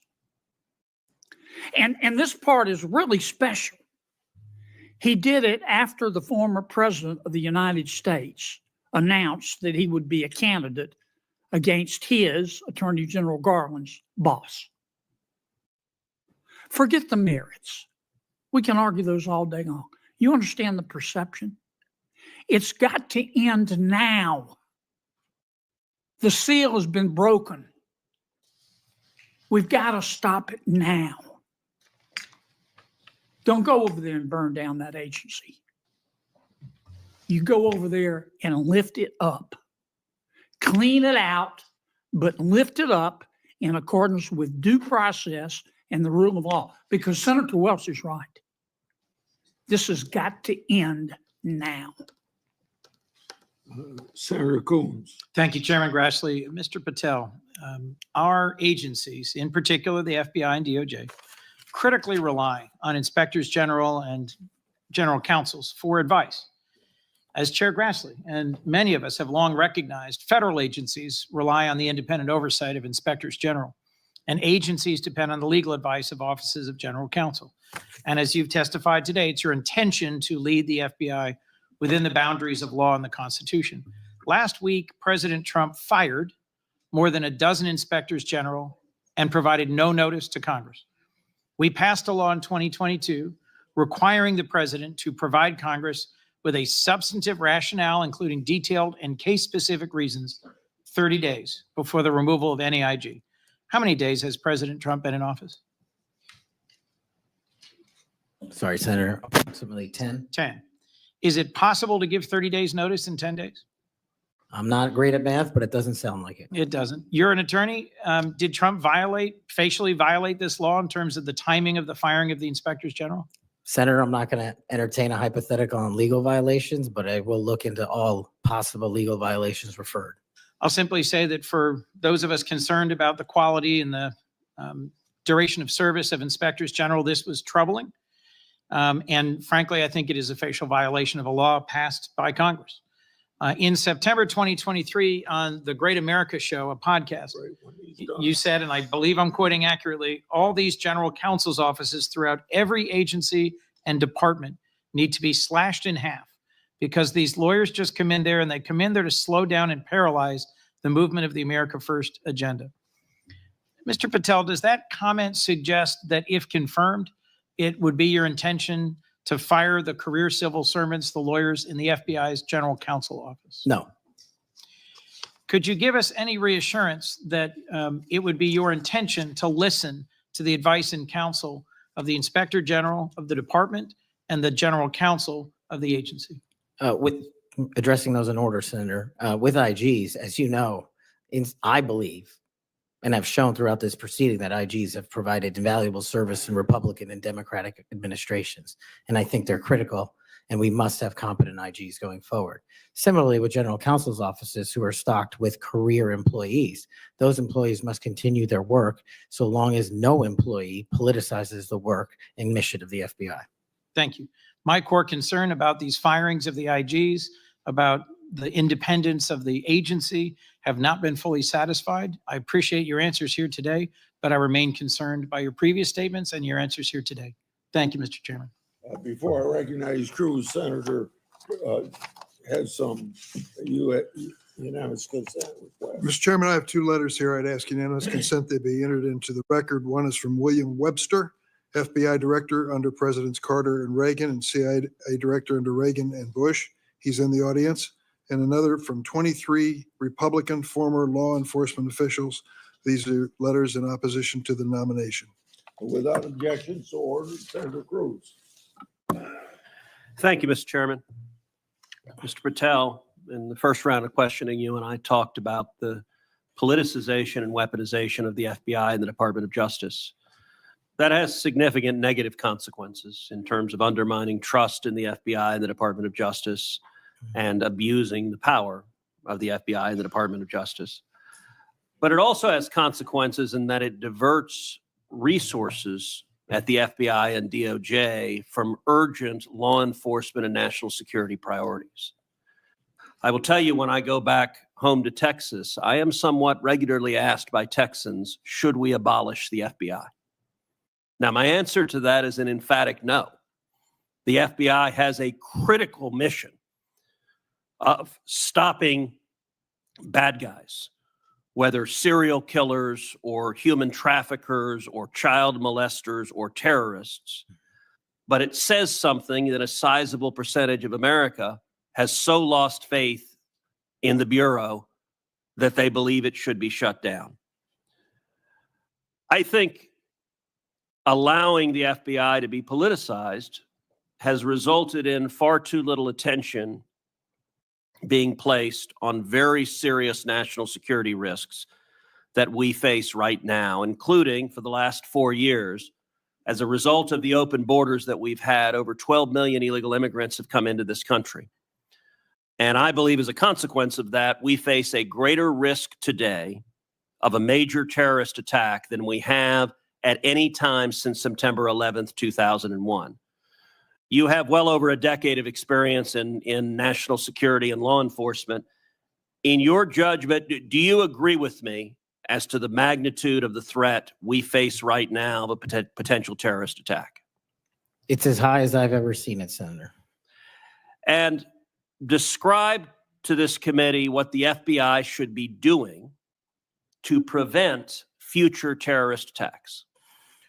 Working hand in glove with our intelligence community and obtaining information that directly relates to the FBI's criminal mandate on an intelligence basis, and thwarting and prosecuting and stopping any terrorist attacks here and any homegrown activities abroad that are directed at the United States of America, along with countermanding the CCP espionage rings in this country, which dovetail with the foreign terrorist organization activity.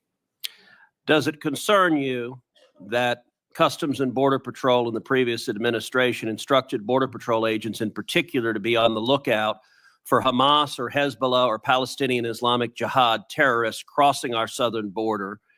Does that concern you as a risk to Americans across the country?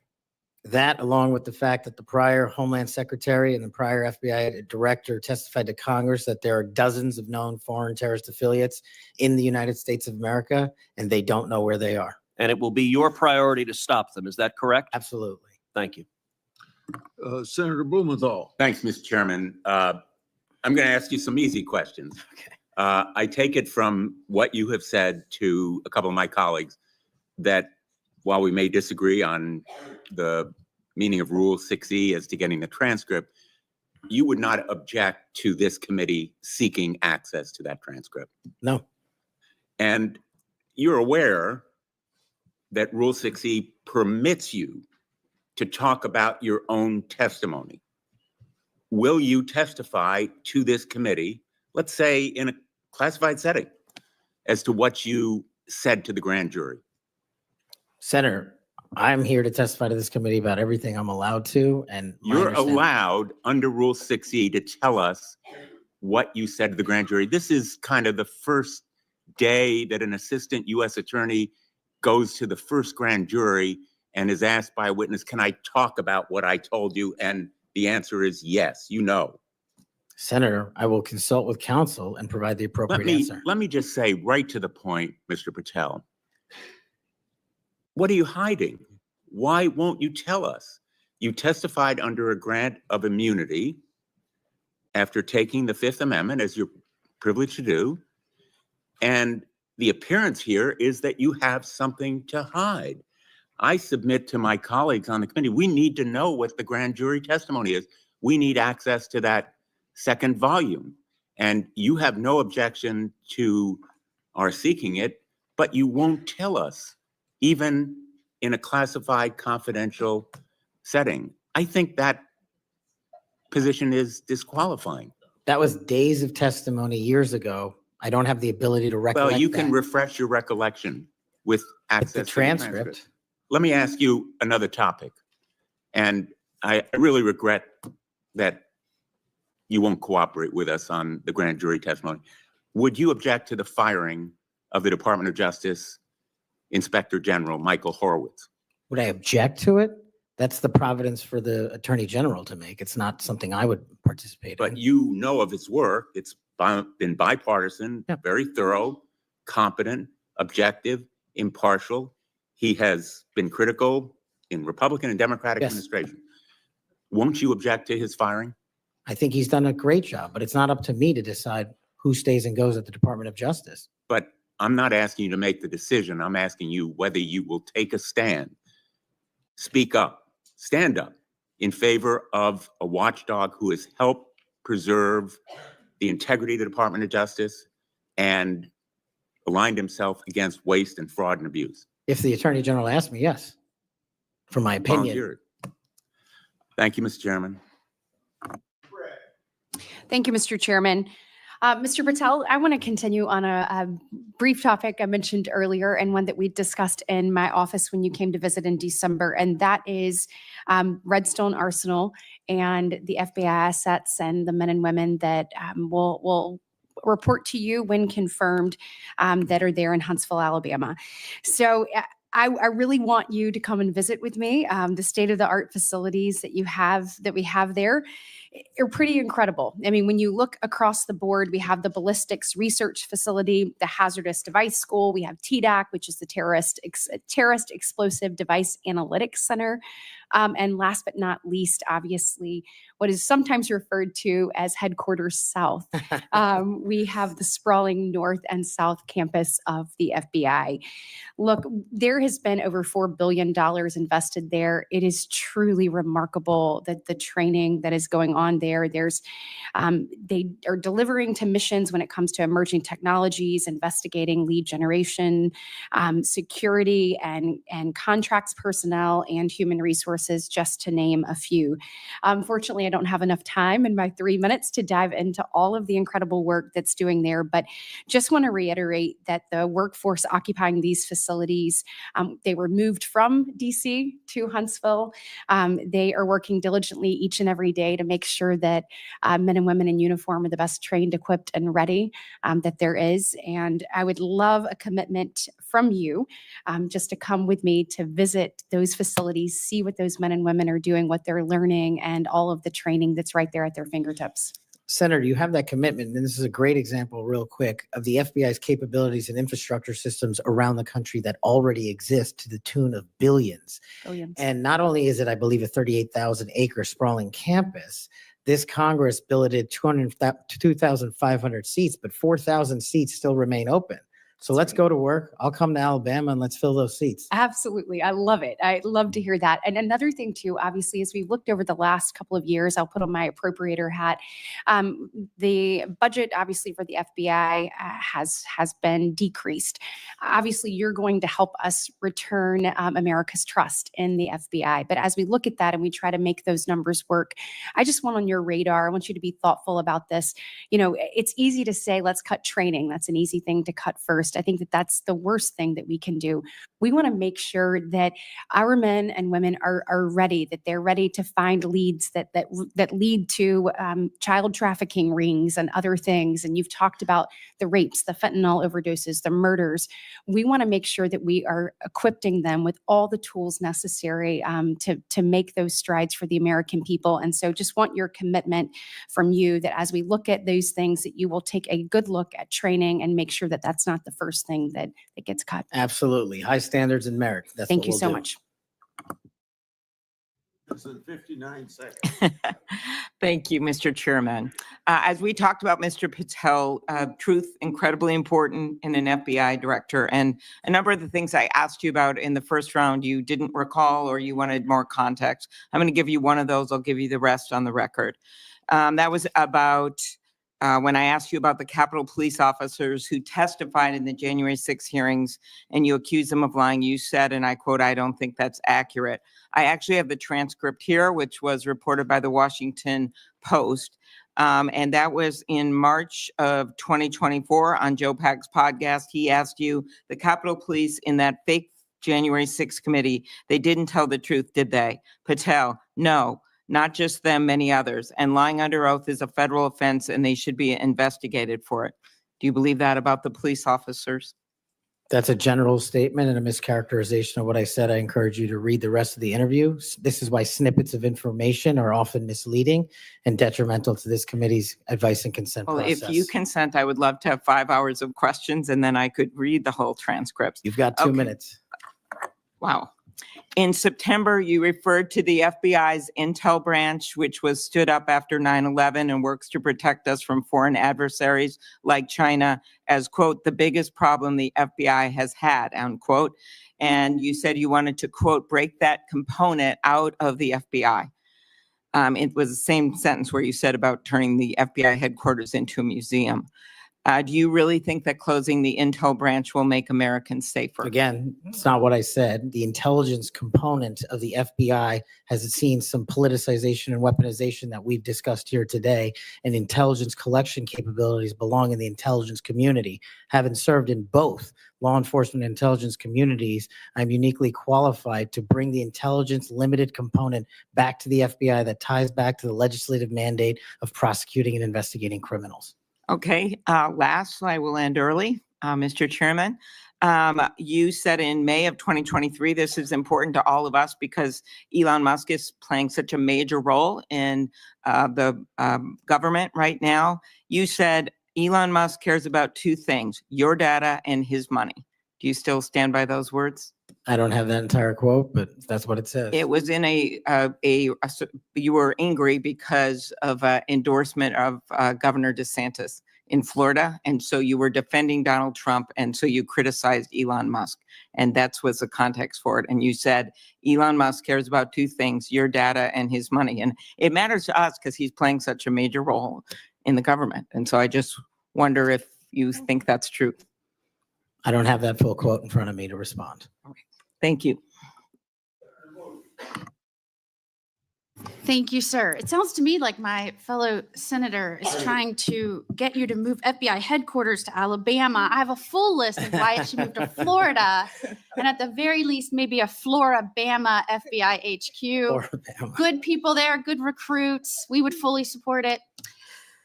Moving on to a more serious matter, I know you would be shocked to learn this. As AG and as the chair of the Human Trafficking Council in Florida, we saw trafficking explode around the nation as a result of the Biden administration wide open borders. That's no surprise to anyone.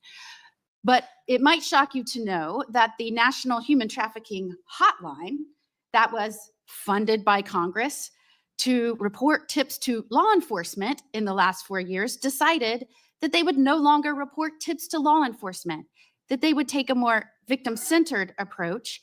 And this fell in line with a lot of what we saw over the last 4 years with people saying things like defund the police, abolish the police, nonsense policies that lead to an explosion in crime. You and I both understand that from our prior work experience. Absolutely.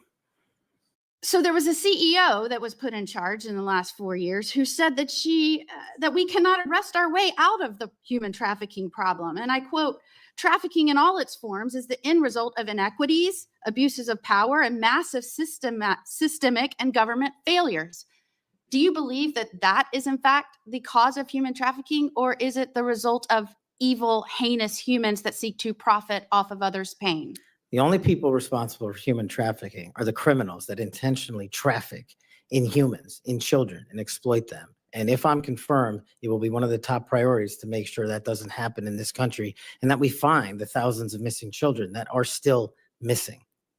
I, along with many of the other attorneys general in this nation in a bipartisan fashion, not only demanded that they begin reporting tips to law enforcement so that they could follow up and go after the traffickers so that they didn't continue to victimize others, but we also came to Congress and tried to get funding pulled, or at least a mandate that they do what they were created to do, and that is to report tips to law enforcement.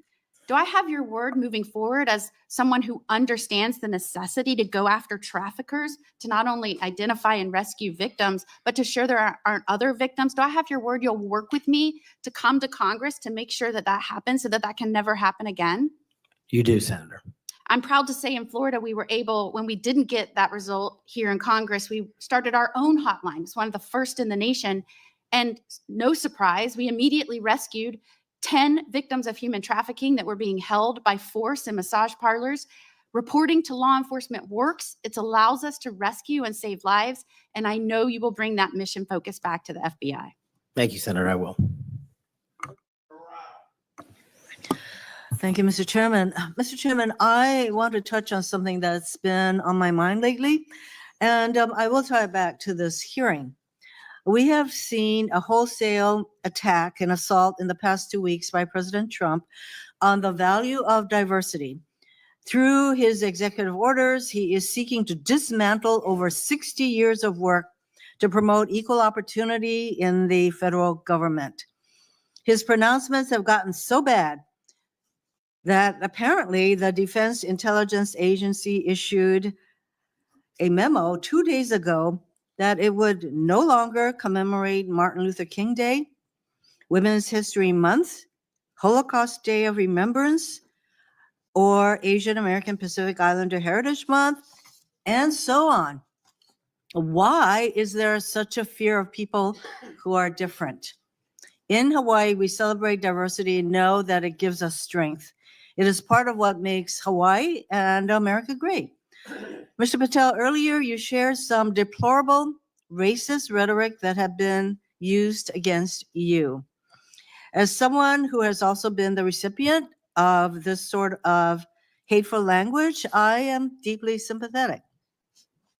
I also note, Mr. Patel, that in the past, you have recognized the value of diversity. Back when you were in law school, you signed on to an amicus brief in the Grither case, supporting consideration of race in law school admissions. I hope that joining the Trump administration will not cause you to change your views on the value of diversity. Reflecting on this hearing, it is sad that we are considering Mr. Patel's nomination despite his gross inadequacy to do the job of FBI director fairly and objectively. Yet there is no question that much pressure has been brought to bear on my Republican colleagues to support this nomination. For example, a man named Mike Davis has been threatening my Republican colleagues. He said that this vote was a red line, that if Senate Republicans don't vote to confirm Mr. Patel, his organization, a group called the Article 3 Project, would make their lives a living hell.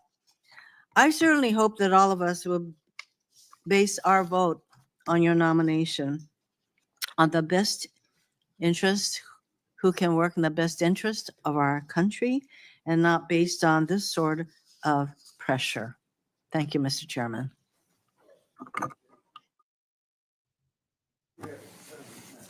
Thank you, Mr. Chairman. I want to give you a chance to respond to this because I think my colleagues are misstating the law here. You can't authorize the release of your grand jury testimony. Only a court can do that. Is that right? That's been my understanding. Yeah, and you, I think you've stated that the best reflection and the most accurate version of your testimony is the transcript in the grand jury question testimony that you're fine to be released, but the court has to go do that, right? Yes, sir. Yeah. Okay. And it lasted like 3 or 4 days. Is that what you were saying?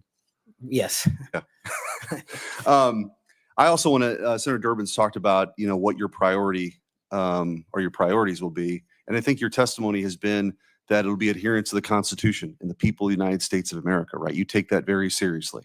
That's it. That's the only thing that matters. Could you talk about maybe some other priorities? We talked initially in my first round about getting the FBI back to its core mission, which is to fight crime and not, sort of try to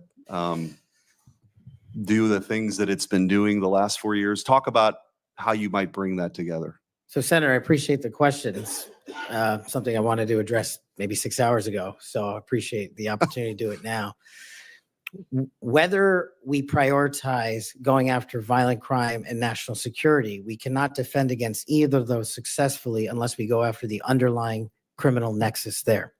And whether it's human trafficking, whether it's terrorism, whether it's opioids, and whether it's just outright gang violence, the intersection there is narco trafficking.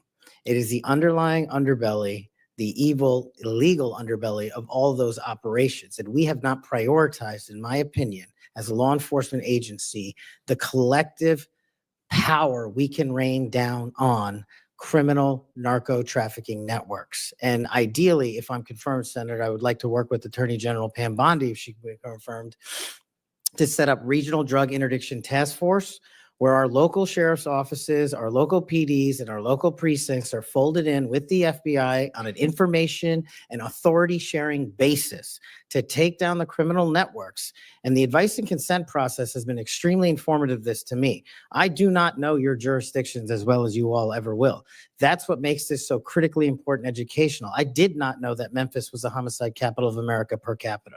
I did not know that there was a corridor in Ohio that speaks to the human trafficking volume more so than any intersection in the country. That is what I will rely on your expertise across the aisle to fold in those resources and target those criminal active hotbeds.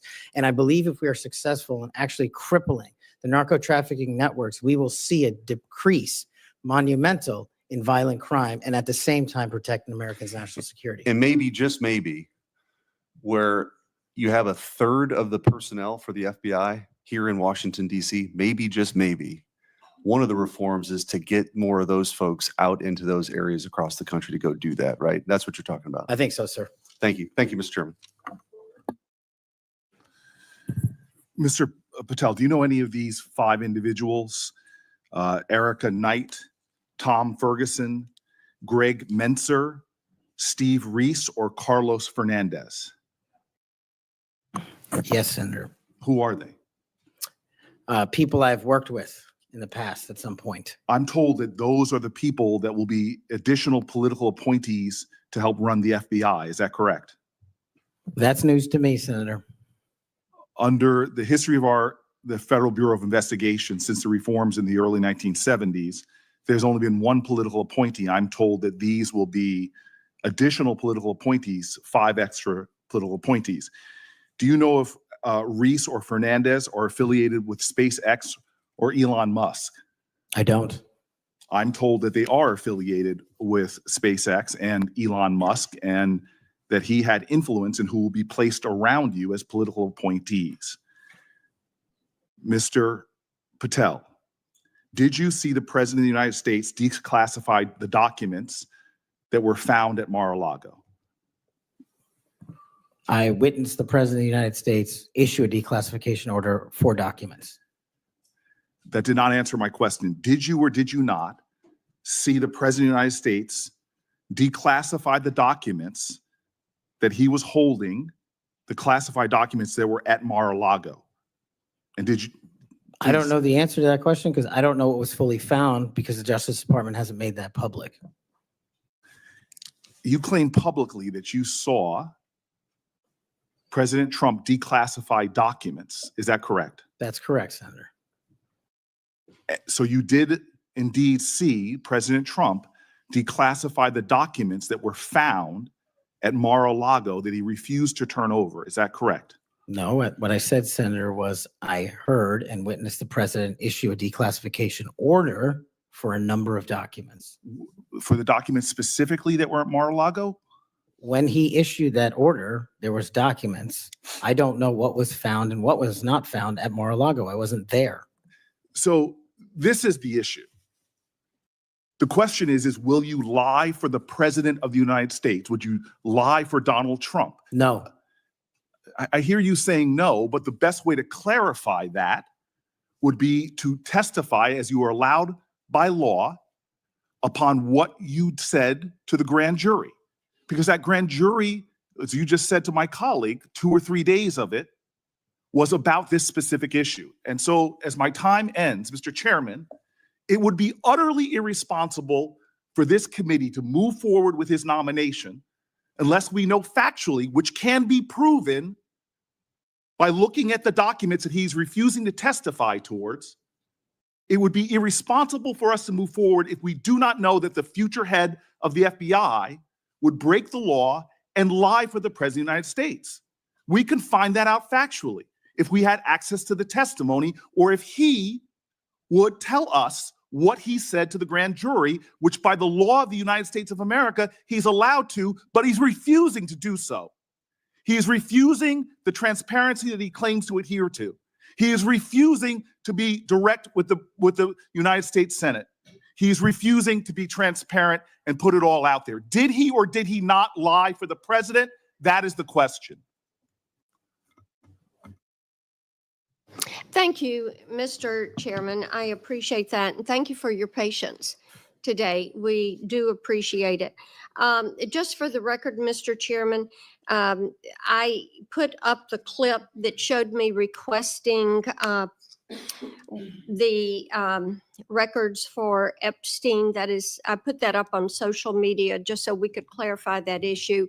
Mr. Patel, what I'd like to ask you about, you mentioned that Memphis is the homicide capital of the country. That concerns us. And we've recently had an issue where the FBI wanted to consolidate the Memphis and Knoxville offices into a Nashville office.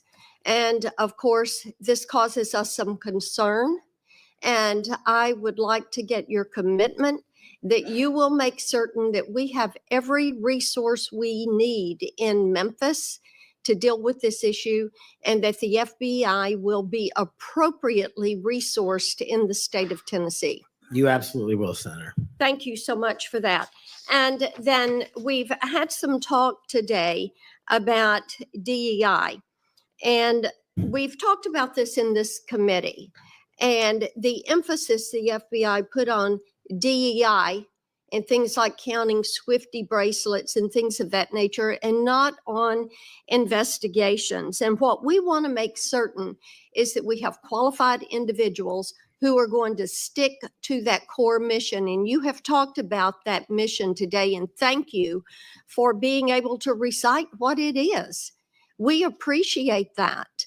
And I want you to just talk a little bit about those first few actions that you can take to build back the recruiting and the training in order to accomplish that mission. Absolutely, Senator.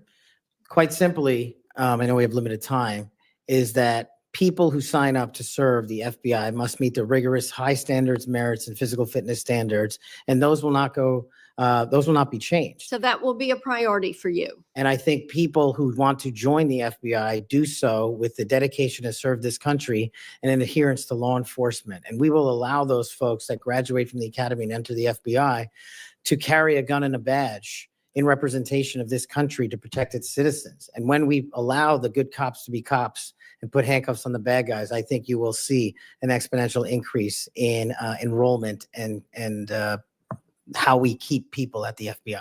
And that is a day one item for you. Yes, ma'am. Thank you. Thank you, Mr. Chair. Mr. Patel, do you believe that background checks for firearm purchases are constitutional? I don't know the in-depths of it, but I think that's what the Supreme Court has said, Senator. So the word would be YES, yes. Can you say yes? Are background checks constitutional?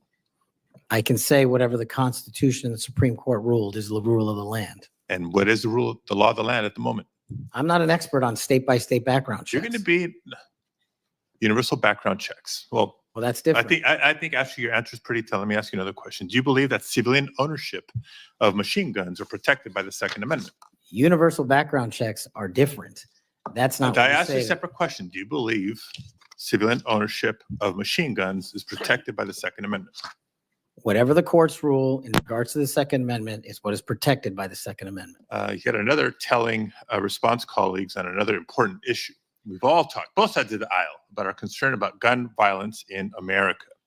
I raise these questions because of an association I can observe between Mr. Patel and Gun Owners of America, a group staunchly opposed to firearm regulation, a group that Mr. Patel addressed in August, and a group that in December issued a press release applauding his nomination to be FBI director.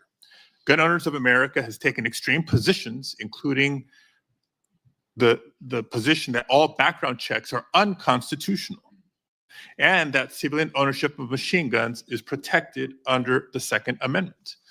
Mr. Patel, let me remind you that as FBI director, you would oversee critical responsibilities related to firearm regulation, including administering the National Instant Criminal Background Check System.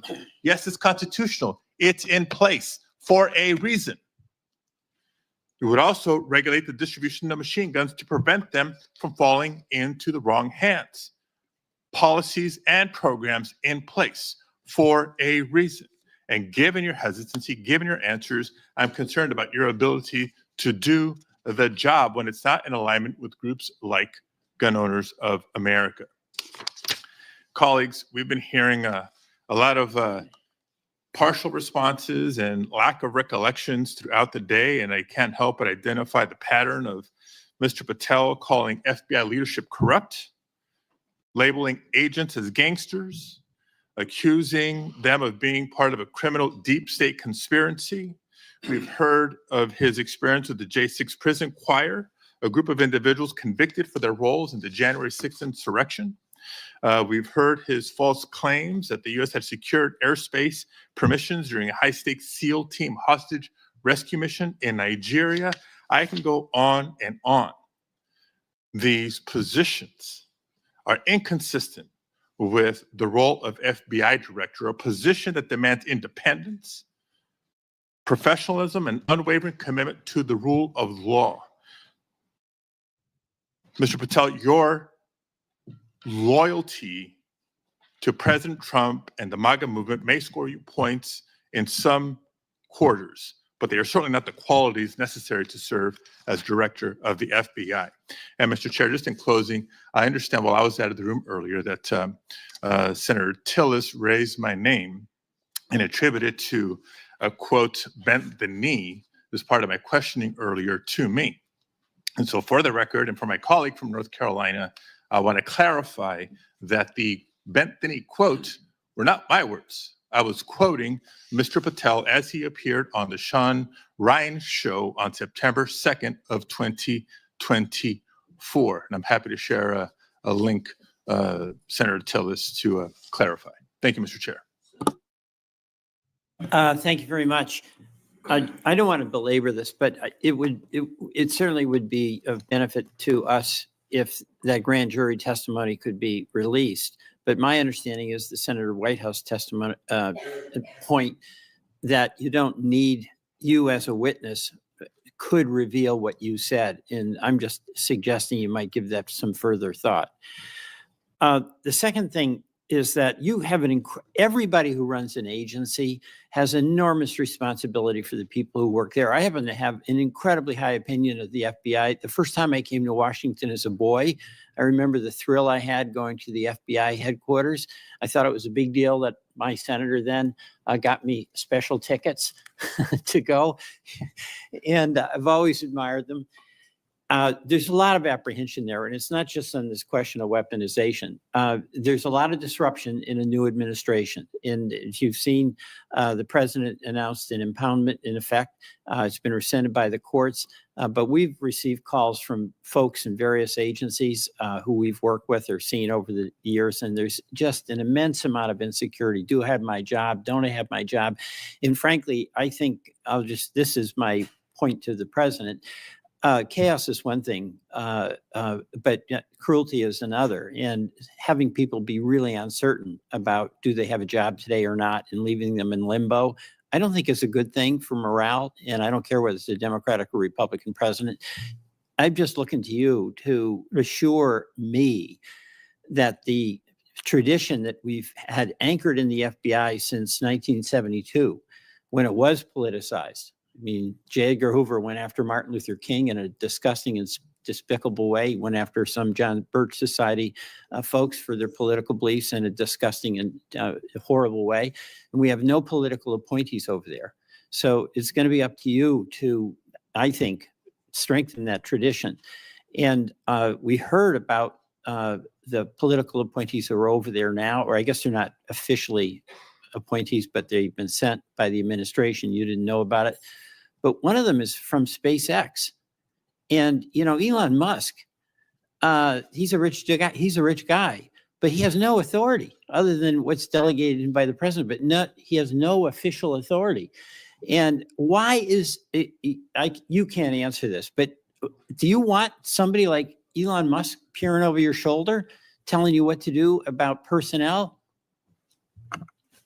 No, the FBI must be independent. Go kick him out. I mean, I'm with you on that. He has no basis. He has no reason to be there. There's some former FBI people. You'll pick the people that you want to listen to. You'll have to make the decisions. You'll be accountable to this committee.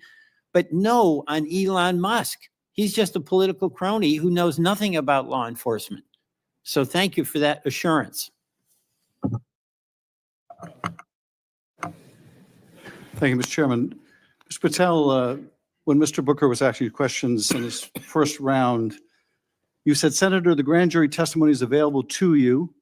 I encourage you to make it public. You also later said, or previously to Mr. Booker said, get my grand jury testimony. I asked the Department of Justice to make it public. I asked the Department of Justice to make it public. Do you stand by that testimony? If that's what I said. So you asked the Justice Department to make your grand jury testimony public? At the time of my appearance in the grand jury. Yeah. And who did you ask to do that? The lawyers. Mr. Chairman, since the witness has said that he encourages this testimony to be public, that he in fact asked the Justice Department to make it public, I would ask you, Mr. Chairman, if you and the ranking member would be willing to write to the court, acknowledging the witness has asked for this to be public, supporting it being made public. I can't imagine there's a court in the land that would say no to a bipartisan request like that. I won't tell you, let me say something. I'm not going to take this out of your time.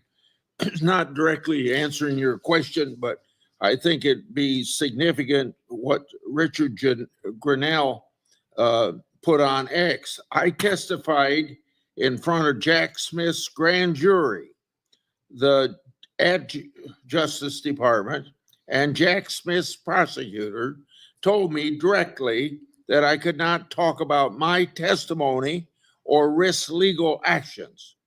Then he goes on to say that certain senators, I won't mention here, should, as those ask those lawyers why they instructed witnesses this way. Thank you, Mr. Chairman. We welcome the chance to have Mr. Grinnell testify under oath as opposed to on X. But nevertheless, what I would ask, given that this witness has said he made the request, this witness has said he would like us to read the testimony, I would ask if you and Senator Durbin would be willing to make that request of the court.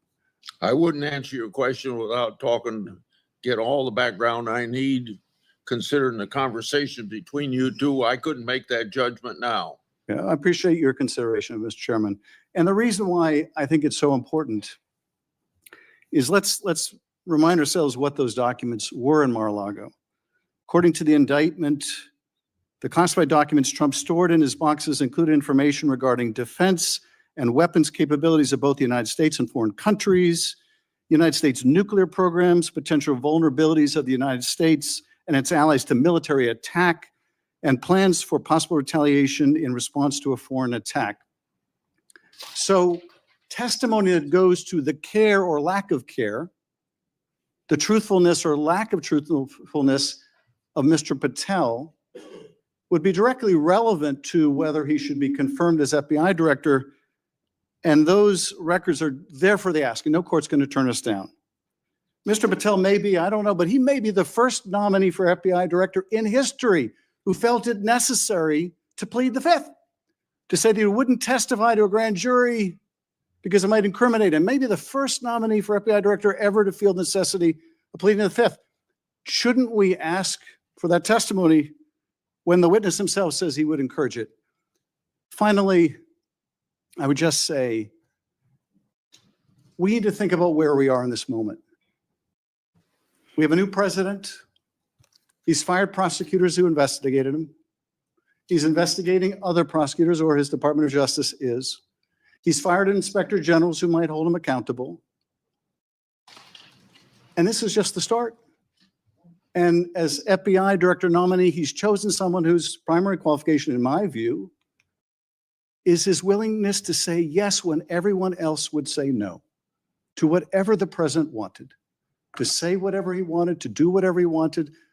That's why he is sitting here. I mean, look at the people who held that job before Mr. Patel, the stature of the people that held that job, the qualifications of the people that held that job. And how can any of us think that his background, his qualifications hold a candle to the people who went before him? How did we get here? where we are defending a nominee like this, who makes songs with convicts who attack law enforcement. How did we get here? And where are we going? History is littered with democracies that lost their freedoms and didn't notice it while it was happening. Your time's Let's up. not be one of them. Your time's up. Before Senator Tillis ends this, I want to put in the record a letter from the parents of Kayla Mueller.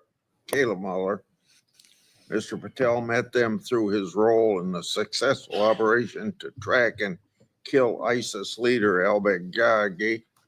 The terrorist, I'm quoting, the terrorist group ISIS kidnapped our daughter, Kayla, on August 2013. Any family who has lived through such an experience will know the value of dedicated, compassionate law enforcement officials. Because we have personal experience of his dedication, we know that Kash Patel is such a person. We continue to see in him a genuinely kind, thoughtful, action-oriented man who focuses on what is true and right and just. He loves our country and our citizens and wants the best for them all. He wants the country to do the best that it can. Without objection, I'll put their letter in the record. Senator Tillis. Thank you, Mr. Chairman. Mr. Patel, I think everything that I did to invest in knowing you better has been on display today. Congratulations. You've exhibited composure, knowledge of the subject matter that I think more than qualifies you for director of the FBI. You know, we seem to have the benefit of sort of a different view of looking at the history. I heard, I actually was supportive of Comey until I figured out that he was playing games. Maybe this is one of the people of great stature, but it's well known now that he did some things that seem to have a political tint to them. I voted for Christopher Wray. I think he's a good man, but I also think he oversaw a department that did bad things. And at the end of the day, that person has to own it, and you will too. It's probably going to disappoint the audience to hear what I'm about to say. Now, those who are watching at home, but you may be surprised to know that most of us at this dais on both sides of the aisle like each other. Senator Schiff and I just met within the last week to talk about areas that we can work together on. Senator Padilla and I actually worked together. We co-chair the bipartisan mental health caucus, and I believe it's actually one of the most important pieces of legislation we've done. I didn't get a whole lot of Republicans to vote for it, but a fair number. And this is working extraordinarily well. Would you commit to me to go into the Nix Center in West Virginia and just see how extraordinary this has come to be and how it hasn't resulted in a mass confiscation of guns? It hasn't resulted in a propagation of red flag laws. In fact, the plain text of the legislation is not allowing money to flow to states, unfortunately, including Florida, that we believe have not gotten the due process right quite yet so that we would actually fund red flag laws that make sense. This is what bipartisanship produces. Now, you're not going to see any bipartisanship in your confirmation. Look, we had Pam Bondi here, and we had people on this committee talking about a friendship or a friendly relationship in the past. The fact is, it was a shirts and skins game. Blue voted no, red voted yes. It's got to be the same thing for your confirmation. But Mr. Patel, I tell you, it has been a distinct honor to do the work with you to get you ready for this hearing. You did all the work. I've got to like the person on the sideline giving you some suggestions, but you did an extraordinary job. And you're going to be held to a high standard. I hope you listen to, and if you don't remember it, listen again to what Senator Kennedy said. There are folks like us that are tired of the pendulum swinging back and forth. We want to be the Senate that confirms an FBI director, that rights the ship, shows consistent respect for the rule of law and the Constitution, consistent respect for all law enforcement officers. And I absolutely believe you're up to the task, and I look forward to supporting your nomination. Thank you, Senator. Before I close the meeting, you have anything you want to say? Nope. I've got something here that's directly related to when in my opening statement, I said I want the members of this committee to think about something that's brand new. And it kind of deals with this whole exchange we had today in regard to the grand jury testimony. So I want to read, based upon whistleblower disclosures that I made today, it's clear how unfair and corrupt the Trump prosecution was, and that's created a little faith at best in the grand jury process. We shouldn't allow part of that corrupt process to be used by this committee against the nominee. An example, one document I made public today, DOJ officials literally concurred with Thibault to open the elector case against Trump, and that included a grand jury investigation. Jack Smith's lawfare efforts and its corrupt process should be what this committee investigates. Mr. Patel, thank you for your testimony today. Your family and friends who are here, I think you got to be very proud of him under these tough conditions because he got tough questions. I think you did very well, and your reputation leading up to and during this hearing, I think proves that you're a person that can stand a lot of heat, including a president that's telling you how to do your job. If confirmed, you'll be in charge of one of the world's best law enforcement agencies at the time when it desperately needs strong changes. Everyone's information, written questions can be submitted for the record until 5 p.m. tomorrow. Mr. Patel, when you receive them, it's very important you get back to us just as fast as you can so we can set up the meetings that we have to go through to get you to the floor of the Senate.